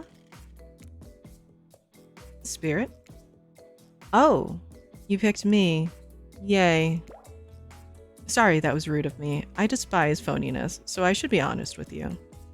You make for interesting company, and I love the idea of winning over these other killers at all costs, even when I hate the game and the prize. But I had a long day. Floating, subverting expectations, grinding my teeth as I imagine sweet, sweet revenge. It takes a lot out of me. So don't stop bringing your A game, alright? It might seem like I hate everything, and getting to really know who I am is an impossible task not worth trying, but too bad. You won't know unless you search deep inside yourself and bring everything you've got. Or just say the exact right thing at the right time and melt my cold heart in an instant. I don't know the rules here any better than you. See you at the bar, I guess. You arrive at the bar to find Dwight and Claudette both holding cocktail shakers, surrounded by a bevy of bottles for assorted boozes. Who's ready to get wasted? As you know, I don't drink, so not me. Unless you mean wasted as in killed. Which in case, Dad, if you're out there somewhere, I will find you and waste you for what you have done to me. You really don't drink? Ever? Is that because it will just fall out of a hole in your stomach thing? Or I don't drink alcohol because alcohol is poison of the body and the mind, and I don't need to act like a fool to have a good time thing. Then why did you choose a mixology lesson as your romantic nighttime activity? Everyone knows this kind of date is just an excuse to get loaded up on booze and make terrible decisions. It's true, not a single person has ever learned anything at one of these things. Dwight, now that's not true. You learned how to tie a cherry knot in a stem using only your tongue. Whoa, who ordered the soda with a splash of my private business? Because that's off menu. Well, I know what I'm drinking to forget tonight. Mixology is a real thing, and it doesn't require alcohol to be interesting. I'll have you all know that I worked at a restaurant before I was violently executed by your father, on whom you will have your bloody vengeance. Right, so be it. How about you, Kelmyun? Do you drink? I feel like we have to say stay sober, right? If we have to match her energy, right? I feel like he would like a nice peg, yeah. Yeah, stay sober. I've got the impression that tonight will be a night I want to remember perfectly, so I'm gonna pass on the alcoholic drinks. Here. Alcohol is a false escape. Besides, it's not like sober people can't have fun. You watch as Spirit picks up a plump cherry and roughly stabs a little plastic sword through it. Cherry juice splatters everywhere, and its little fruity guts flop out onto Spirit's lap. Oopsie! One of the upsides of wearing black, it hardly shows stains. No takesies backsies. Take backsies. So, lovebirds, what drink shall we make?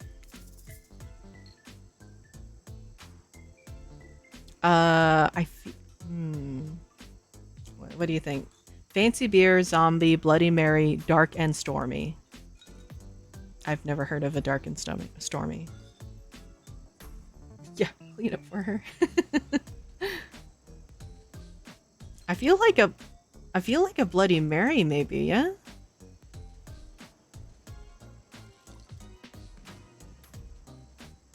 I think like zombie would be kind of too on the nose, or maybe? Or dark and stormy. Bloody Mary or dark and stormy. I feel like maybe either of those actually. Maybe a dark and stormy. That seems more gothy. Bloody Mary seems maybe more wait, yeah, maybe more huntress? Like my soul. That's what I was thinking. Like gothy drink, maybe with the goth girl, and Bloody Mary maybe for huntress, you know? Because we're talking about like tomato juice and stuff like that.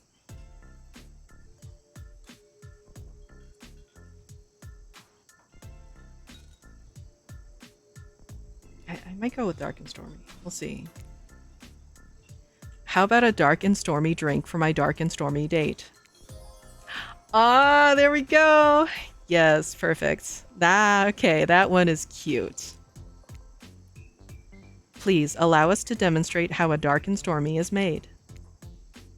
First, rum, or in this case, rum extract and a bit of apple juice is poured over ice. And then fresh ginger beer is added in. Garnish with a lime wheel, and drink. The end. Do you think you're up to the challenge of replicating this recipe, Kilmian? Replicating. Rum substitute and ginger beer over ice? Don't forget the lime wheel. Rum substitute and ginger beer over ice with the lime wheel. Not sure I appreciate your tone, but yes, you've got it. You're a natural. A sassy natural. You and Dwight might have more in common than don't you dare. Spirit seems to be in a lovely mood as she sips her dark and stormy. She's not even rolling her eyes at your petty behavior. On cue, a literal dark storm begins to make its way in from the ocean. You taste your own dark and stormy as you watch the clouds approach. It's quite refreshing.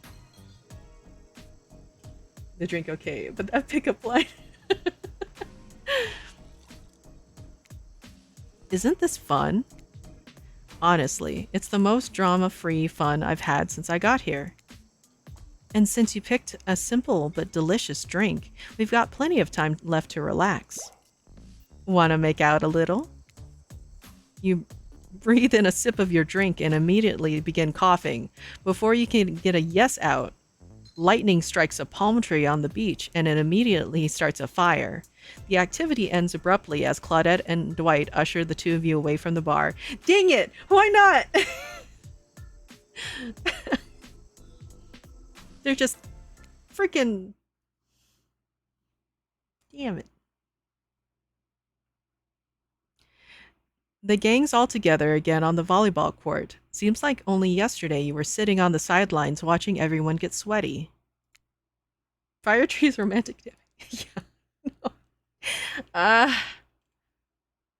I just want kissies. That's because it was... Oi, feels like I've been here a lot longer than that, actually. It's so late that the sun is already beginning to rise. Better get this over with quickly so that you can get some beauty rest. I do not recommend the eternal damnation of perpetual narratordom. Good thing blah blah blah blah blah. Speaking of narratordom, good thing you've really used your time well since then. Really getting to know the gang, the brain, the mogul, the basket case, and the psychotic bunny girl. You know, the 4 types of people. Anyway, everyone is gathering on the volleyball court for a new type of game. Pitch your dream date and see who Kelmune chooses. Who's ready for a round robin? How round are we talking? Oh, no, not to eat, Huntress. Each killer gets 2 minutes to tell you all about the dream date they have planned for you tomorrow. In no particular order, which is a weird thing to mention, right? Almost like the order does matter. Trapper, why don't you go first?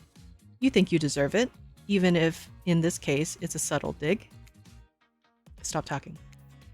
Trapper, without further ado, would you like to make us all uncomfortable by pushing the boundaries of what is acceptable, not only in polite society, but within a narrative of this in-world event, and also the larger meta-narrative of a Dead by Daylight dating experience? Sometimes you just gotta say it. Why, yes, thank you, I'd love to. So, Kelmune, you're thinking of picking me? Well, this is your final warning. Pick me and be punished. And rewarded? Tomorrow will suck. Flex. Probably. I'm not an easy guy to get along with. I know that. But I can tell you this much. I'm hiding a secret on this island that will make fans shit themselves with excitement. If you like Trapper, you're gonna love it. And if not, you're a maggot. Also, everyone, even confident, sexy ladies in rabbit masks, better stay the hell away from my yacht. Great. Huntress, why don't you take it from here? Yeah, punished and rewarded. It's that whole, like, I am terrified and horny. Tomorrow morning, I'm planning on a nice atmospheric breakfast on the yacht. Don't worry, Trapper won't even know it's gone. Wow. What was that? Nothing. Go away. Then, boy oh boy, I've got such an adventure planned. It involves hunting for treasure. What kind of treasure we looking for? Guess you'll have to pick me to find out. Let me tell you, it's primo stuff. Now, if you don't mind, I've got to start preparing because it's clear already that you're going to pick me. Confident, mysterious. I like it. Sorry, anyway, Wraith? Well, I don't know. I'd really prefer to just tell Kelmune privately. I don't really know how that's going to work with these game mechanics. But if you just whispered it to Kelmune? Wraith considers this for a long moment. Too long.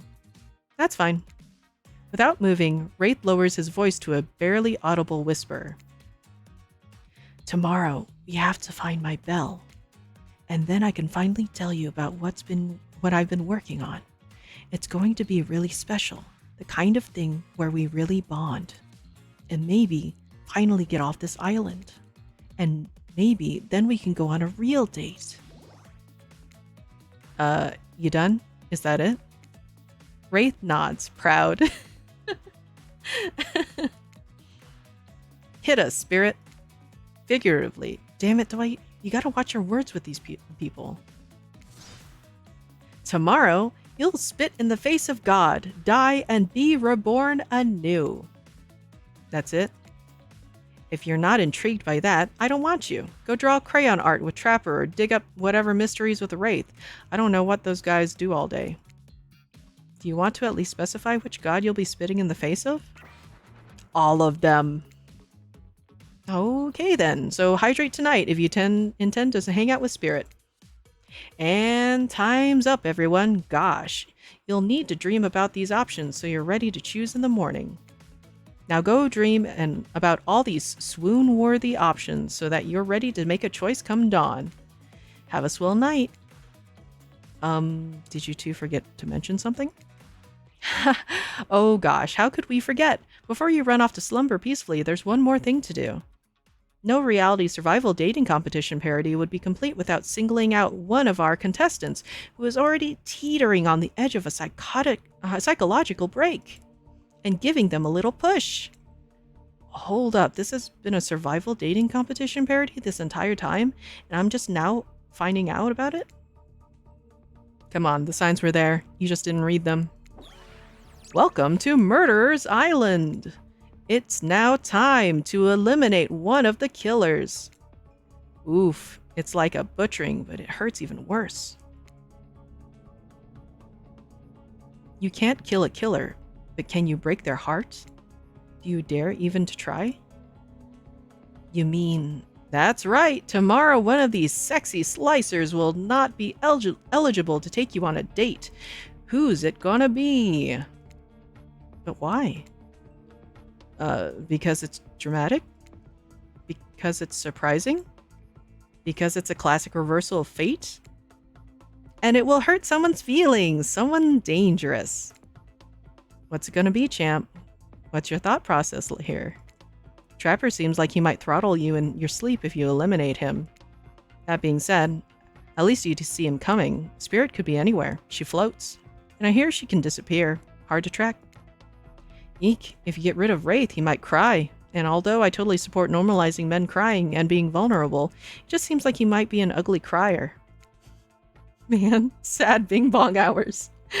Huntress? She might pretend to be okay with it, but then you'll start seeing her behind every tree. What I'm trying to say is, I don't envy you, boss. So which sociopath are you eliminating? Yeah, just after they all gave the ad too, yeah.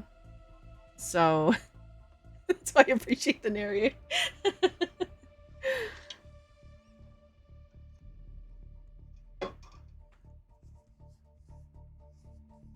I'm thinking maybe Huntress. It might be interesting. I mean, the obvious thing would maybe be Wraith, but... Positive homie cry sesh appreciation. It's getting kind of late, isn't it? I wonder how long this game is. I know I take a little longer than usual playthrough, but... I wonder how long this is.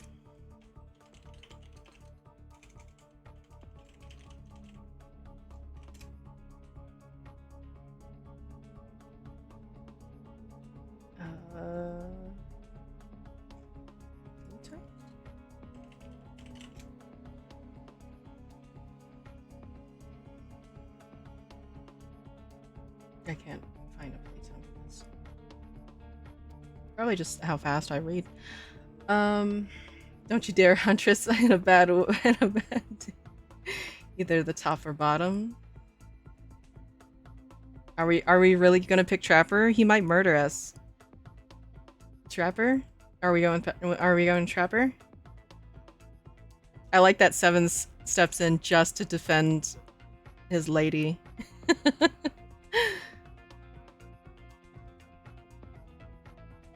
Okay, so we got, what? Probably, like, 2 Trappers? 1 Bing Bong? 7s. Pick Trapper or Bing Bong. Gotta be Trapper? Okay. I guess we'll go Trapper then. Okay.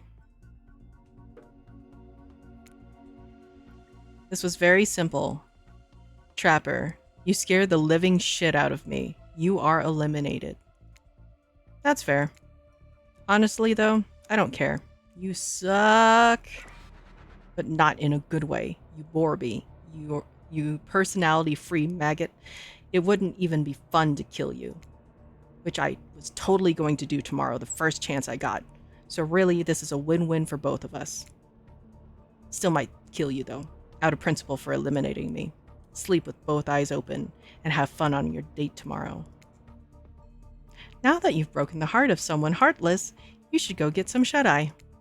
And don't worry too much about the broken heart you've left behind. Because of course, they'll be receiving a consolation prize. They might not get to go home with Khellendrathas when this is all over, but they'll never sleep alone again. That's right, we're sending our eliminated player home with...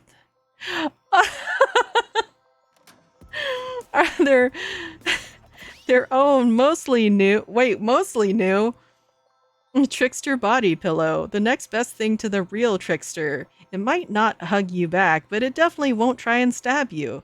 And how do we know? Because I've tried it. That's right, it's Dwight tested.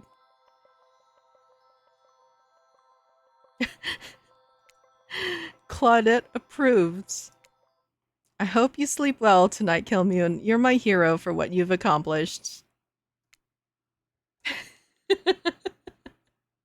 I'd buy it.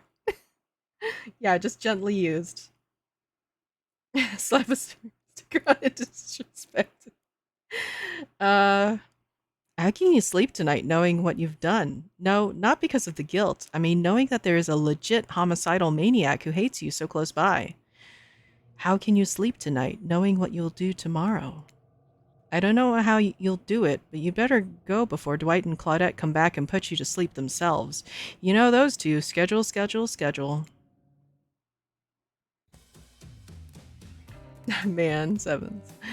Wow, what a crazy way to end the day. An elimination? I didn't even know it was that kind of game. Let's check in with everybody, especially with our loser. Everyone deserves a send-off. We'll see how things go tomorrow, I suppose. I'm not expecting anything. I tend to shut my mind off during hard times. I know I seem all excited and devil-may-care, but the truth is, I'm really a pessimist at heart. That tends to happen when... Your mother is skewed by an elk when you were young? Yeah, how'd you know? Wild guess. It's also the only thing you talk about. If you'll excuse me, I think I saw a raccoon over in that tree, and I'm feeling peckish. Aw, sneaky! There you go! Dami Mommy's ready for you. That's kind of a shame. It's only the killers who are options. Yeah, Claudette's pretty cute. I don't really know what's happening here. I honestly haven't been paying attention. Oh, Kelmune? Sorry, I forgot. I'm focusing on other things, more important things. One way or another, I won't be here for much longer. I don't handle rejection well. At least I don't think I do. No one has ever been dumb enough to reject me before. Yeah, the more I think about it, the angrier I'm getting. And I'm a giant rage monster, so everyone in this room should be scared right now. Turn the camera off. Did I think there was a chance I might get eliminated? Yeah, I did. Did I care if I got eliminated? Not even a little. Does the volume of words I spend talking about how much I don't care about things signify a deeper yearning within me to be seen, heard, and validated by those around me? Nah. What? You're not a part of this. You don't get a confessional. It's cool, man. I'm not a part of anything. You feel me? I'm not a cog in anyone's machine. I'm my own machine. This whole thing is pretty cute, though. Charmingly low budget, old school marketing vibes. Not gonna lie, I kind of wish I wasn't so busy right now. I'd definitely be down with a reality show style dating competition with survival elements. But I got my new album, upcoming tour, finalizing the new sneaker line, producing a limited series on my life, starting a new social media NFT crypto app, and doing these private gigs over on IP Island. My dudes, you gotta come check it out. IP Island, it's dope. It's where the real killers are hanging out. Fully licensed, no legal drama, lawyers take a hike. I'm gonna tell everyone that Trickster said that about them, don't worry. I'm talking your favorite established characters from all over pop culture that can't be seen on this island. Hell, you probably can't even mention them. Like don't you say it. Look, we get it. You're very popular and in demand, but we have a game to get back to, and I don't want to get sued. Ghostface. Come on. Whatever. I don't care. I'm the trickster. See you around, Kelmune. You too, narrator. I have a name, you know. You do? Yes. Seriously, they do not pay me enough to deal with you people. Is it my turn? What? No. No, it's not your turn. You're sentient water. How are you even sitting in that chair? What? What's a chair? It's the thing you're getting all wet. Now it's gonna smell like mildew. Okay. Rude? Fine. Let's just get this over with. It's your turn. Ocean, do your check-in. Check-in? I was just looking for the bathroom. Bathroom? Are you serious? It's down the hall to the left. It's okay. Never mind. Never mind? What does that mean? No, not you too. This wasn't even meant to be a confessional time for literally every character in this game. Any voice for... Yeah. Tricky is just tuna in my head now. Just forever. It's okay. We don't have to confess anything. We've just been working our asses off for 2 days straight and wanted to sit down somewhere. This chair is wet. Yeah, I think the ocean just peed on it. How is that You know what? I don't care. You two are looking pretty pleased with yourselves. I've got something to confess. Oh, great. What's it gonna be? You ate glue in the 2nd grade? You cheated on an algebra test once? Watching Trapper get eliminated was the first time in this unending spiral staircase of pain that is my life that I've felt even a modicum of joy. Every minute that I'm alive is a nightmare. This place, this sun, these sweet sugary drinks, it sounds fun for a long weekend, but for an eternity? This unrelenting rhythm of crashing waves and wailing seagulls, it's like a crescendoing song of evil that makes me question the very foundations of the universe. Why am I here? Why are any of us here? What kind of sentient being would do this? Please, erase me from this existence. Make it so I was never born. Pull the plug on this experiment and let my soul be free. And please, please get me out of this polo shirt. Okay, let's get you to bed, buddy. I don't want to go to bed. Going to bed means eventually I'll have to wake up. Yikes, huh? That was a weird way to end. Oh well, what are you gonna do? You let the camera roll long enough, someone is bound to say something crazy. Eternal Winter sounds better. Yeah, Dwight snaps becomes a new DPD killer. That'd be pretty good. Anyway, seems like everyone's had their shot to annoy me tonight, so hit the hay and get some rest. Tomorrow's gonna be a doozy. Only have buttons at the top, though. Okay, so it is pretty late. Do we want to stop here and continue on next time? Because I guess we can save.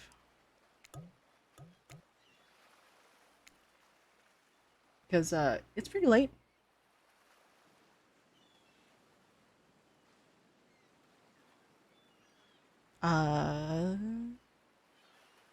What do you guys feel like? When is next time? How is you? This is a good line though. To stop? Yeah, probably. Well, we can always, yeah, my throat's starting to get a little rough. About the killer crab. Soft sunlight warms your skin, nudging you awake. Also, you're using a killer crab as a pillow, which is sort of okay with. It's sort of okay with, yeah. Yeah, it's the Jones. Gotta just rest my head on Jones. Yeah, we might stop here. Do you want to just continue on Thursday and finish this off and then see what time we have from there? Would that be cool with you so we can finish this up? Yeah? Doesn't sound like a plan? Alright. We could do that. We can finish it. Because I actually thought this was going to be shorter, and apparently it is not. Because again, like I read some reviews and people were saying this was bad, but it's actually hilarious, you know? Hi, good night. Well, but yeah. Yeah, we can do things. I don't know, I'm saving again, actually. But yeah, let's set us a nice raid. We'll go over here. Let's see who is heckin' live, because the longer we go, the longer in the smaller window of people streaming, right? Usually. Potential Huntress playthrough later. Yeah, because like we could always just make make Thursday just a full more of Hooked on You and stuff if we wanted to.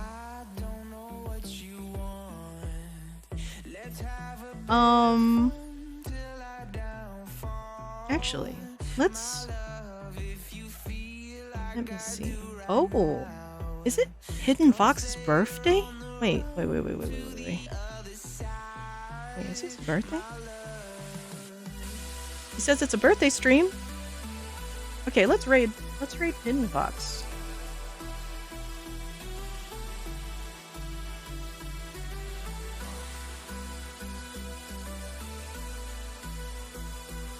He's playing some Apex right now.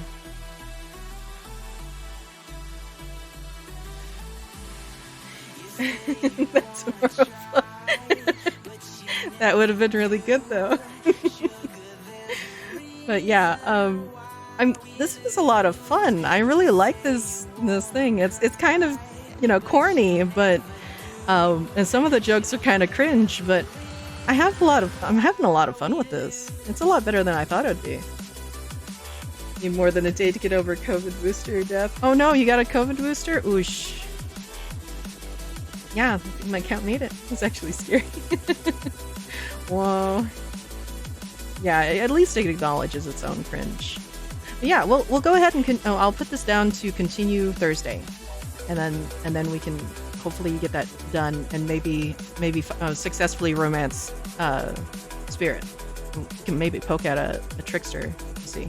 But anyway, I hope everybody enjoyed themselves. I had a lot of fun with this, a lot of big laughs and stuff like that. We actually got a Melanie on voice chat for a little bit too. That was really good. But yeah, drink your water, eat your veggies, even a single broccoli. Take your meds, get some good sleep, and take care out there. Yeah, stay safe. Say hi to Hidden Fox. Wish a happy birth. Yeah, and goodbye. Goodbye.